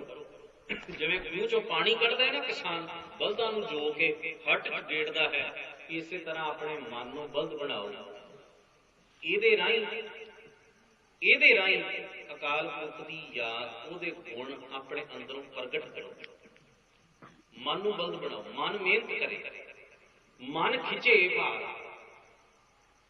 ਮਨ ਗੇੜੇ ਇਸ ਹਟ। ਕਰ ਹਟ ਮਾੜ ਟਿੰਡ ਪਰੋਵੋ, ਰੱਬ ਦੀ ਯਾਦ ਦੀ ਮਾੜ ਚੜਾਓ, ਟਿੰਡਾਂ ਚੜਾਓ ਤੇ ਮਨ ਨੂੰ ਆਖੋ ਵੀ ਇਹਨੂੰ ਖਿੱਚ ਪਾ। ਮਨ ਨੂੰ ਆਖੋ ਵੀ ਰੱਬ ਦੀ ਹੋਂਦ ਨੂੰ ਯਾਦ ਕਰਿਆ ਕਰ। ਵੇਖ ਰੱਬ ਨੇ ਕਿੰਨਾ ਸੋਹਣਾ ਸੰਸਾਰ ਬਣਾਇਆ, ਵੇਖ ਰੱਬ ਨੇ ਨੀਚਾਂ ਤੋਂ ਉੱਚ ਕੀਤੇ ਨੇ, ਵੇਖ ਰੱਬ ਨੇ ਕੁਦਰਤ ਦੀ ਘਾੜ ਚ ਘੜੀ ਹੈ, ਬੰਦੇ ਪੈਦਾ ਕੀਤੇ, ਰੱਬ ਨੇ ਤੈਨੂੰ ਕਿੰਨੇ ਸੁੱਖ ਦਿੱਤੇ, ਕਿੰਨੀਆਂ ਗੱਲਾਂ ਮਹਾਰਾਜ ਨੇ ਬਾਣੀ ਚੇਤੇ ਕਰਾਈਆਂ। ਅੰਮ੍ਰਿਤ ਸਿੰਚੋ, ਜਿਹੜਾ ਮਨ ਹਟ ਗੇੜੇਗਾ ਉਹਦੇ ਚੋਂ ਕੀ ਨਿਕਲੇਗਾ? ਅੰਮ੍ਰਿਤ, ਨਾਮ ਦਾ ਅੰਮ੍ਰਿਤ, ਰੱਬੀ ਗੁਣਾਂ ਦਾ ਅੰਮ੍ਰਿਤ। ਭਰੋ ਕਿਆਰੇ, ਪਾਣੀ ਨਿਕਲਦਾ, ਕਿਆਰਿਆਂ ਨੂੰ ਪਾਣੀ ਦੇਣਾ। ਕਿਆਰੇ ਦਾ ਮਤਲਬ ਹੁੰਦਾ ਹੈ ਵੀ ਖੇਤ ਵੱਡਾ, ਇੱਕੇ ਨਾਲ ਪਾਣੀ ਨਹੀਂ ਆ ਸਕਦਾ, ਕਿਆਰੇ ਪਾ ਲਓ, ਥੋੜਾ ਥੋੜਾ ਕਰਕੇ ਆਪਾਂ ਸਿੰਜ ਲਵਾਂਗੇ, ਪਾਣੀ ਦੇ ਲਵਾਂਗੇ ਫਸਲ। ਕਰ ਹਰਟ ਮਾਲ ਟਿੰਡ ਪਰੋਵੋ, ਤਿਸ ਭੀਤਰ ਮਨ ਜੋਵੋ, ਅੰਮ੍ਰਿਤ ਸਿੰਚੋ ਭਰੋ ਕਿਆਰੇ। ਕਿਆਰੇ ਕਿਹੜੇ ਨੇ? ਸਾਡੇ ਗਿਆਨ ਇੰਦਰੀ। ਅੱਖਾਂ ਨੂੰ ਭਰ ਲਓ ਰੱਬ ਦੇ ਨਾਮ ਨਾਲ, ਕੰਨਾਂ ਨੂੰ ਭਰ ਲਓ, ਭਾਵ ਅੱਖਾਂ ਨਾਲ ਬੁਰਾ ਨਾ ਵੇਖੋ, ਕਿਸੇ ਦਾ ਪਰਾਇਆ ਰੂਪ ਤੱਕ ਕੇ ਵਿਕਾਰੀ ਨਾ ਹੋਵੋ, ਵੈਰ ਭਾਵ ਨਾਲ ਨਾ ਰੱਖੋ, ਕੰਨਾਂ ਨਾਲ ਪਰਾਈ ਚੁਗਲੀ ਨਿੰਦਾ ਨਾ ਸੁਣੋ। ਇਹ ਹੈ ਰਸਨਾ ਨਾਲ ਝੂਠੀ ਗਵਾਹੀ ਨਾ ਦਿਓ। ਅੰਮ੍ਰਿਤ ਸਿੰਚੋ ਭਰੋ ਕਿਆਰੇ, ਤਉ ਮਾਲੀ ਕੇ। ਇਹ ਸੰਸਾਰ ਦੀ ਰਚਨਾ ਕਰਨ ਵਾਲਾ, ਸੰਸਾਰ ਬਾਗ ਦਾ ਜਿਹੜਾ ਮਾਲੀ ਹੈ ਅਕਾਲ ਪੁਰਖ, ਤੁਸੀਂ ਉਹਦੇ ਹੋ ਜਾਓਗੇ। ਤਦੋਂ ਤੁਸੀਂ ਰੱਬ ਵਾਲੇ ਹੋਵੋਗੇ ਜਦੋਂ ਇਹ ਗੁਣ ਜੀਵਨ ਵਿੱਚ ਆ ਜਾਏਗਾ। ਆਖਿਆ ਕਾਮ ਕ੍ਰੋਧ ਦੋਇ ਕਰੋ ਬਸੋਲੇ। ਬਸੋਲੇ ਕਹਿੰਦੇ ਨੇ ਖੁਰਪਿਆਂ ਨੂੰ, ਰੰਬਿਆਂ ਨੂੰ। ਗੋਡੀ ਕਰਨ ਵਾਸਤੇ ਖੁਰਪੇ ਰੰਬੇ ਲੈ ਕੇ ਜਾਂਦੇ ਆ, ਤੇ ਗੋਡੀ ਕਰਨ ਵਾਲਾ ਬੰਦਾ ਕੀ ਕਰਦਾ? ਜਿਹੜਾ ਬੂਟਾ ਹੈ, ਫਸਲ ਹੈ ਸਾਡੀ, ਉਹਨੂੰ ਪਾਲਣਾ, ਉਹਨੂੰ ਗੋਡੀ ਕਰਦੇ ਹਾਂ ਅਸੀਂ, ਤੇ ਜਿਹੜਾ ਨਦੀਨ ਹੈ, ਵਾਧੂ ਘਾਹ ਬੂਟ ਉੱਗਿਆ, ਉਹਨੂੰ ਅਸੀਂ ਪੁੱਟ ਕੇ ਸੁੱਟਦੇ ਹਾਂ। ਭਾਵ ਆਪਣੀ ਫਸਲ ਨਾਲ ਪਿਆਰ ਕਰਦੇ ਹਾਂ, ਜਿਹੜਾ ਵਾਧੂ ਨਦੀਨ ਵਿੱਚ ਉੱਗਿਆ ਉਹਨੂੰ ਨਫ਼ਰਤ ਕਰਦੇ ਹਾਂ, ਉਹਨੂੰ ਪੁੱਟ ਕੇ ਬਾਹਰ ਸੁੱਟਦੇ ਹਾਂ। ਜਿਹੜੇ ਤੁਹਾਡੇ ਅੰਦਰ ਚੰਗਿਆਈ, ਉਹਨੂੰ ਪਿਆਰ ਕਰੋ, ਤੇ ਜਿਹੜੇ ਤੁਹਾਡੇ ਅੰਦਰ ਔਗਣ ਨੇ ਉਹਨਾਂ ਨਾਲ ਨਫ਼ਰਤ ਕਰੋ, ਉਹਨੂੰ ਪੁੱਟ ਕੇ ਬਾਹਰ ਸੁੱਟੋ। ਕਾਮ ਪ੍ਰੇਮ, ਕ੍ਰੋਧ ਨਫ਼ਰਤ। ਕਾਮ ਕ੍ਰੋਧ ਦੋਏ ਕਰੋ ਵਸੋਲੇ, ਪ੍ਰੇਮ ਨੂੰ ਤੇ ਨਫ਼ਰਤ ਨੂੰ, ਪ੍ਰੇਮ ਨੂੰ ਤੇ ਗੁੱਸੇ ਨੂੰ ਰੰਬੇ ਬਣਾ, ਖੁਰਪੇ ਬਣਾ। ਗੋਡੋ ਧਰਤੀ ਭਾਈ, ਹਿਰਦੇ ਦੀ ਧਰਤੀ ਨੂੰ ਗੋਡਣਾ ਸ਼ੁਰੂ ਕਰ ਦਿਓ। ਚੰਗੇ ਗੁਣਾਂ ਨੂੰ ਅੰਦਰ ਪਿਆਰ ਕਰੋ, ਤੇ ਜਿਹੜੇ ਔਗਣ ਨੇ, ਬੁਰਾਈ ਹੈ, ਉਹਦੇ ਤੇ ਗੁੱਸਾ ਕਰੋ, ਉਹਨੂੰ ਬਾਹਰ ਕਰ, ਉਹਨੂੰ ਪੁੱਟ ਸੁੱਟ ਦਿਓ। ਜਿਉਂ ਗੋਡੋ ਤਿਉਂ ਤੁਮ ਸੁਖ ਪਾਵੋ, ਜਿਉਂ ਜਿਉਂ ਗੋੜਦੇ ਜਾਓਗੇ ਸੁਖੀ ਹੁੰਦੇ ਜਾਓਗੇ। ਔਗਣਾਂ ਦਾ ਨਾਸ਼ ਹੁੰਦਾ ਜਾਏਗਾ, ਗੁਣ ਆਉਂਦੇ ਜਾਣਗੇ, ਬੁਰਾਈ ਮੁੱਕਦੀ ਜਾਏਗੀ, ਚੰਗਿਆਈ ਆਉਂਦੀ ਜਾਏਗੀ, ਮਾੜਾ ਸੁਭਾਅ ਖਤਮ ਹੁੰਦਾ ਜਾਏਗਾ, ਚੰਗਾ ਸੁਭਾਅ ਪਨਪਦਾ ਜਾਏਗਾ। ਹੁਣ ਵੇਖੋ, ਗੱਲਾਂ ਸੂਖਮ ਹਨ। ਸਾਡੇ ਦੁੱਖਾਂ ਦਾ ਕਾਰਨ ਕੀ ਹੈ? ਸਾਡਾ ਗਲਤ ਸੋਚਣਾ। ਬਹੁਤੇ ਲੋਕ ਇਸ ਕਰਕੇ ਨਹੀਂ ਦੁਖੀ ਵੀ ਉਹਨਾਂ ਕੋਲ ਹੈ ਕੁਝ ਨਹੀਂ, ਬਹੁਤੇ ਲੋਕ ਇਸ ਕਰਕੇ ਦੁਖੀ ਨੇ ਵੀ ਉਹ ਸੋਚਦੇ ਹੀ ਪੁੱਠਾ ਨੇ। ਧਿਆਨ ਦਿਓ, ਪੁੱਠਾ ਸੋਚਦੇ ਨੇ। ਸਭ ਕੁਝ ਘਰ 'ਚ ਠੀਕ ਠਾਕ ਹੈ, ਸਭ ਵਧੀਆ, ਸਭ ਵਧੀਆ ਚੱਲ ਰਿਹਾ, ਧੀਆਂ ਪੁੱਤਰ ਆਪਣੀ ਕਮਾਈ ਕਰ ਰਹੇ ਨੇ, ਖਾਣ ਪੀਣ ਪਹਿਨਣ ਦੀ ਗੱਲ ਸੌਖਾ ਹੈ, ਵਧੀਆ ਚੱਲ ਰਿਹਾ ਹੈ, ਫਿਰ ਵੀ ਪਰੇਸ਼ਾਨੀਆਂ ਨਾਲ ਘਰ ਭਰ ਗਿਆ। ਇੱਕ ਦੂਜੇ ਨੂੰ ਵੱਢ ਖਾਣ ਨੂੰ ਆਉਂਦੇ ਨੇ, ਬੁਰੇ ਹਾਲ ਲਾਮੇ ਦੇਈ ਜਾਂਦੇ ਨੇ, ਰੌਲਾ ਪਾਈ ਜਾਂਦੇ ਨੇ, ਚੀਖ ਚਿਹਾੜਾ, ਬਾਂਹ ਪਈ ਹੁੰਦੀ ਹੈ। ਕਿਉਂ ਪਈ? ਸੁੱਖ ਲੈਣਾ ਨਹੀਂ ਹੁੰਦਾ ਬੰਦੇ ਨੂੰ। ਸਭ ਕੁਝ ਹੈ ਘਰ, ਫਿਰ ਵੀ ਰੌਲਾ ਰੱਪਾ, ਚੀਖ ਚਿਹਾੜਾ, ਕਿਸੇ ਨਾ ਕਿਸੇ ਗੱਲੋਂ ਵਿਟਰਦੇ ਰਹਿਣਾ, ਮੂੰਹ ਚੜਾਈ ਨਾ, ਇਹ ਸਾਰੇ ਔਗਣ ਕਿਉਂ ਹਨ? ਇਸ ਕਰਕੇ ਕਿਉਂਕਿ ਅੰਦਰ ਬਣਤਰਾਂ ਹੀ ਪੁੱਠੀਆਂ ਬੁਣੀਆਂ ਹੋਈਆਂ। ਔਗਣ ਹੀ ਔਗਣ, ਮੰਦਾ ਸੁਭਾਅ ਭਰਿਆ, ਪੁੱਠਾ ਹੀ ਸੋਚੀ ਜਾਣਾ ਬੰਦੇ ਨੇ, ਆਪਣੇ ਦਿਮਾਗ ਨੂੰ ਸਿੱਧੇ ਪਾਸੇ ਲੱਗਣ ਨਹੀਂ ਦੇਣਾ। ਇਸ ਬੁੱਧੀ ਨਾਲ ਕੋਈ ਭਲੇ ਦੀ ਵਿਹਾਰ ਦੀ ਗੱਲ ਨਹੀਂ ਸੋਚਣੀ। ਪੁੱਠੇ ਖਿਆਲ ਅੰਦਰ ਅਟਕੇ ਹੋਏ ਨੇ, ਉਹ ਨਹੀਂ ਜੀਣ ਦਿੰਦੇ।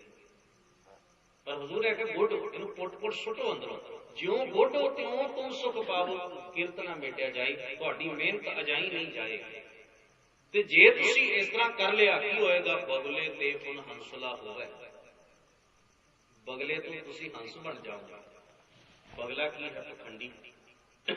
ਬਗਲਾ ਪਖੰਡੀ ਹੈ ਹੰਸ ਵਰਗਾ, ਸਮਾਧੀ ਲਾ ਲੈਂਦਾ ਪਾਣੀ ਦੇ ਕੰਢੇ ਦੇ ਉੱਤੇ, ਐਨ ਹਿਲਦਾ ਜੁਲਦਾ ਨਹੀਂ।